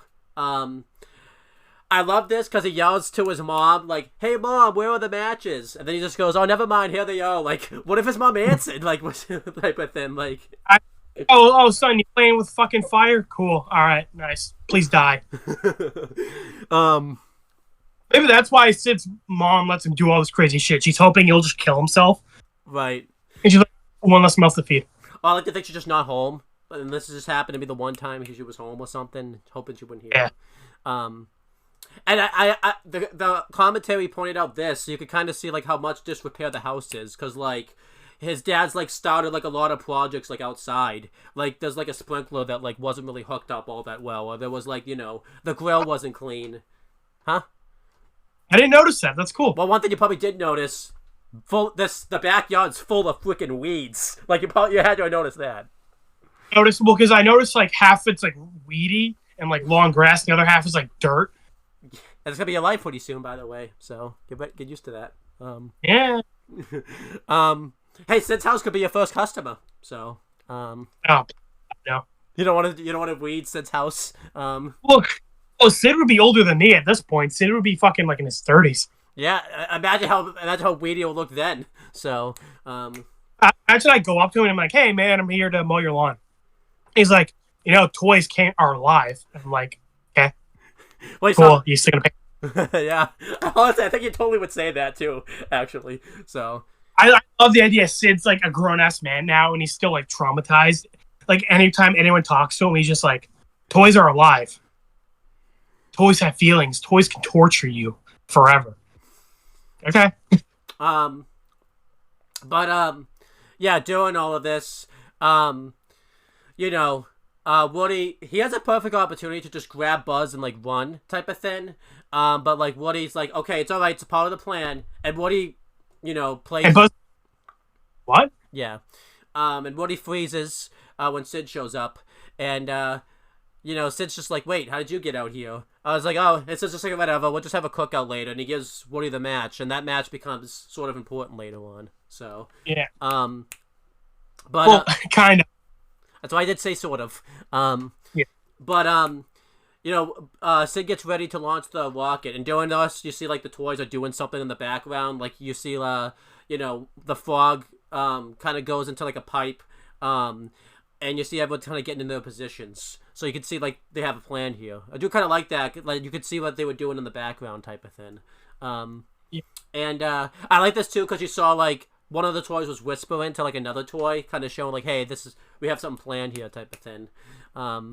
And doing all of this when Sid's about to like launch off, which is kind of good.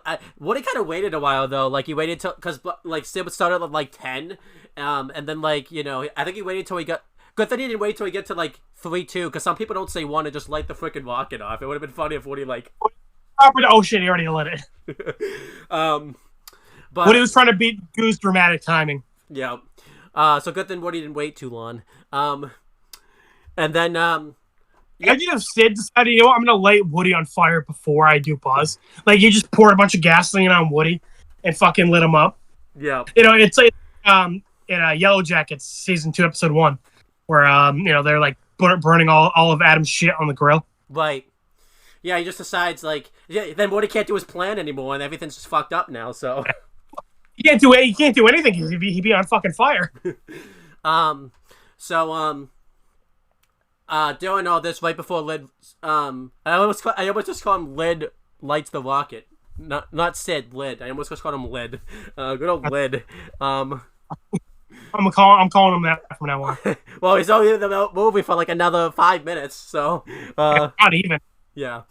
So Sid, doing all this, Woody starts speaking, but it's like, he's just saying like his catchphrases and stuff. And Sid's like thinking this is weird because obviously the way you work Woody is supposed to like pull a string. So I like that Sid originally like thinks like, okay, it's just busted type of thing, but then all of a sudden like I think Woody says like, who are you calling busted, Buster? And you see like Woody's actually like coming to life. It's Lid's confused. He's like, what? It like responded to me. Yeah. And like Woody's giving like the speech talking about like how like we don't like being blown up, Sid, or like get torn apart type of thing. And then Sid's just like, what are you talking about? And he's like, yes, your toys. And like kind of like an Avengers Endgame, all the good guys coming together moment. All the toys come out. I haven't actually seen that. I just always hear about that. And now that's like a big thing now. Anytime all the good guys come together and like fight the bad guy. So, I just want you to get confused because obviously that's like a big saying nowadays. So, yeah, I kind of figured that's you like knew the basics of like a lot of the good guys show up at the end. Yeah, but yeah, all the toys come out and I liked all these toys. I like that one of them came out like it was like Army Men that came out through like the mud and like his leg was like twisted. So it's all the toys that like Sid has destroyed throughout the years, and they're all getting the payback on him. And what he's telling like Sid that basically to play nice because we toys we see everything, and he like starts spinning his head around and everything like that, like very horror movie like. And then all of a sudden when his head does like a 360 when it's done, Woody just goes, so play nice. Like doing all this, Woody really wasn't speaking, he was just doing it through his voice box, but then like he full on like speaks to like Sid like demonically. And Sid gets freaked out by this point. I will say this scene was a lot different when they storyboarded it, like Woody actually full on came to life and everything like that. There was a funny line like after this that wasn't in the script, I wish they kept, where Buzz is just like, or Buzz and Woody were just like, oh, this kid's gonna need like years of therapy after this. I really wish they kept that in. Oh yeah. And there's a funny scene where like Holly comes out there and sees what Sid's saying, but then like sees all the toys like are playing dead. So like they basically made it seem like Sid was like a psycho thinking his toys came to life, which I think is pretty funny. Sid runs in and he's like panicking. And Holly's like playing with a doll or something, and Sid's like horrified, and he tells Holly that the toys are alive.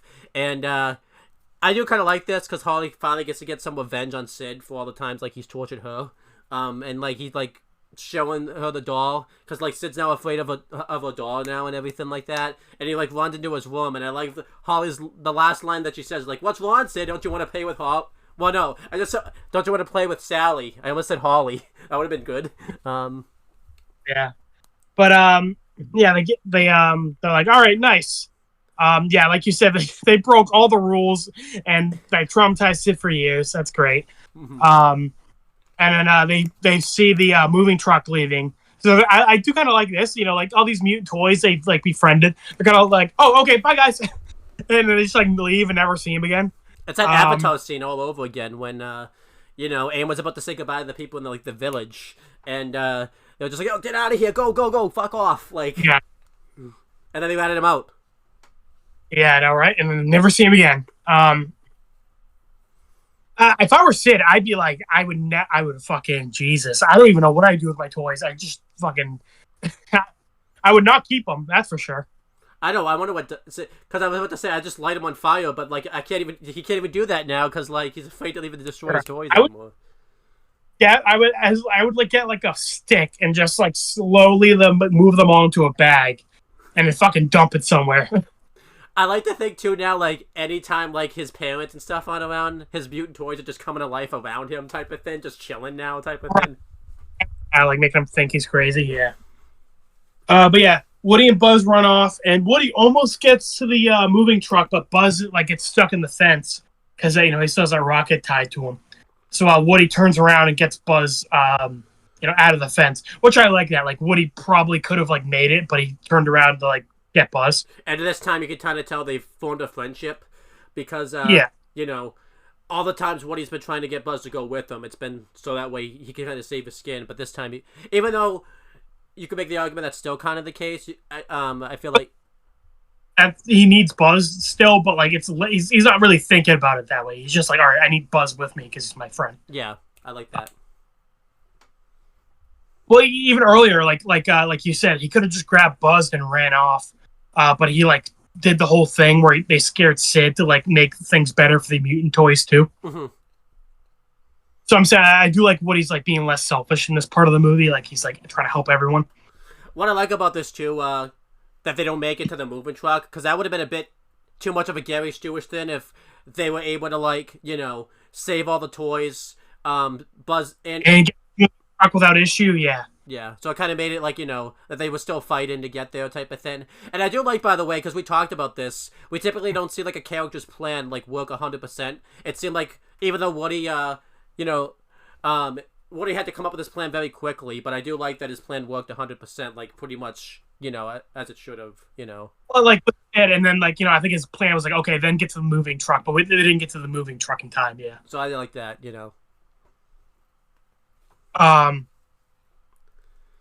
Yeah, so basically, well, like they're getting to the moving truck, and then basically, like, Buzz gets on and Woody's like running along, yeah, and like holding on. And by the way, this moving truck is going like a truck, like 30 miles an hour or something, and Woody's fucking running that length as a toy. Yeah, I'm like, his legs must be fucked up. I do wonder if that was a reference, now that I know that, to Forrest Gump. The way Woody was running, and then obviously that's... Yeah. Yeah, run, Woody, won. But basically, Buzz is trying to help Woody get on, reach for him. He's able to get Woody on, but he falls off himself. And, this isn't a good thing, because... That's not what happens. Oh, is that... Sorry, what happened?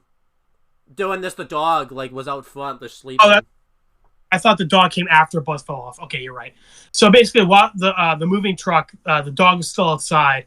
I do like this because Woody's plan was to get the dog out. Yeah. And who the dog's out, but this ended up biting them in the ass almost because now that the dog's outside, the dog sees them running with the moving truck and starts chasing after them. Right. Because I assume also too ass too. Holy shit! This dog's keeping up with the moving truck. Yeah, I do like to think too because Woody didn't plan on not being able to catch the moving van, so that fuck up kind of caused. Yeah, because they didn't plan on running down the street. Yeah. Yeah. But yeah, the dog is chasing after them. It's gonna get Woody, and then Buzz jumps on the dog to save Woody. Yeah, and then Buzz ends up under a car, and the dog is trying to get Buzz from under the car. That's why I was thinking the dog came after. Yeah. Because I was thinking fell off the car and went under the car, and then the dog showed up. And I do like Buzz's save. His save isn't just because him saving Woody now isn't just thinking he's a space ranger. He's actually saving Woody because they formed a bond and a friendship. Yeah. Type of thing. And Buzz says take care of Andy, because now, Woody, Buzz knows how much Woody and how close they are. Mm-hmm. I do like. And, it's fine. And I do like this time the dog too is not just doing this just to rip up a toy. You can kind of tell he's out for blood here now, type of thing, because you see, huh? Yeah, it's personal. Yeah, because this dog's probably thinking this fucking toy's caused me. Every other toy I've been able to destroy, no problem, but Woody and Buzz can't do. I just couldn't do it, Yeah, and I got a reputation in Sid's house. Yeah.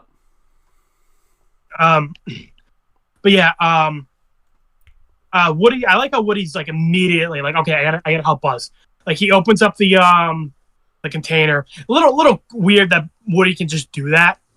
Well, he does open it, but like what ends up happening is they hit like a stoplight, and that's what causes it to open. So it's like it's not like Woody did it. Like yeah, he was able to like slightly open it, and like you said, like hitting the stop, like using the momentum to like lift it up all the way. Yeah. But these fucking moving truck guys do not fucking pay attention to jack shit. Oh, not at all. Because the moving truck lid opens. Later on they Paul's like one of the things to like lower. Mm-hmm. Like it's like skidding against the road, and the moving truck guys like, did you not give a flying fuck? Behind them, as we're gonna see, like the dog causes like a fucking 4-way crash. And they don't. Right. Oh my god. But yeah, Woody opens up, and I like how he starts immediately like going for the toy boxes, and like Mr. Potato Head and T-Rex are like, "What, Woody?" And like Woody's like not even taking the time to like talk to them or explain to them. Right. He's just like, "No, I got shit to do. I don't have time to explain." And he's going for the car, the toy car, and I like this because it's kind of like the toy car got them in the situation, and now it's getting them out. Yeah. Nice, bringing it back full circle. And Woody ends up using the toy car, like controlling it to go after Buzz and the dog. And the toys are all super confused, and they don't know what's happening. So they start like beating the shit out of Woody and like trying to chuck him off the car. Mm-hmm. And again, Bo Peep's right there. She's like, "Oh, you know what? Should I like help Woody?" Nah, I'm just gonna sit here and not say anything. I'm okay with Slinky now, because obviously, like because let's also from the toys' perspective.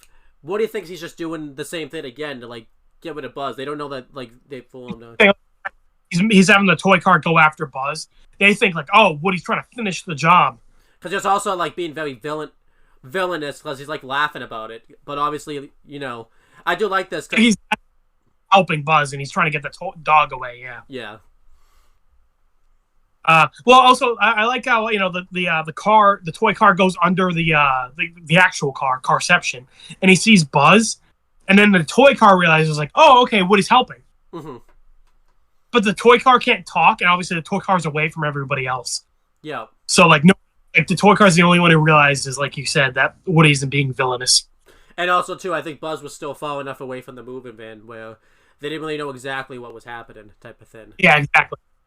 Like later on when they see Woody and Buzz on the car together, they put together that they're like friends and they're trying to get back together. Because it's like the binoculars that has to like tell them like this.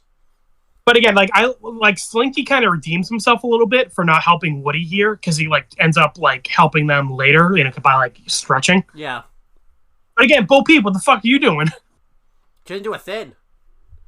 Yeah, I know. She just stood there and she's like, "Should I help Woody?" Nah. Hey, it's crazy. Abandoned Woody. She's like, "Oh, Andy. Oh, Woody. If only you two could realize how much you missed each other." But it's like before and after that, she's like, "Nah, fuck Woody." She doesn't even join in on this attack at all either. Like she just lets everyone else like. Not attacking. She's just not doing shit. She's just standing there. It makes her kind of a role in like the fourth movie not make sense because she's like the one that like is like the leader of like that group. But that's like she's not helping Woody and she's not like harming Woody. She's just sitting there. In a way, that's worse, because at least like I get why Mr. Potato Head's doing what he's doing. Yeah. But Bo Peep, I'm like, okay, you seem like you like Woody, but you're not doing shit one way or the other. And again, I feel like at least when he realizes Woody's a good guy still, like he tries to help Woody. Yeah, and I think like, too. Yeah, I think too. The big thing about this is like, the reason you're pissed about this, more especially, is because of the fact that she becomes a big thing in like the fourth movie. Right. It's more so forceful. Like one, it's like whatever. Bo Peep's kind of weird. She's not even like focused on, so I don't really give much of a shit. I probably wouldn't have even noticed if it wasn't for 4. So 4 does a lot of more damage than you think. Yeah, but yeah, I like how the wrestler guy like picks up Woody and like starts spinning him around and then chucks him out the car. Yeah, that was good. And again, everyone else is like, "Yeah, fuck Woody. He's gonna get run over and die." Woo! It was really what. Yeah, it was awesome. These toys are they're all for blood or cotton or whatever is inside these toys, plastic. But I do like how many times they like get so close to being into the car, but it fucks up. Yeah, I like that. Because yeah, they almost got into the first time, and then the dog showed up. Woody almost helped with the toy car, but he got chucked out the car. And then but anyway, they end up getting on the toy car and like run and ruin. And then I do like they get to like a trafficy part of the city, and then they outrun the dog, and like a bunch of cars crash and like basically box the dog in. Yeah. Did I get that right? Because I'm pretty sure that was what happened. Yeah, that's pretty much. Not at full. Oh, this is like the backgrounds here weren't great. The cars are fine, but like just seeing like all the stores nearby and like it didn't look great. Yeah, not great.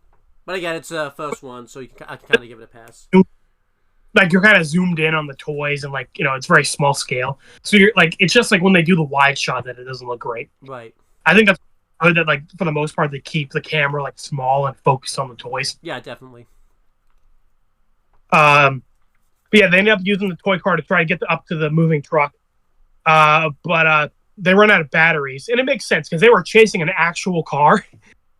So I think it makes sense the toy car kind of ran out of juice. Yeah, because they went on like the highest mode too, type of thing, like turbo mode. So that makes sense. Yeah, keep up. Yeah, and I like how you can see when the batteries run out, like the toy car, like the eyelids are like getting droopy, like he's getting tired. Yeah.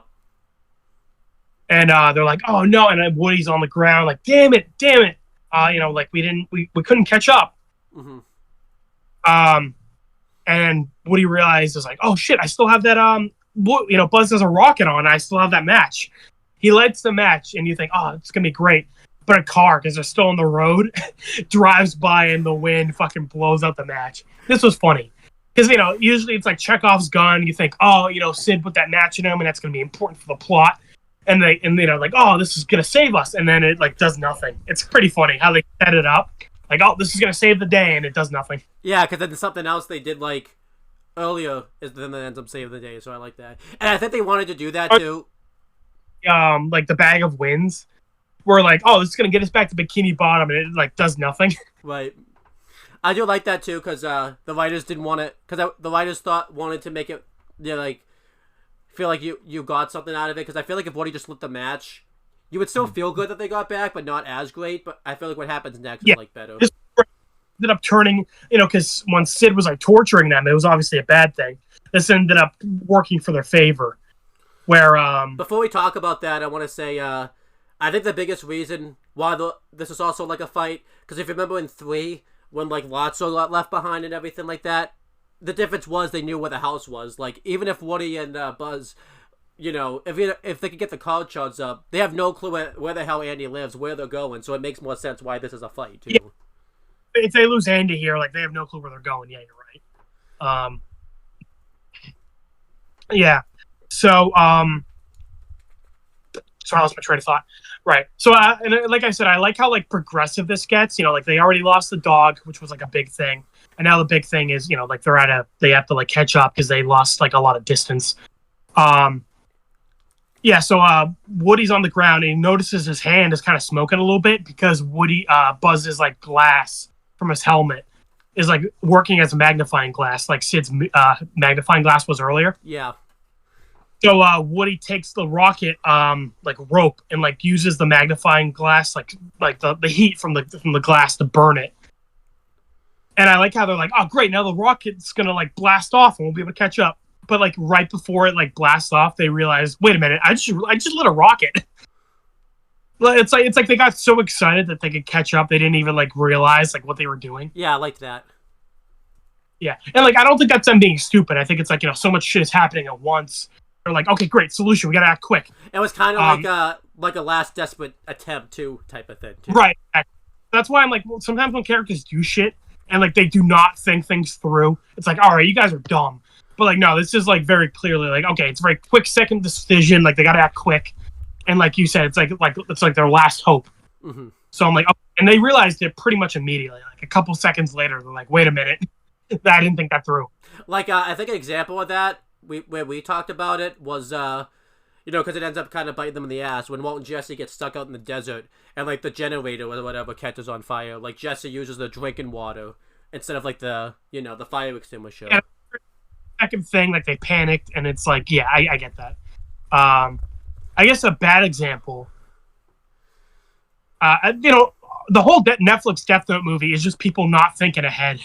And it's like, wow, you guys are supposed to be smart. You guys are idiots. Mm-hmm.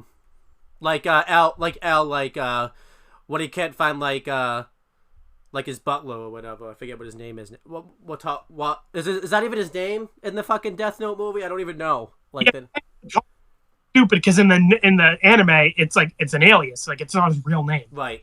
But they made his name in the movie. Oh, that's stupid. Not only that, it's his only name. He doesn't have a last name. Light just writes Watari, and it works. He doesn't have a last name. Oh. Did you mention that and we failed not to mention it, or did we mention it and I just forgot? Okay. How it's dumb, like in the show, his name is like Quillish something. Yeah. Like, it's a very name. And obviously Watari's an alias because that's a very Japanese name and he's a British guy. I think what's stupid about that, I know. But in the movie, it's his real name and he's a Japanese guy. I'm pretty sure I remember too. Didn't he just write Watari just for shits and giggles, just to try it the fuck out, and like it actually worked? Like, it was like a yeah. That's the thing. He just wrote Watari, and it worked. And I'm like, what the fuck? Right. Boy, that takes the fucking excitement out of Light's. Like, wow. Okay. Yeah, I know. That's why. Just shit's dumb in that movie. Anyway, back to a good movie. I do want to make you mention, by the way, we went to like compare something, and we just got up. Like, we moved on to like completely something else. Of like, that's how stupid the Netflix. I mentioned something that was so fucking stupid, and you were like, "Oh wait, I forgot that was that fucking stupid." I'm like, "I know, right?" But like, we went on to completely something else. That's how bad the Netflix like Death Note movie is. Oh god, that was. What did we give that as like a letter? You know what? No, it's funny because I was like, "Man, Toy Story 4 is bad," and I'm like, "Is it as bad as Netflix Death Note?" Nope, not even close. Oh no! Well, oh no. It's got cool CGI in it. That's cool. Yeah, there you go. Got good voice actors in there. It's good. It's the best looking Toy Story movie. It's good. Good stuff. Yeah. Is the story good? Talk about the story or the characters or anything else besides the visuals. Anyway, this Toy Story movie, the rocket launches, and I like this where like Woody's cheeks are flapping. It doesn't make any sense because Woody doesn't have cheeks; he's plastic. But this is fine. I'm okay with that. It's a funny joke. I'm just saying it doesn't actually make sense, but I love it anyway. Plus, you know what the funny thing is? I probably would have agreed with you if we did just talk about the Netflix Death movie like a second ago. Right. Comparatively, this isn't that bad. And then I do like this where they basically start like lifting up, like to try and like maneuver the rocket up. Mm-hmm. Obviously, the rocket's gonna blow up. And I like how the toys like realize at this point because they use binoculars, like you said, that like Buzz and Woody are together. Yeah. No, it's before this because they let the right before they launch the rocket. Like Slinky stretches out and like grabs Woody's hands and tries to like pull them in, but he's not able to hold on. Right. Very small scene, but yeah, I'm saying I like how quickly everything is happening, but like they go through like multiple attempts to get there, Yeah, I did like, by the way, too, like doing all this, like Andy's sister was like looking out the window and like seeing all this happen. Yeah, the joke is she's a baby; she doesn't like understand any of it. Also, I like how she's listening to the Hakuna Matata. So is that a thing in the Toy Story universe, like Lion King, or is that just? Do you think that's so? Well, it's weird because this is a Pixar movie. Disney didn't own it yet, right? I think so. Yeah. So it's kind of funny they had a Disney song in it, but like Disney wasn't really involved yet. I know, that's funny. Or like if Disney was involved, it was very minimal. But yeah, anyway. Sorry.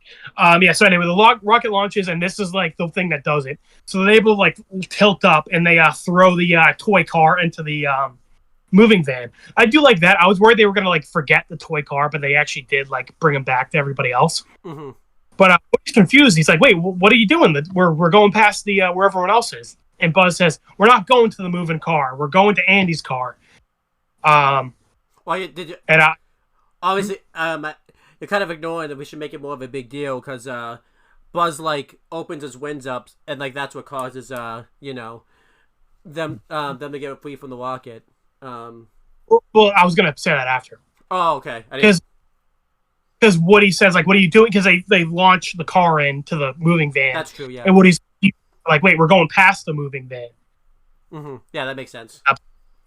And then, like you said, they get rid of the rocket. The rocket blows up, and then Buzz, holding onto Woody still, shoots his wings out, and starts doing a couple like cool like flips and stuff in the air. Like he does like circles, and I think that's kind of cool. He's like showing off a little bit. Yeah, I like that. Woody's like, "Oh my God, Buzz, you're flying!" And I like what Buzz calls back to what Woody said earlier, where he says, "No, I'm not flying. I'm falling in style." And I like it because Buzz has kind of accepted that he's not the real Buzz Lightyear. He can't actually fly. Yeah, but he's kind of, use what he can do to his advantage. And it kind of showed that he was like, because I don't think a lot of people realized he was like listening earlier. So it kind of showed that he kind of heard what Woody said earlier, even though he didn't know he was like a toy. Even though like Woody meant it as an insult, Buzz is kind of using it as like a compliment now. Yeah. And in turn, I like how Woody says Buzz's catchphrase, to infinity and beyond. I like that, yeah. Yeah. Again, I like showing that they both like learned from each other. This is a great movie for the duo, like obviously the other movies have like more characters in it, but this is like the best like Buzz and Woody movie. I think so, yeah. But yeah, they end up landing into the sunroof of Woody's car. Well, not Woody's car, Andy's mom's car. And I do like it was already established she had a sunroof. Mm-hmm. Because that's what Buzz got into earlier. So I'm cool with them getting into the car that way. Good thing it was open. Imagine it wasn't. Right, bounce off. I feel like at that point, Woody and Buzz would just been like, okay, we can't. We're not. I feel like we lost toys now. We're done. Like this is over. I guess we're gonna just like fucking walk around. Go back to Sid's. Just torture him. Yeah, I know. Right, go back to Sid's. Yeah, listen. If they go back to Sid's, they'll be fucking running the place now. Yeah, they would be. They'll be the ones torturing Sid. Yeah. But yeah, they land, and I like you said, I like how it's like Andy's like, oh, cool, I found my toys. Or like, oh, they're right here, and his mom's like, oh, see, right where you left them, right? I know, yeah. But that's not good. And I wonder what Andy said to that. Like, Andy, if I was Andy, I would have been like, no, they're just here. Yeah. Andy's getting gaslit these entire movies, and he's like, how many more lies have I been told by the council? It's another Star Wars reference you're not gonna get. It'd be funny, if Andy found out the toys were alive at one point, type of thing, and then he's just like, wait a minute, so Andy's like noticed all this shit, and he's being quiet about it. He doesn't want these toys to like get on. He doesn't want to get on these toys' bad side, like Sid. Oh yeah, definitely. But I did like afterwards, like Woody and Buzz winked at each other, type of thing, which was kind of cool. Yeah. Now, and then, I liked how it cuts to like the Christmas time, like it's a time skip, like it's all worked out. They've gotten to the car, and like it's all worked out pretty much. Mm-hmm. But yeah, everything, all the scenes here, like the chase to the van and everything like that, I thought was really good. Like when Buzz tried to fly and failed. That was probably my favorite like scene of the movie. But like in terms of like parts, because this is like a long part. Yeah. This is probably my favorite like of the movie. The chase. Yeah, definitely. Kind of funny because we're seeing how Tex versus the Reds and Blues like went on too long and like kind of took away from other parts of the movie. I think this is a good example of like this lasted a long time, but like it didn't really take like we can't really point to other parts of the movie and be like, oh, the chase scene like took away from this part. Yeah, exactly. I feel like and there was a story for this where the Tex one didn't really have one type of thing. This was the climax of the movie. Like I said, once they actually get to the car, like they won. Like it's settled. The movie kind of wraps up. And also, whereas I kind of didn't really have a purpose besides being cool. And also the text then, like, maybe that would have been fine, but like, because Sid got to have his shine at that point, and he did enough, so that was good. And then, the meta in Washington really they didn't get as much shine as villains as they should have. You're right. I mean, Wash got his dice vacation out of that. That's good, finally. Yeah, as our getaway. And I feel like the thing too about that, like again, I've talked about this before. The text scene, it it just it also damages and made Wash look dumber. Because then they, like we said, they would have just hung out in that fortress if Tex didn't go rogue, pretty much. So. Yeah, I know, right? Yeah, they would have never caught up to him. They would have just been fucking living in the desert forever. Yeah. Wash's would have become a fucking lifetime vacation. Which I think you would have liked. So that's good. Yeah, he's like, well, it's either this or prison, I guess. Yeah. But yeah, continuing. So the end of the movie. It's Christmas time. Andy is at his new house and everything like that. I wonder how long it's been, because we don't really know exactly what time of year this is in. So I wonder how many months it's been. Right. Yeah, that's a good question. Yeah, we don't really know. It doesn't seem like it's long because like his sister is still pretty young and like at the same age ish. Well, is this in winter? Is this in summer? Is this Well, I'm just curious how many months it's been. Like, I wonder if it's been like half a year, 3 months. Like what? Yeah, I guess we didn't really get like. It could have been months because it was we saw a lot of weeds at like Andy's house and stuff like that, and there was no like it seemed like it was summer-ish. Well, when we cut to this like their new house, like they're all fully moved in and everything. Yeah, so presumably it's a while later. And we see that Sarge, the Green Army men are doing the same thing they did.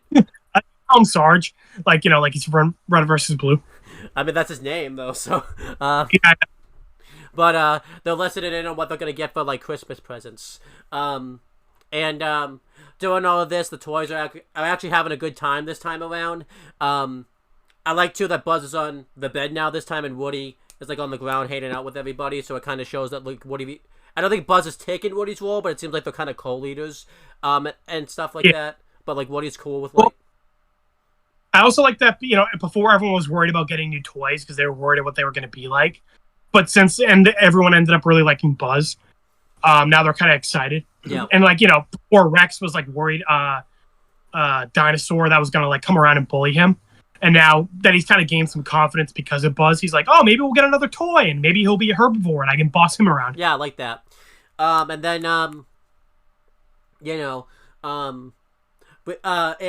Andy gets Mrs. Potato Head. So Mr. Potato I do a one-off joke, like we actually have Mrs. Potato Head in the movies from now on. Yeah, so that was good. I wonder if I got a shave and he just like pulls off his like mustache. I wonder if Mrs. Potato Head too was like a thin before Toy Story. Was it always just Mr. Potato Head and Mrs. Potato Head became a thin because of that? So I think it was a thing before. Okay, I wasn't sure, because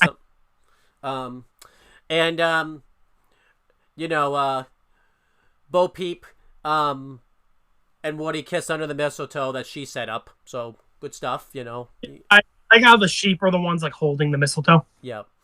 I noticed the sheep don't show up in the fourth movie. I guess they don't allowed. So No, they were there. Oh, it's been a while since I've seen it though, so I don't blame. But also, Bo Peep, you don't deserve this. Woody should have been making out with Buzz. He came out of the closet with Buzz. Buzz gave him a hand. Yes, he did. It would have been very progressive for 1995. It would have been. So then,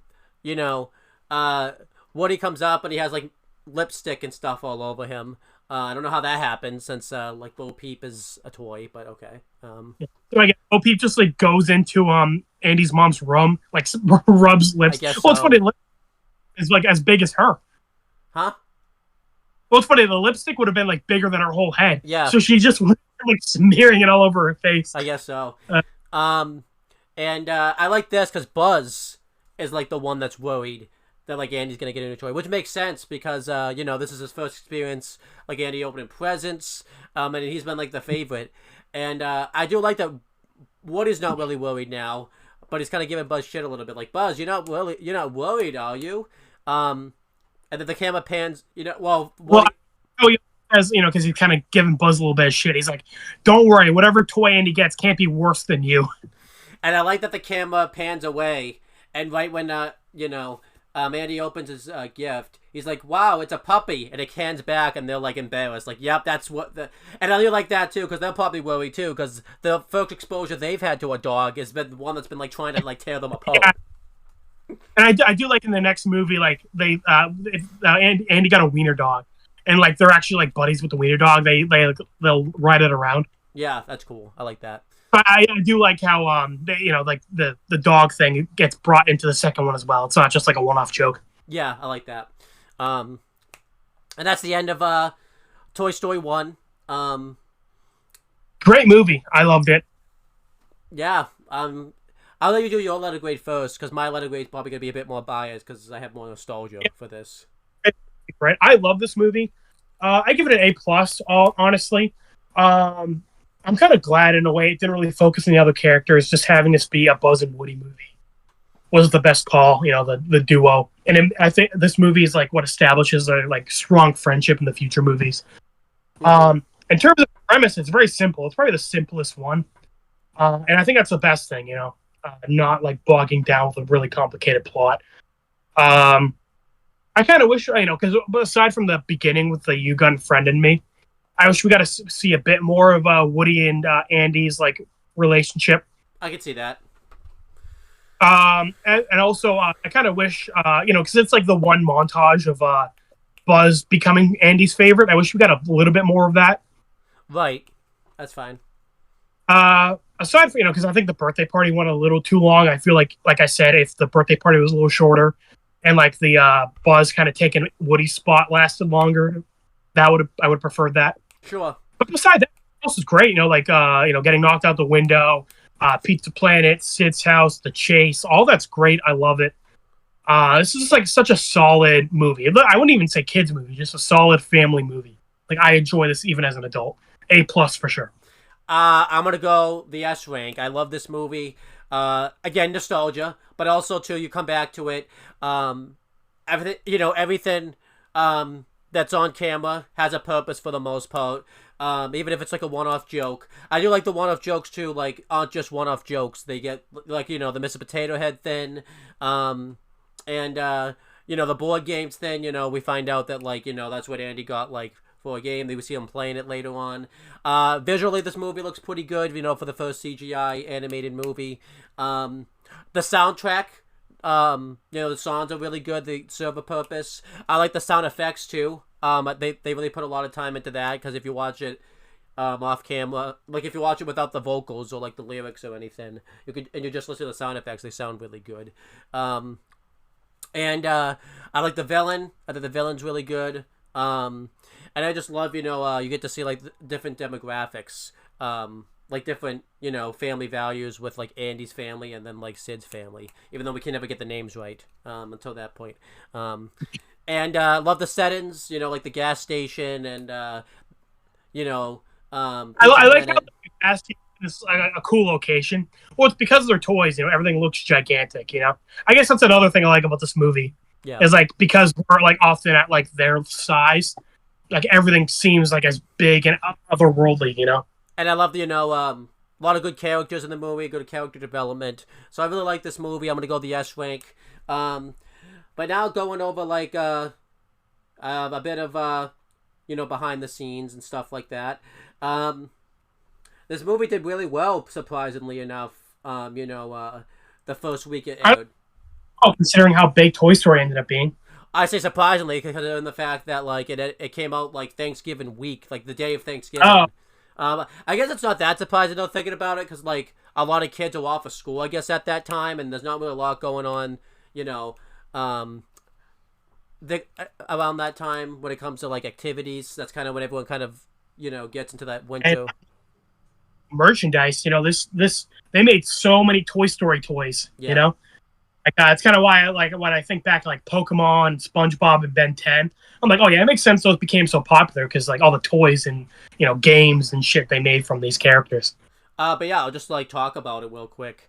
The first 5 days of the film's release domestically, it earned $39.1 million, and then it earned a total of $158.6 million from ticket sales combined within the 5-day Wednesday opening. It placed first in weekend's box office with $29.1 million. And it maintained number one position for the next 2 weekends, until like Jumanji came out and stuff like that. Okay, that makes sense. And then It's the highest grossing domestic film of 1995, beating films such as Apollo 13, Batman Forever, Pocahontas, Casper, Waterfall, GoldenEye, and other films. At the time of its release, it was the third highest grossing animated film of all time, after Lion King and Aladdin, which is pretty good company. It became the second highest grossing film of 1995, just $3 million behind Die Hard with a Vengeance. And with not inflation, it's number 96 on the list of highest grossest domestic films of all time. Wow, that's top 100. Yeah, and the film had gross receipts of $223.2 million in the U.S. and Canada, and $171.2 million in international markets from its original 1995 release, and 3 releases because it's re-released a few times. I assume you knew that. Like, I think they re-released the first 2 right before the third one came out. That did really well, and then I think they re-released it like again recently, like in 2019ish, like right before the pandemic, and we're even and in that time it got $39.4 million worldwide. At the time of its release, the film ranked at the 17th highest grossest film, unadjusted domestically, and the 21st highest grossest film worldwide. Obviously, when it comes to critics, they pretty much, it's really highly acclaimed, just because, they hadn't seen stuff like this before, so, this was something new to them type of thing. An example of this is, I forget what it's called. I can't think of it because we've been doing a long video. So, and then it's two long videos. Yeah. It's got a lot of accolades. You can just go on the wiki to find that out. But, it won Best Pictures. It won Best, animated pictures and all that stuff. Best Directors. Just went through a ton of awards. The legacy is obviously pretty great. I've talked about that in the beginning, so I won't talk about that, as much. To Infinity and Beyond gets said a lot, in pop culture. And, just in everyday life. We got a bunch of sequels and spin-offs from it, obviously Toy Story 2 through 4. We got Lightyear out of it, which I don't think you like. The Buzz Lightyear cartoon's great. Yeah. And Buzz Lightyear. We got other movies A Bug's Life out of this. And Cars and Monsters Inc. And just a lot came out of this movie. If this movie failed, who knows how good Pixar would be? I assume they put a lot of the budget into this, and Pixar probably wouldn't be would have been the big company that it was without Toy Story, really, type of thing. So, it's kind of interesting to see how that happened. Just kind of made people think about how to do animation now. Kind of having this new format and everything like that. And I will say, I don't know how they do it nowadays, because when I saw the behind the scenes of it, I only saw it as they were filming this one. So when we watched 2 and 3, since I have that on DVD, it'll be kind of cool to see how it's advanced behind the scenes. I mean, I know how it's advanced, but now it'll be kind of cool to see how they do it behind the scenes. Right. Behind the scenes stuff. Yeah, I agree. So I'm really looking for Toy Story 2, and like I told Owen, I definitely want to do the Buzz Lightyear cartoon. Fuck the movie Lightyear, but we'll probably do that at some point. Oh yeah. Yeah. But I'm happy we're doing Toy Story now too, because again, this came out on Thanksgiving. I'll try to upload this on Thanksgiving, and also I'm happy we're doing this because Toy Story 5 is coming out 2026. So my big goal for next year is to do all the Toy Story stuff, movies, and the shows, like you said before, type of thing. Yeah. So this will be kind of cool. I can't wait to go back through and watch all the Toy Story stuff again. And it's kind of cool because again, this was the first movie I reviewed on this channel. So nice. Yeah. So coming back to your origins, nice. Well, that's pretty much it. This has been a long video today, and today, quote unquote. Right. I think it's RVB ended up being 4 hours. I'm pretty sure this beat that. No, it's this did beat that because it didn't quite reach 4 hours. It was 3 hours and 59 seconds type of thing. I think that had to do with because we didn't film it the same day, so we didn't repeat a lot of stuff. But I think because this one we didn't feel the longness of that one, if that makes sense, because Well, it's been 3 hours now, and then you know, before the cut, it was like what, an hour and a half. So. Yeah, so this is probably 4.5 hours now. So, but anything you want to plug or promote before we get off? No. Just look forward to the rest of the stuff to come on this channel. I don't think AJ and I are gonna get to exactly all our goals that we wanted to get to, because it's which we kind of anticipated, since we're coming on to the Christmas time and I go away the 19th. But we're gonna try to you know, pretty, and like whatever we don't exactly meet, we'll like probably do around New Year's. Yeah, because that's the thing. We don't want to start like Yellow Jackets back up again, because the issue with that is AJ has to get Paramount Plus to like watch the whole thing, and we want to wait until like we can do the video, because he gets a week for free, and then we also want to wait and make sure he's not paying for it, and we don't want to do Yellow Jackets necessarily before Christmas, because that's like a big spending type of holiday and stuff. So, but yeah, look forward to our future videos. We're probably not gonna do anything this week. But next week, we'll probably get back into our regularly scheduled videos, you know, Rick and Morty, Dragon Ball, Red vs. Blue, maybe Yellow Jackets, episode 1. We'll see. But see you then. Talk to you then.